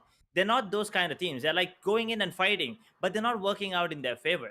Hmm. So now I think what you said actually kind of makes sense, but at the same time, I don't want it to happen. But if any of these teams, if they want to get the second chicken dinner for themselves, I think they should try that. Try that with. Exactly. I think after seeing 11 new victors over the period of these 11 matches, the 12th match, which is going to be the end of day two, can have the chance that we might see repetitions happening. But just like we saw Marcos's, I would say, like I think we should put up a couple of smooth save movements, right? Because Gillette is also one of our partners here. It was Marcos Dion with his smooth save. I mean, if you play that clip in a slow motion, it was a wave. It went from one player, that was Ash, then switched to Trigger, and then came to the last player. So it's kind of how you smoothly shave, right? So that was a real smooth save coming in, a smooth clutch coming in from Marcos Dion, and I'm hoping for that kind of an instance happening here. I mean, just like we saw Blind as a squad got a chicken dinner, but I'm also looking forward to a solo player clutching for his team and getting a chicken dinner. And as I said, Miramar enables that just because of those uneven dunes, those ridges, those dips. It just kind of lets you pick your own fight. You can kind of disengage, put up those smokes, whereas on Erangel, it's going to be certain times flat beds everywhere. So even if you put up a smoke, a random spray coming through can even catch you. I mean, I mean, those unevens, they gotta be. Who likes flat edges anywhere, right? Those uneven ridges, they're gonna help you hide. At the same time, as you said, Exactly. you decide if you want to take those fights. You decide if you want to get that brawl happening. I mean, if you don't want that, you just go back. I mean, if you want it, you take it. If you don't want it, you just get back, maybe drive back to safety, or just hide there. Another really interesting thing that you can do with the ridges. And one, I mean, the only thing you got to be very you got to be cautious about is that when you're out in the open, you have to be aware of all your surroundings, right? I mean, if you're in a building, then there are just a couple of entrances, a couple of windows, maybe a couple of doors. But when you're out in the open, four directions, you can be hit. I mean, if you count all the directions, it's kind of like 8 directions, but yeah, basically four. So you can be attacked from any angle, and you never really know who's shooting and where they're shooting from. Exactly. But one more thing that I want to talk about here, Edge, is your sniper action. You keep requesting for it and you keep getting denied. But do you think here you will get a chance to see at least a couple of DMR plus a sniper? Every single time. This is what I do after before every match of Miramar there. Every time I just have my fingers crossed, and every time I see someone picking up a sniper, I'm like, maybe. Let's But wait it out. I gotta admit, I mean, those snipers are beautiful. But the way that these players use the M4 long range Oh, yes. with the 4Xs. For even let it be the tabs, and there's some really beautiful sprays coming in. I saw Jonathan do it. I saw Mr. Spray do it from walkouts. They were just beautiful with those M4 long range. I'm not talking about mid or close. I'm talking about long range burst fires and taps coming in. That's just absolutely insane. And also talking about insanity, Team Insane, Neo did that yesterday as well. So these are some players that I've noticed, really good with M4 long range. But once again, I do want to see some AWMs and some Kar 98s, maybe some headshots. If that's not gonna be the case, maybe VSS action then, maybe at least, right, something. But I don't think I pew mean, pew pew gets you as excited as those 50 caliber shots. yeah, VSS, they try to even, as soon as they even try to get it on their hands, if they find a pistol right in front of them, they would actually trade that VSS out for that. People very less prefer that. I mean, it's kind of the way that weapon is built. I think it's only like in a situation where you don't find any other loot, let's just jump for it. But because this matchup has been so crazy, I'm not talking about a particular map, the entire tournament till now has been so crazy. We saw walkout starting it off, right, in a brilliant Right. fashion, but right now they are nowhere. Edge, that's a question that is kind of haunting my mind as well, because we see them on the finish feed, they're able to grab a couple of finishes, but after that they get eliminated in a single stretch. What True. do you think is happening wrong over there with walkouts? Well, here's the thing. I mean, I did see that UROP had a really good. I think he was the first one to get the finish today, like Mm-hmm. game number one. He did. After that, I thought they were gonna have a really great day. Maybe even get the chicken dinner just like they did on day number one.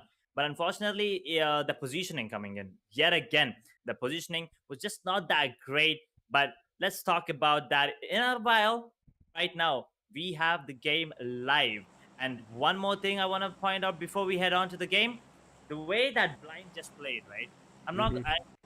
I don't want to say it, but since I don't want to jinx it, but maybe they have a chance of getting, getting that chicken dinner again tomorrow because they've done Yes. their games today, and we are gonna be, they. I mean, also, do you think they're gonna be holding on to their second position? Because I think not.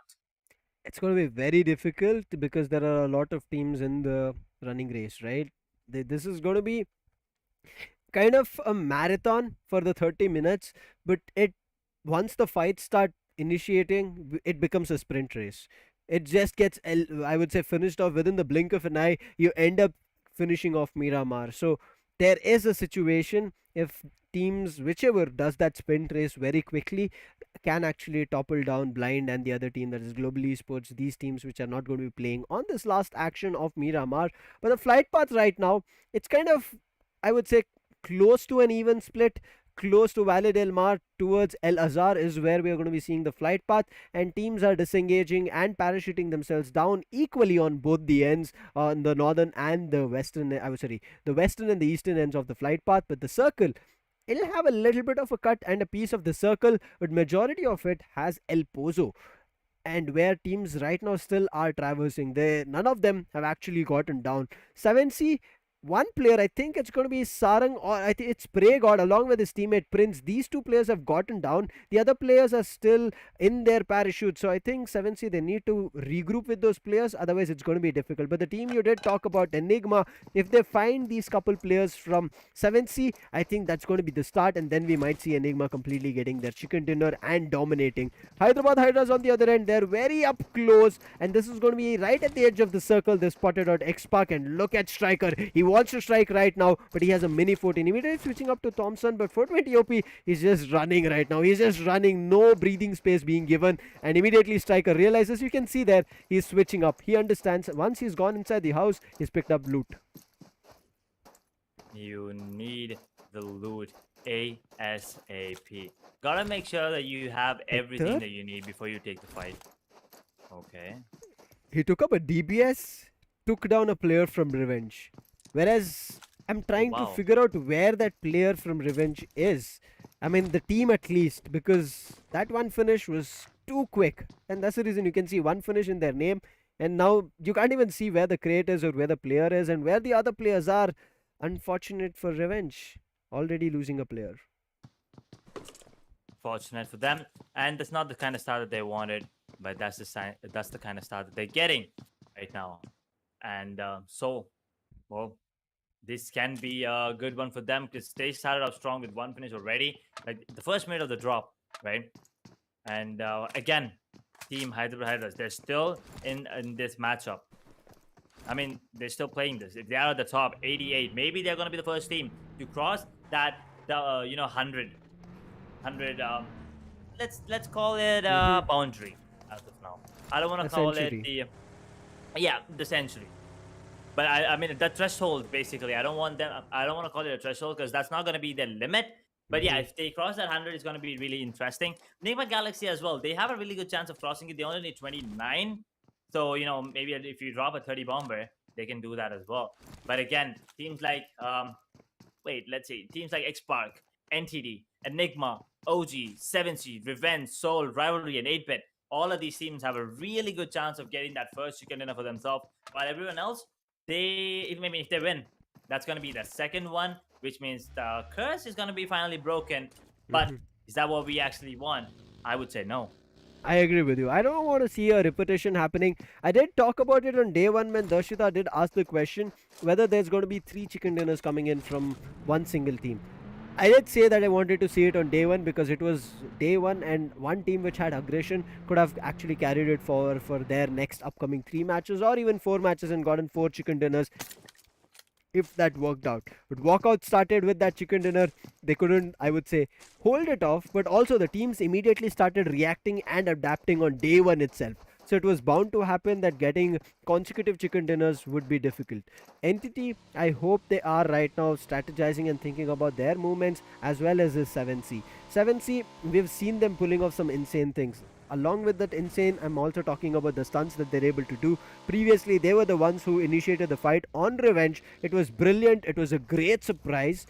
But then they were surprised from a different team and they got eliminated where we couldn't even see what happened to them. So I hope 7C figure out what is going wrong. Why are they unable to, I would say, steady their hold? Because 7C in terms of aggression, they've never proved, I would say, kind of disappointing, right, Edge? They've always looked brilliant. And don't forget the nade of shame. The grenade that took down 2 of their own teammates. If that happens again, then, I mean, I'm already pretty sure that they're going to be having a discussion about that later on in the evening. But if it happens again, oh boy, I just cannot imagine what's going to happen in that meeting later on. But I just hope it doesn't happen, and maybe it's just a one-time thing. The pressure, just that it does, it happens to the best of us. Yes. And talking about the game again, 6 minutes in, there's that one finish from the side of Soul, and after that, it's quiet again.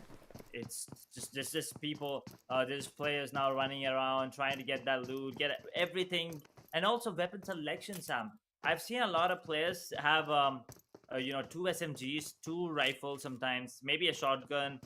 But what do you think is the best composition? Because I think, I mean, if you're a rifler, I think it's better that you have 1 SMG and an AR, or you can have yourself an AR and a shotgun for that close combat.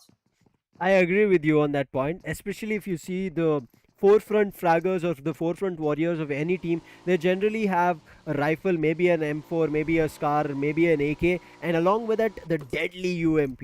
We've not seen the UMP pop off in the recent times because generally, whenever we see the fight, it happens in the close range and players just eventually, I mean, before they could have actually gotten to the UMP, or it happens that every player had to get down to the close range fight and not everybody had the UMP. So if it's a forefront warrior, I agree it's going to be a rifle and a UMP. But if it's a player who is looking forward to providing cover fire as well as looking forward to information, I'm pretty sure that person will be having two rifles, M4 and maybe an M16 or an M4 and an AK. It all depends on which they have. But again, when they pick up the rifles as such, they have to worry about the ammunition as well. Certain times they have to share that ammunition with those two rifles itself. So they have to just look forward to making sure that they kind of, as you said, carry two different weapons where they have a lot more ammunition to play around with. But now Soul, still after that initial finish edge, they have not found anything else. OG, they're just looking forward to better vehicles, and Buggy kind of helps you better compared to the other weapons. Okay, I mean, I guess Well, Ash style, was once it? again. Exactly. I think Style he had a point. lot of skins, and immediately he's like, "Bro, we need to flex right now. I'm not taking this ugly vehicle until and unless you give me a skin." And Ash immediately jumps into every one vehicle which was there, and then OG packs up and gets the vehicle and wants to move in style on Miramar. And also talking about the weapons there, Sam. I mean, it's okay if you have two rifles, but make sure those two rifles use different ammo, right? I mean, ammunition, maybe 5.56, 7.92, maybe something like that. Maybe the AKM or the M4 and M4 actually, or something like that. Make sure that you have enough ammo. As you said, you need to share them sometimes because it's a team game at the end of the day. Yes, you're gonna be performing well individually as well, but the team is gonna be the one that's gonna be winning it for you, right? You need that team support. Make sure, I mean, you gotta have a sniper. Maybe if you have a 50 caliber sniper, it's really good. If not, then a 7.92 and a 5.56. That's a perfect combo. But at least make sure you have a shotgun, like maybe at least on one of the players, because that's gonna be, really useful close range right now. Talking about close ranges, the OG is pretty close to the side of Team XSPARK, and I think that's gonna be a brawl here. It's going to be a brawl.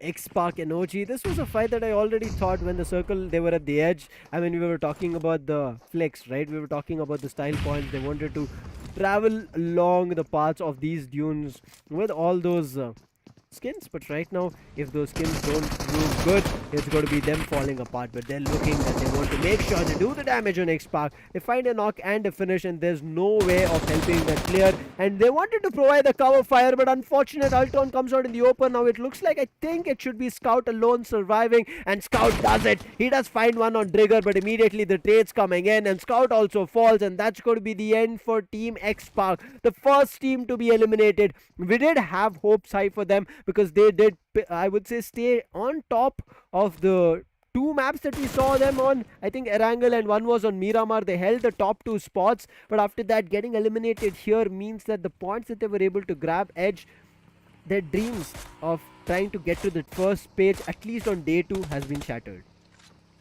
Right. Now the thing to look after, are they gonna be knocked down to page 3? Because they are now yes. out in 16th position. There are 15 teams. I mean, obviously they have a lot of teams in above them already on the scorecard, but we'll talk about them later on because it's gonna be Beard Baba on the other hand, trying to take down the players of NTD there. But Soul third partying that now takes on the side of walkouts there. One player knocked, and that's Beard Baba actually. Okay, that's a fair trade coming in, but Enigma and 7C. Is it gonna be a brawl once again? And Sarang, he is slowly scouting onto players while Hector there finishes things off onto one of the players there. I mean, if we see this fight, if 7C started off, I would still give or try to place my bets on Enigma.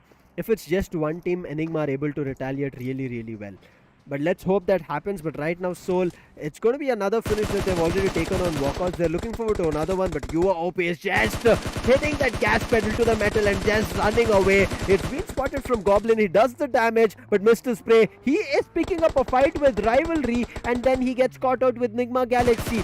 How is this just turning around? And Dream spans Mr. Spray walkout with his melee weapon and takes him out. Unfortunate for walkouts. Now it's all up to UAOP and Abrar. Whereas Abrar, he's caught in a wooden shack. The position is already compromised. And look at Omega, he's just jumping up. And Abrar, he's just patching himself up. And while he's patching, I'm pretty sure they're able to fight him out. And Abrar, he's out. Now it's all up to UAOP. They have one finish, but it will not be enough on Miramar, and especially this is the second circle edge. I would say it's Right. kind of disregarding. You don't even care if you just have one finish. It does not even matter. Well, Team Soul was trying to eliminate the players inside of Walkout. OR lose 2 there. EXO, Hacker taking down another one, unfortunately.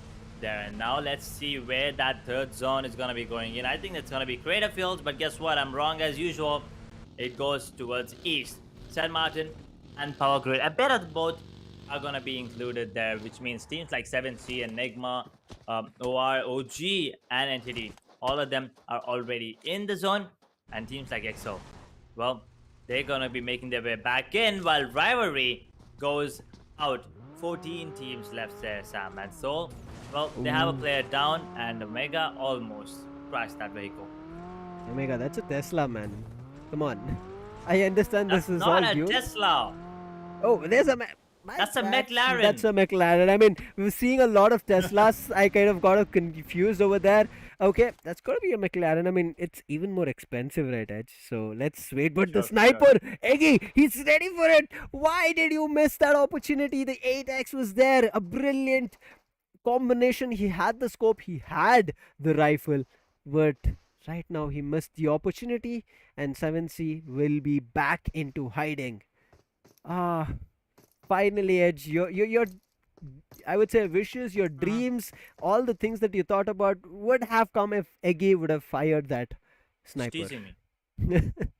He's teasing me before the real action. So it's okay. But Spray God is ready for this. He's kind of suspecting that there might be a player here. But Enigma, Eggy, he's got to be careful because he's the only player towards that area. Right? And 7C, they're kind of surrounded. Okay, I think that's NTD on the other side of that hill. And now Eggy knows, he's waiting, he's holding. Oh, Saran goes down. There you go. Eggy finally takes a sweet time and lands a beautiful headshot there with the Car 98. And he's going to be landing another one. No, sir. It's going to be Enigma Gaming taking down one of the players on this. Oh, my bad. That's an M24. Yes, it is. I was like, sound doesn't sound. The sound doesn't, it doesn't sound like a Car 98. Exactly. But yeah, you're right. That is an M24. But sniper, so I'm happy. That's what we have to all be happy. But with that, they've given away their position, and that's the reason you can see OR, they're holding them strong. They want to make sure they do the damage on them. And now Enigma, because they held the fight a little bit longer, they're about to kind of, pay with their own life. It's unfortunate, but I think OR, they are also going to be a casualty if they hold this position for too long. Because if they spray a single bullet, there's another team that is very close to them. But Insane, looks like they are having a fight with SKYLIGHTZ. There's an airdrop coming down, a brilliant view that we are getting to see. But Soul Goblin, unfortunately, he gets spotted, but fortunately, not so much that he gets knocked. Enigma now back on their feet, though, all 4 players. One was actually knocked, but he's back. So 4 players alive, and they gotta be careful because look at the positioning. It's not great if you ask me. Enigma Galaxy have a clear shot, and they will be taking it, sending Goblin back to hiding.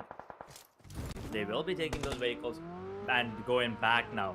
On the other side, EXO is absolutely destroying everyone there, taking down the players on the side of HYDRAS now. And guess what? I think that's the elimination coming in. Maybe one more player surviving there for the side of HH, or maybe everyone's down and out because I couldn't keep a count on that. But Team EXO, there you go, eliminated HYDRAS. So now they gotta just pray that no one steals that top 1 position because they'll be getting 0 points for this one. Exactly, nothing in terms of placement as well. If they would have held until another team got eliminated at the 14th and the 13th position, at least a single placement point they could have gotten. But if they even held, who knows? Maybe at that point of time they could have done a lot more. But now Enigma, they're still standing strong. They spotted 8-bit, unfortunate for them. This is how 8-bit get caught every time. While they're rotating, while they're moving from one location to another, a team spots them, and 8-bit, they try to retaliate edge. They do not actually pick the fight, and 8-bit are not good in retaliation. And look at them, they are going to be bidding us goodbye on Miramar. The hopes that we had has all been shattered. They're not going to be getting anything. But this was kind of a, I would say, fight that happened with 4 different teams. Enigma, there was Soul, there was, I guess, Entity as well. So there were 3 Entity different teams. EXO and EXO, yes. 4, okay, 5 teams on 4 players. Yeah, exactly. The entire server wants 8-bit out. They don't want to give them any chance of making a comeback, but you are OP. Well, The not last so OP player. this time. He's gonna be down and out. Final, I mean, the last hope there is gone now for the side of Walkouts. Once again, Sam, I told you, the positioning is just not good coming in from the side of Walkouts after that first game of the day number 1. So they got to work on that, but we're down to 34 players and 10 teams now. EXO, let's see who else. War and NIGMA Galaxy, SKYLIGHTZ. For these 4 teams have a good chance of getting that second chicken dinner. But now look at this. I'm not even sure how Sensei is surviving. He's just running around. But now Soul, they were the ones who spotted EXO running around. But now Soul are getting spotted when they're trying to make their move away. Goblin, he was out in the open. Sensei, the man who actually dodged every bullet coming in from Soul, he's the one who's going to be finding that first initial knock on Soul. Yes, Goblin can be retrieved. There's a dune. There's an uneven I would say, whether you want to call it a pasture or a ridge, it's going to be there, which will help Goblin to be retrieved, but they have to invest a lot of resources. While EXO, they're looking up to push up. Omega, he immediately deploys the smokes, goes and hides in the smoke, but they've read it brilliantly. Omega also falters. Now this is going to be very difficult. Akshat is down. It's all up to Hector. Hector is given the revive on Goblin, but Omega is already down, and Hector is doing the damage. 7Sea Spray God, he finds a player on, that's going to be Entity. They're getting one after another, but Sensei, he gets knocked to the play zone. This is the opportunity. If Hector wants Soul to survive, he needs to jump into the action. He needs to eliminate the player because it's a 1v1 situation, I presume. And yes, it's going to be Snacks versus Hector. Snacks is pushing up. Snacks has already taken a lot in terms of the damage. Snacks, he's very low, and it is the final connection coming in. But I don't think it was from his Soul. It was from a different player, from Revenge, final boss. Unfortunate for EXO's player, but Soul will survive to stay and fight a little bit longer on Miramar. That's gonna be a really good story to tell later on for the side of Soul. Absolutely beautiful patience coming in. Also thanking Revenge. They're gonna be thanking Revenge. Yes, it wasn't them, surviving. I mean, all they did was survive, right? I mean, while the side of Revenge were kind of helping them, but EXO were kind of looking like the favorites there. I think they had like what 7 to 8 finishes. They were looking really confident and the favorites to winning this one as well. But now we're down to 9 and 27 players alive. Revenge have 3 of them. Actually, he's in this shack. He's trying to play it safe, and everyone, I mean, they're trying to be safe and sound for as long as possible. While Prince, deals a bit of damage down to final boss. But he can't even see him in the smoke. Eki goes down. Our Jelly doesn't give a damn. IGL is up, I believe. He's having a really good time on the side of OR right now. Entity, on the other hand, takes down the side. One of the players on the side of OG actually takes out 2. Gets himself a double, while Prince finally able to take down the player on the side of Revenge. That's final boss. That's still a knock edge, so there can be a chance of a revival. They need to make sure they get that. But Entity, they're eliminating players. But what is that? Oh my god, those tap shots coming in from him. It's an M4 and he wanted to control that. And I think it's all because of that 6x that is put on. He was just going ham. But look at this. SKYLIGHTZ Gaming, they turn it around towards Entity. Entity were looking forward to picking up a fight, but this is where Miramar comes into action, that it lets you enable a lot of third parties. Now, Enigma Galaxy, all they wanted to was creep around those higher ridges, get to that higher ridge themselves, but Soul spot them out. They've done the damage, but not the finish. But now look at this. 7C has also gotten themselves into a fight with Entity, and Spray God finds a knock on Troy now. It's going to, I mean, Dark Lord, Troy is going to be the survivor that he will try to help his team. But look at the sprays coming through. The vehicle blast, but they survive. That's beautiful spray control coming in, but Sarang with a beautiful grenade takes down 2 on the side of NTD. Beautiful double finish there for him. 7 teams, 18 players now, and look at that zone. Sam, it is looking like it's gonna be a chaos, you know, a chaotic fight here in the end. Spray God is not done yet, takes down Evo Italy, and I think there's only 1 more player surviving for the side of Enigma. So my prediction, I think, is gonna go wrong there. It's going to be difficult for Enigma. I mean, they can go in for a revive. The play zone is slowly moving, but Soul, they have to also start moving up. They spotted a team that's going to be OR. Prince finds a player in between. That's going to be Enigma Galaxy's Max. It's going to be difficult for them to, as we said, move. They were trying to move around those mountains, but it did not work out. Savitar will be finding a player on OR. So this is going to be an help that comes towards Soul's end, because Soul, the only path to difficulty is OR. They have to clear that path, but Omega in the meantime gets found from Evo Italy.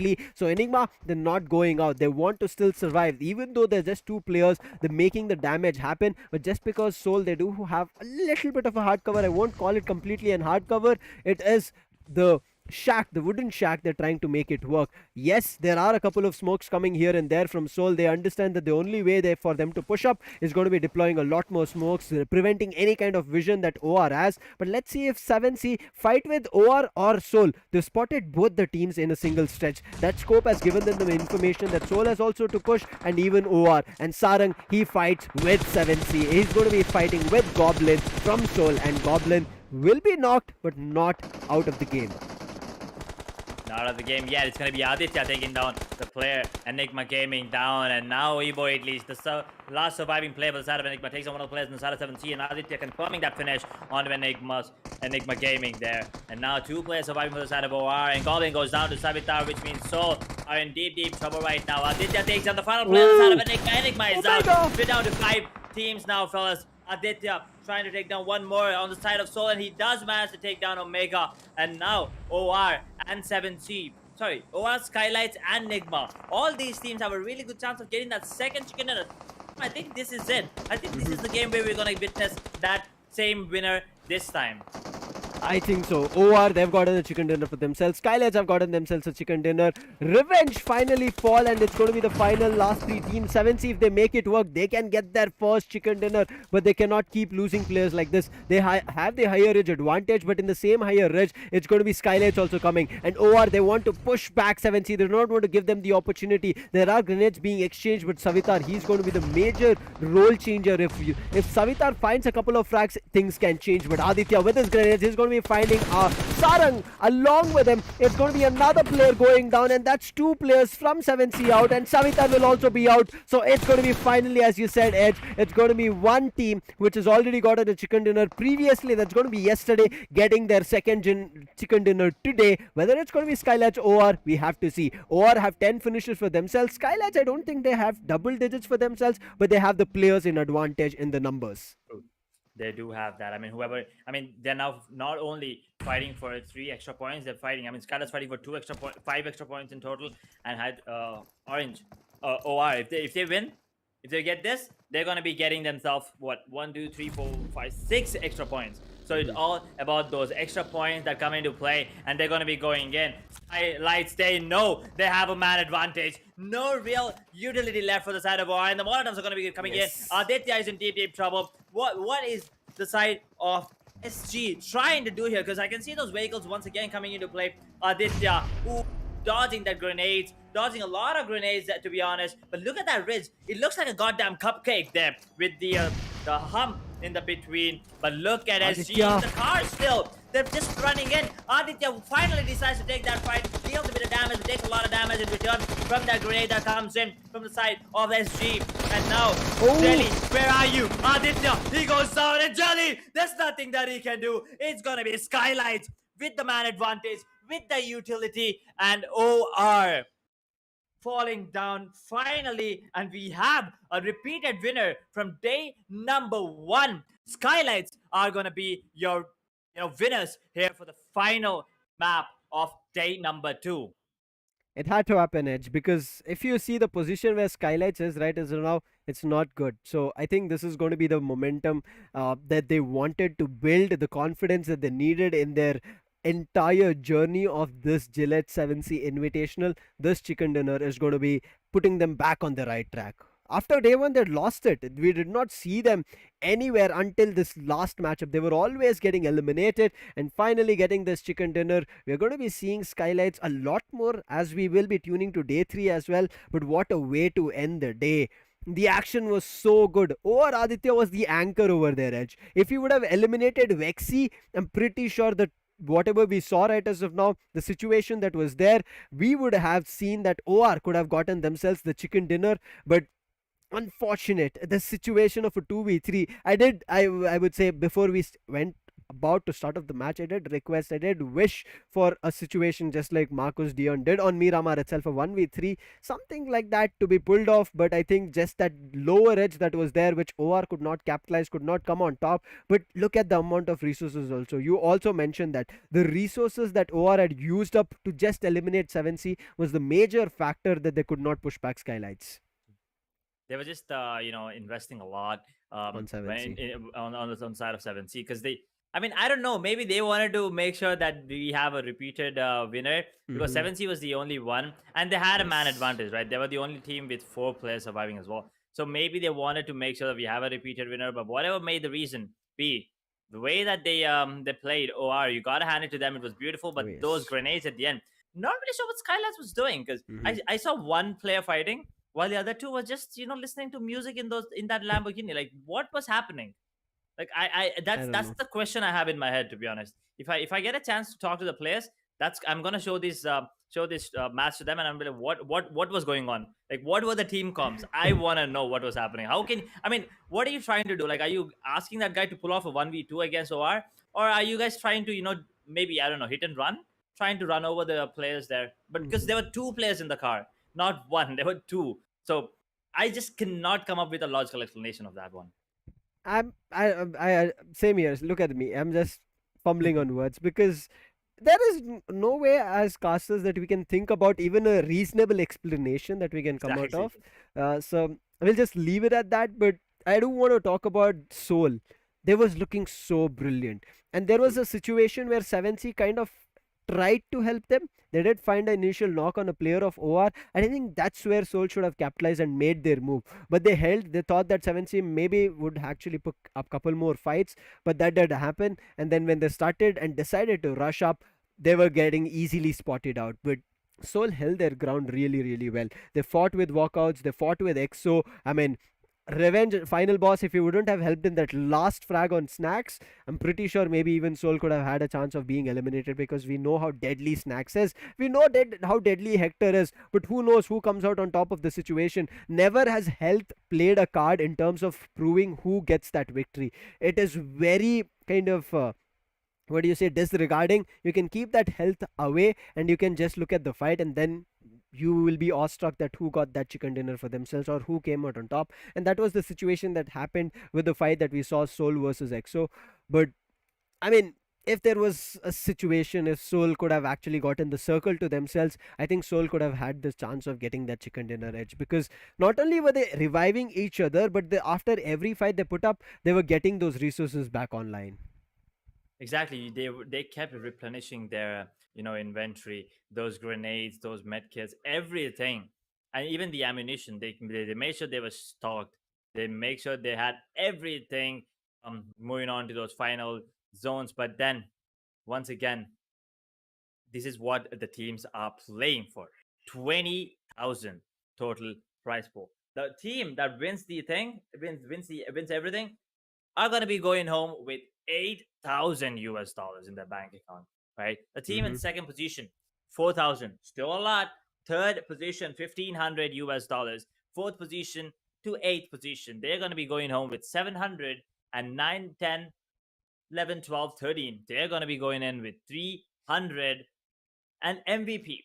That's the most prestigious one, if you ask me. Yes. 1,000 US, and that you don't have to divide that, Sam. It's a I'm not gonna. player. I mean, you're not gonna be sharing it exactly. You just have that's gonna go straight into the player's pocket. So I mean, a lot of contenders there. A lot of contenders there Oh, for yes.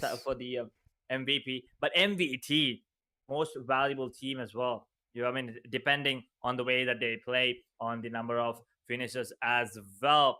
But MVP, once again, talking about that, lot of names. Like I can just think of like multiple names right off the bat. Like we have couple of players on the side of CHEMIN. We have 7C's players as well. So I mean, Walkouts. walkout as well. And there's one more team I forgot. Blind. The way that Blind. they performed in that last one. I would say I XSPARK also. Maybe Scout kind of Mm, made his way made because a lot of today damage was he done started. today. Exactly, today. But yesterday, not that great. But today, I mean, that momentum is finally coming. I mean, Scout is starting to feel. I mean, he's not having a great time in recent days, right? So it's okay. But I can see, you and me, we could feel that Oh, energy yes. flowing back into him, right? So that confidence, as soon as he starts performing, he's unstoppable. We all know. I mean, Jonathan again. We haven't seen them in action. We haven't seen him in action a lot. But we all know the kind of potential he has, and Oh, Neo as yes. well. Another one that I'm looking forward to. And yeah, I've been talking about GODL a bit more. Clutch God. I mean, forget about Jonathan. Clutch God is actually performing way better Yes. than I don't know I expected. I mean, I know he's the IGL. He calls out everything, but he's leading the team from the at the start, right from the start. Mhm. The first map, we saw him pull off everything that he could with the grenades, with the shot calling, with the rifles as well. And even now, he's still doing his job and also fragging out his team. Exactly. I mean, the best leaders are the ones who not just tell you what to do, right? They're the ones who actually do it with you. But now it's time for an interview. That's going to be with Hyderabad HYDRAS. I'm pretty sure they're the table toppers, and that's where we'll be heading and seeing what they have to say. How are you Doing guys good. doing? We Yeah. are doing great. Well, you were there in the first position after the fifth Yeah. game. But what do you think went wrong in the final one? Like we did see you guys getting eliminated pretty early on. What exactly went wrong? Yeah, actually, we didn't expect the push from EXO actually, so that went wrong. Some miscalculation happened in that time. Yeah. Okay, miscalculations. I do believe that HS has been improving day by day, and we have seen the improvement come out on top of you. Well, do we get to see you once again at the top of the table tomorrow, maybe Yeah, day after as well? absolutely, you'll see. Actually, I wanted to ask one question.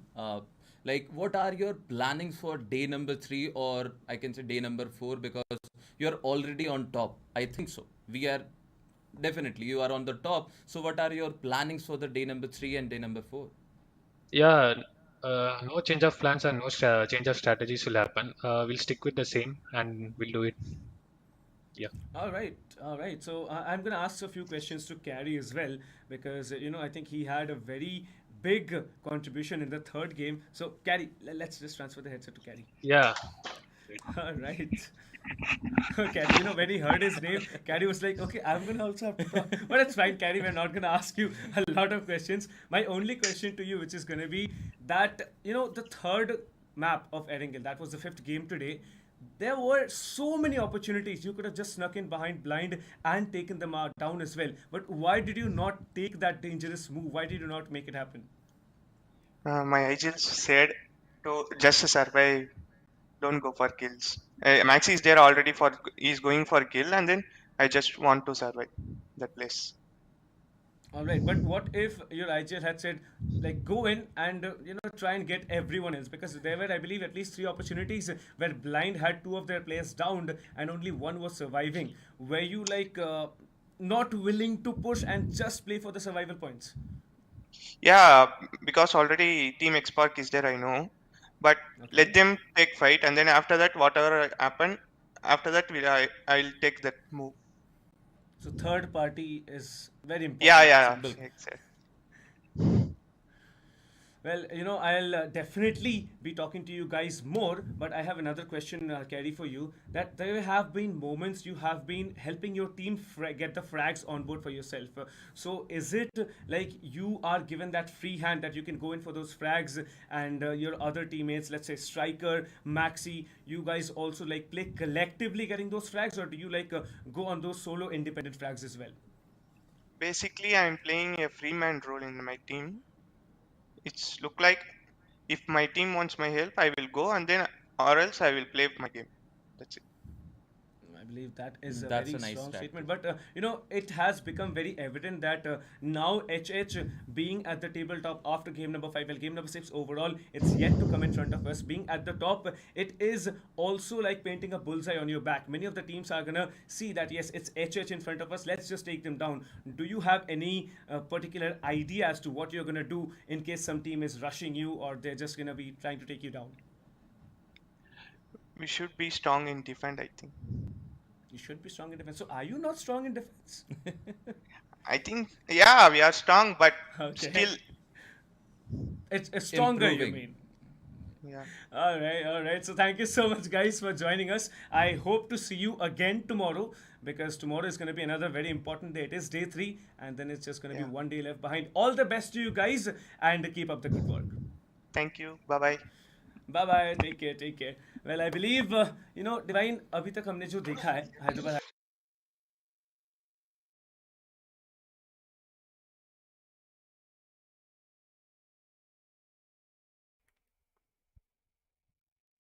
Well, now you heard from the table toppers. Yesterday it was CHEMIN. Today, well, day 2 ended, and I'm guessing Hyderabad Hydras secured their top spot. Which, and you also know now what was going in their heads when they were Yes. taking those fights against teams like EXO and Team XSPARK, right? They were explaining us what was going on and what were the team comps. Well, now you know how the pros think and what Mm-hmm. it takes to stay at the top. But Sam, moving on to day number 3, do you think that they're gonna be they're gonna be able to secure their top spot?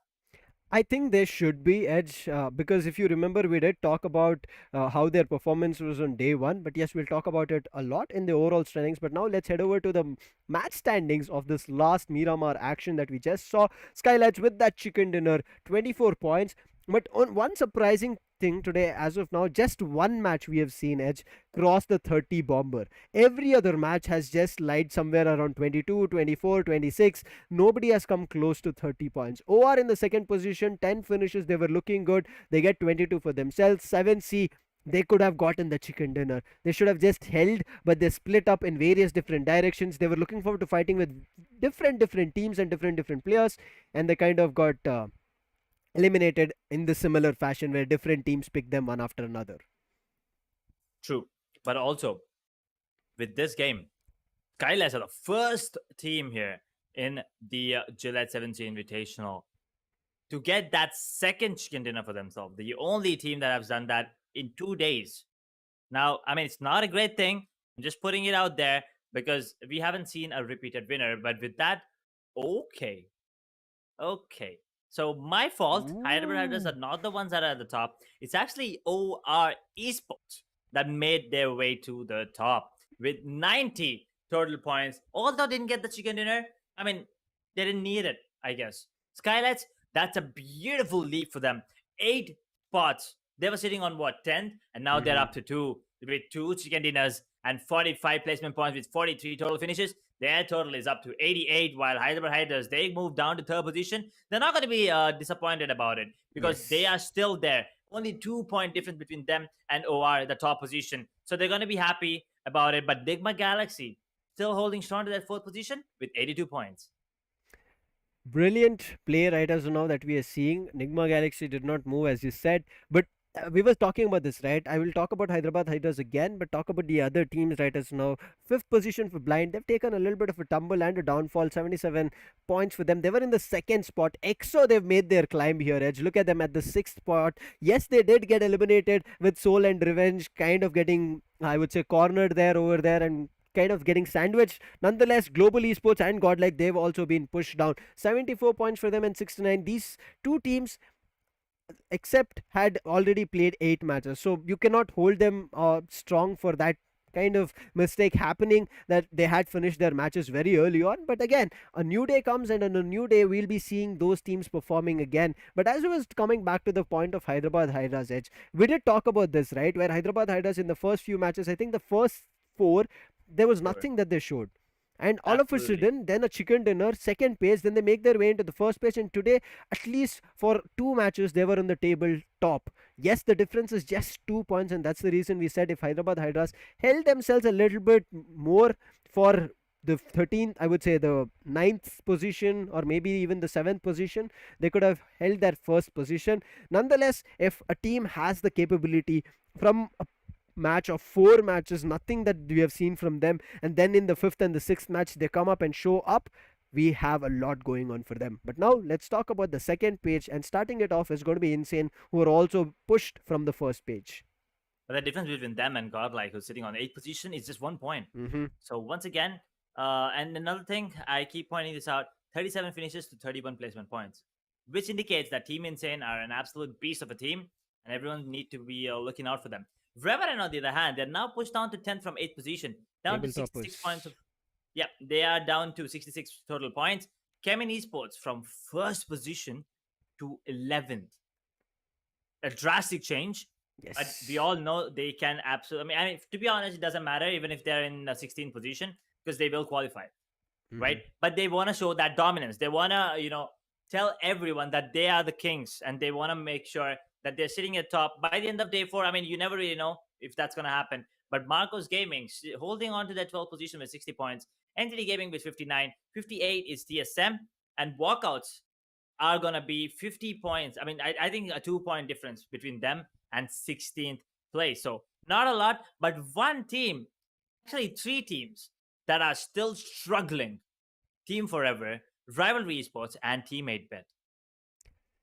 It's disheartening, Edge, but I'm still, as I said, right, I'm not going to hold any of these teams. It's still day 2. They still have 2 more days to play, 8 more matches in total for all these teams to get to that 16 matches mark. But if you remember, Edge, this third page, we saw 0 chicken dinners. But finally, the team which started off on a brilliant fashion, Walkouts, they are here with their chicken dinner in the third page. 17th spot, I understand, there's just 1 spot away from the top 16, but it's still the third page. It's still the cutthroat elimination point. So I think Walkouts, they need to re-strategize. Revenge, they've done the damage. Soul also, the performance is, I would say, not increasing in an exponential way, but it's a slow hill climb that Soul and Revenge are doing. Orangutan, it's either a complete power burst that we are seeing from Orangutan or nothing at all. So I think Orangutan, they need to find, I would say, a sweet spot in the middle where they can perform good and grab points on every map.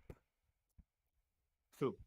And Enigma as well. Well, I had a really stupid logic for them. That didn't work out, but yeah, they are still holding on to their position there. But talking about top 5, okay, couple of new names. Actually, exactly a couple of new names, to be honest. Manya there, now on top with 18 finishes, 37.5 contribution percentage. 7Sea Spray got 17 finishes with a percentage of 56.67 contribution. Absolutely insane. Eggy, once again, on the top there, 3rd position for him, 16 finishes, 55.17 percentage. And GODL Neo, well, that wasn't a great increase in finishes for him, but he's still sitting there with 16 with 41% contribution. Atanki from OR, 16 finishes, 32.65. Well, unfortunately, I mean, you can see it. I mean, right from this, just the top 5 of Fragger board. I called it Fragger board. Yes, I know, guys. I know, chill. So we have no players from CHEMIN. Yesterday we had 2 players from CHEMIN. Today, no one. Which clearly shows that it wasn't a great day for the side of CHEMIN. And that's why, from position number 1, they added another 1 to it. Unfortunately, they're sitting on 11th position now. Exactly. If they were added at that points to the 11 points to their overall standings, then I think they might be in the first page. But as you said, today's top fraggers list is different, but also it was all because of various different teams performing. But again, if you see the first few teams which actually performed really, really well, TSM, Nigma Galaxy, Blind, Marcos, and SKYLIGHTZ Gaming, you can't see those players here. You can see a set of different players. Along with them, Global Esports with, I would say, one hell of a wrecker performance that they had with 33 total points is brilliant, and that's one of the reasons Manya leading the charge. It's still a lot for them to do. Global Esports, I'm not saying that they've done everything that they wanted to do in the semifinals. They have to keep this performance going up, because this MVP, this is where that I would say concludes, where the number of finishers will be getting that MVP position for himself and $1,000 for that solo player. Irrespective, this is a squad game. There is a chance of that one solo player grabbing more in terms of the prize. I mean, touch wood, but this is what I'm saying, that True. when we have seen in tournaments, majoritarily it becomes that the champions team have a top fragger, but in certain times there are situations where the champions team never get the MVP position. There are others who pick up that MVP, and I mean, for the tournaments excitement, that is really good edge. But in terms of having a situation where your solo player has got more prize than an entire team, just imagine. I mean, I mean, everyone's first things first. Everyone's gonna be like, bro, can you share? Yeah, Like, I mean, exactly. we supported you, right? So maybe you can support us. But yeah, $1,000 is not a it's not a less amount. Let me tell you that Exactly. it is huge, and also the fact that it's going straight into the player's pocket. Another big thing, you can use that to get yourself something. I don't know, have a bit of party there. If you win, I mean, that is obviously, if you don't win, then I don't know what they're gonna do. But if they win, that's definitely going to be used for the party or whatever they want Hmm. to. Maybe get yourself something that's gonna help you perform, right? That's gonna help you, improvise your gameplay. And also, after the entire tournament is done, the first thing that I'm pretty sure, I mean, even after today, like after this particular matchup that's done, I'm pretty sure everyone's looking forward to have a good night's sleep, because rest Yes. is so important, right? I was talking about it in map number 2. Rest is crucial for all these Very. teams. They need to be uh, very rested, and so they have the energy coming in tomorrow, because playing 4 maps each is not an easy thing to do. So you got to be re-energized. That, and also make sure your diet's really good, right? I Hmm. mean, I don't know, but I mean, as a person that I've seen multiple players and boot camps as well, dieting, I mean, I don't mean dieting, I just mean the diet that you have, the Exactly. food that you consume is really important. I'm pretty sure it plays a part in your your mind and how Hmm. your physique is. That, I mean, people think it might not be a crucial thing, but trust me, guys, everything that you think about, you read, or the way that you're just sitting, I mean, your postures as well. I mean, Sam, we got to be sitting here, we got to sit straight, right? Don't Exactly. be hunched back and have backaches. I mean, what are we already? I mean, I'm 20, you're like somewhere, you're hitting 30 soon, so you're gonna be having that Okay. cake. Okay. So It's that hurt. But yeah, okay, exactly. See, continue. it hurts, Sam. So just make sure you sit straight and have a good, I mean, rest. Once again, it all Hmm. comes down to rest. That is crucial. And also, talking about things that go smooth, delayed razor blades. Don't forget to get yourself that, and make sure that you're well groomed, because you need to look good when you're doing some good. And when with those plays, I mean, the fraggers, once again, they are looking good there on the leaderboard, top fragger leaderboard. Let's just call it fragger board, Sam. What do you say? Hmm. Exactly. I mean, it's top fragger in the sense we are going to be seeing the top 10 out of 24 teams. Just multiply into 4, you're going to be seeing 68 players. Out of 68 players, there are a lot more. I'm pretty sure more than 70 plus, because there are going to be substitutes who will be switching up here and there. But again, the top 5 we saw till Atanki with the 6th position. Finally, we did talk about it. Blind, they did get the chicken dinner, so the player should be somewhere there. Deadpool was there yesterday as well, if I'm not wrong. He has Yes. 14 finishes. He did the heavy lifting yesterday. I think he was close to 70 in terms of contribution. But you can Right. see Exo Snacks, he was there. But Panku is also here with 14 finishes of his own. Saumraj with 14 finishes. Global Esports Joke, wait, Nakul is going to be with 14 finishes, and Aditya. So the next set of 5 players here have 14 finishes all. Whereas only in the top 5 we see 18, 17, and then from the 3rd to the 5th sharing 16 finishes each. But the contribution That is a change over there. Blind again with Deadpool, he is lifting majority of that contribution towards his end, 40% of the rest of his players. But Panku, there is where we see the downfall. 35, 32, 29, and 28 till Aditya. And also one more thing that finished that ratio 1.75 on everyone from 6 to 10. Same. From 5 to 3, it's 2.13 on Spray God, and look at Manya's 2.25 with 37.5% contribution. Now that's insane. Absolute dominant performance coming in from him. You could see that, right? Not just the one that they actually got the chicken dinner, but also the one where I think Manya was a sole survivor. He tried his best to get as many frags as he could, get as many finishes as he could. So that is the performance. That is the mindset that he had. He knew for a fact. But I mean, we're done with the day. But I'm happy with the way that it went. But just one thing that kind of I wouldn't say disappointed, but I just didn't see that one coming. We had 11 different winners, but that final match, I know. I thought for a fact. I mean, for a second, I actually thought we might be getting 7C to be that winner, but at the end, it was SKYLIGHTZ Gaming.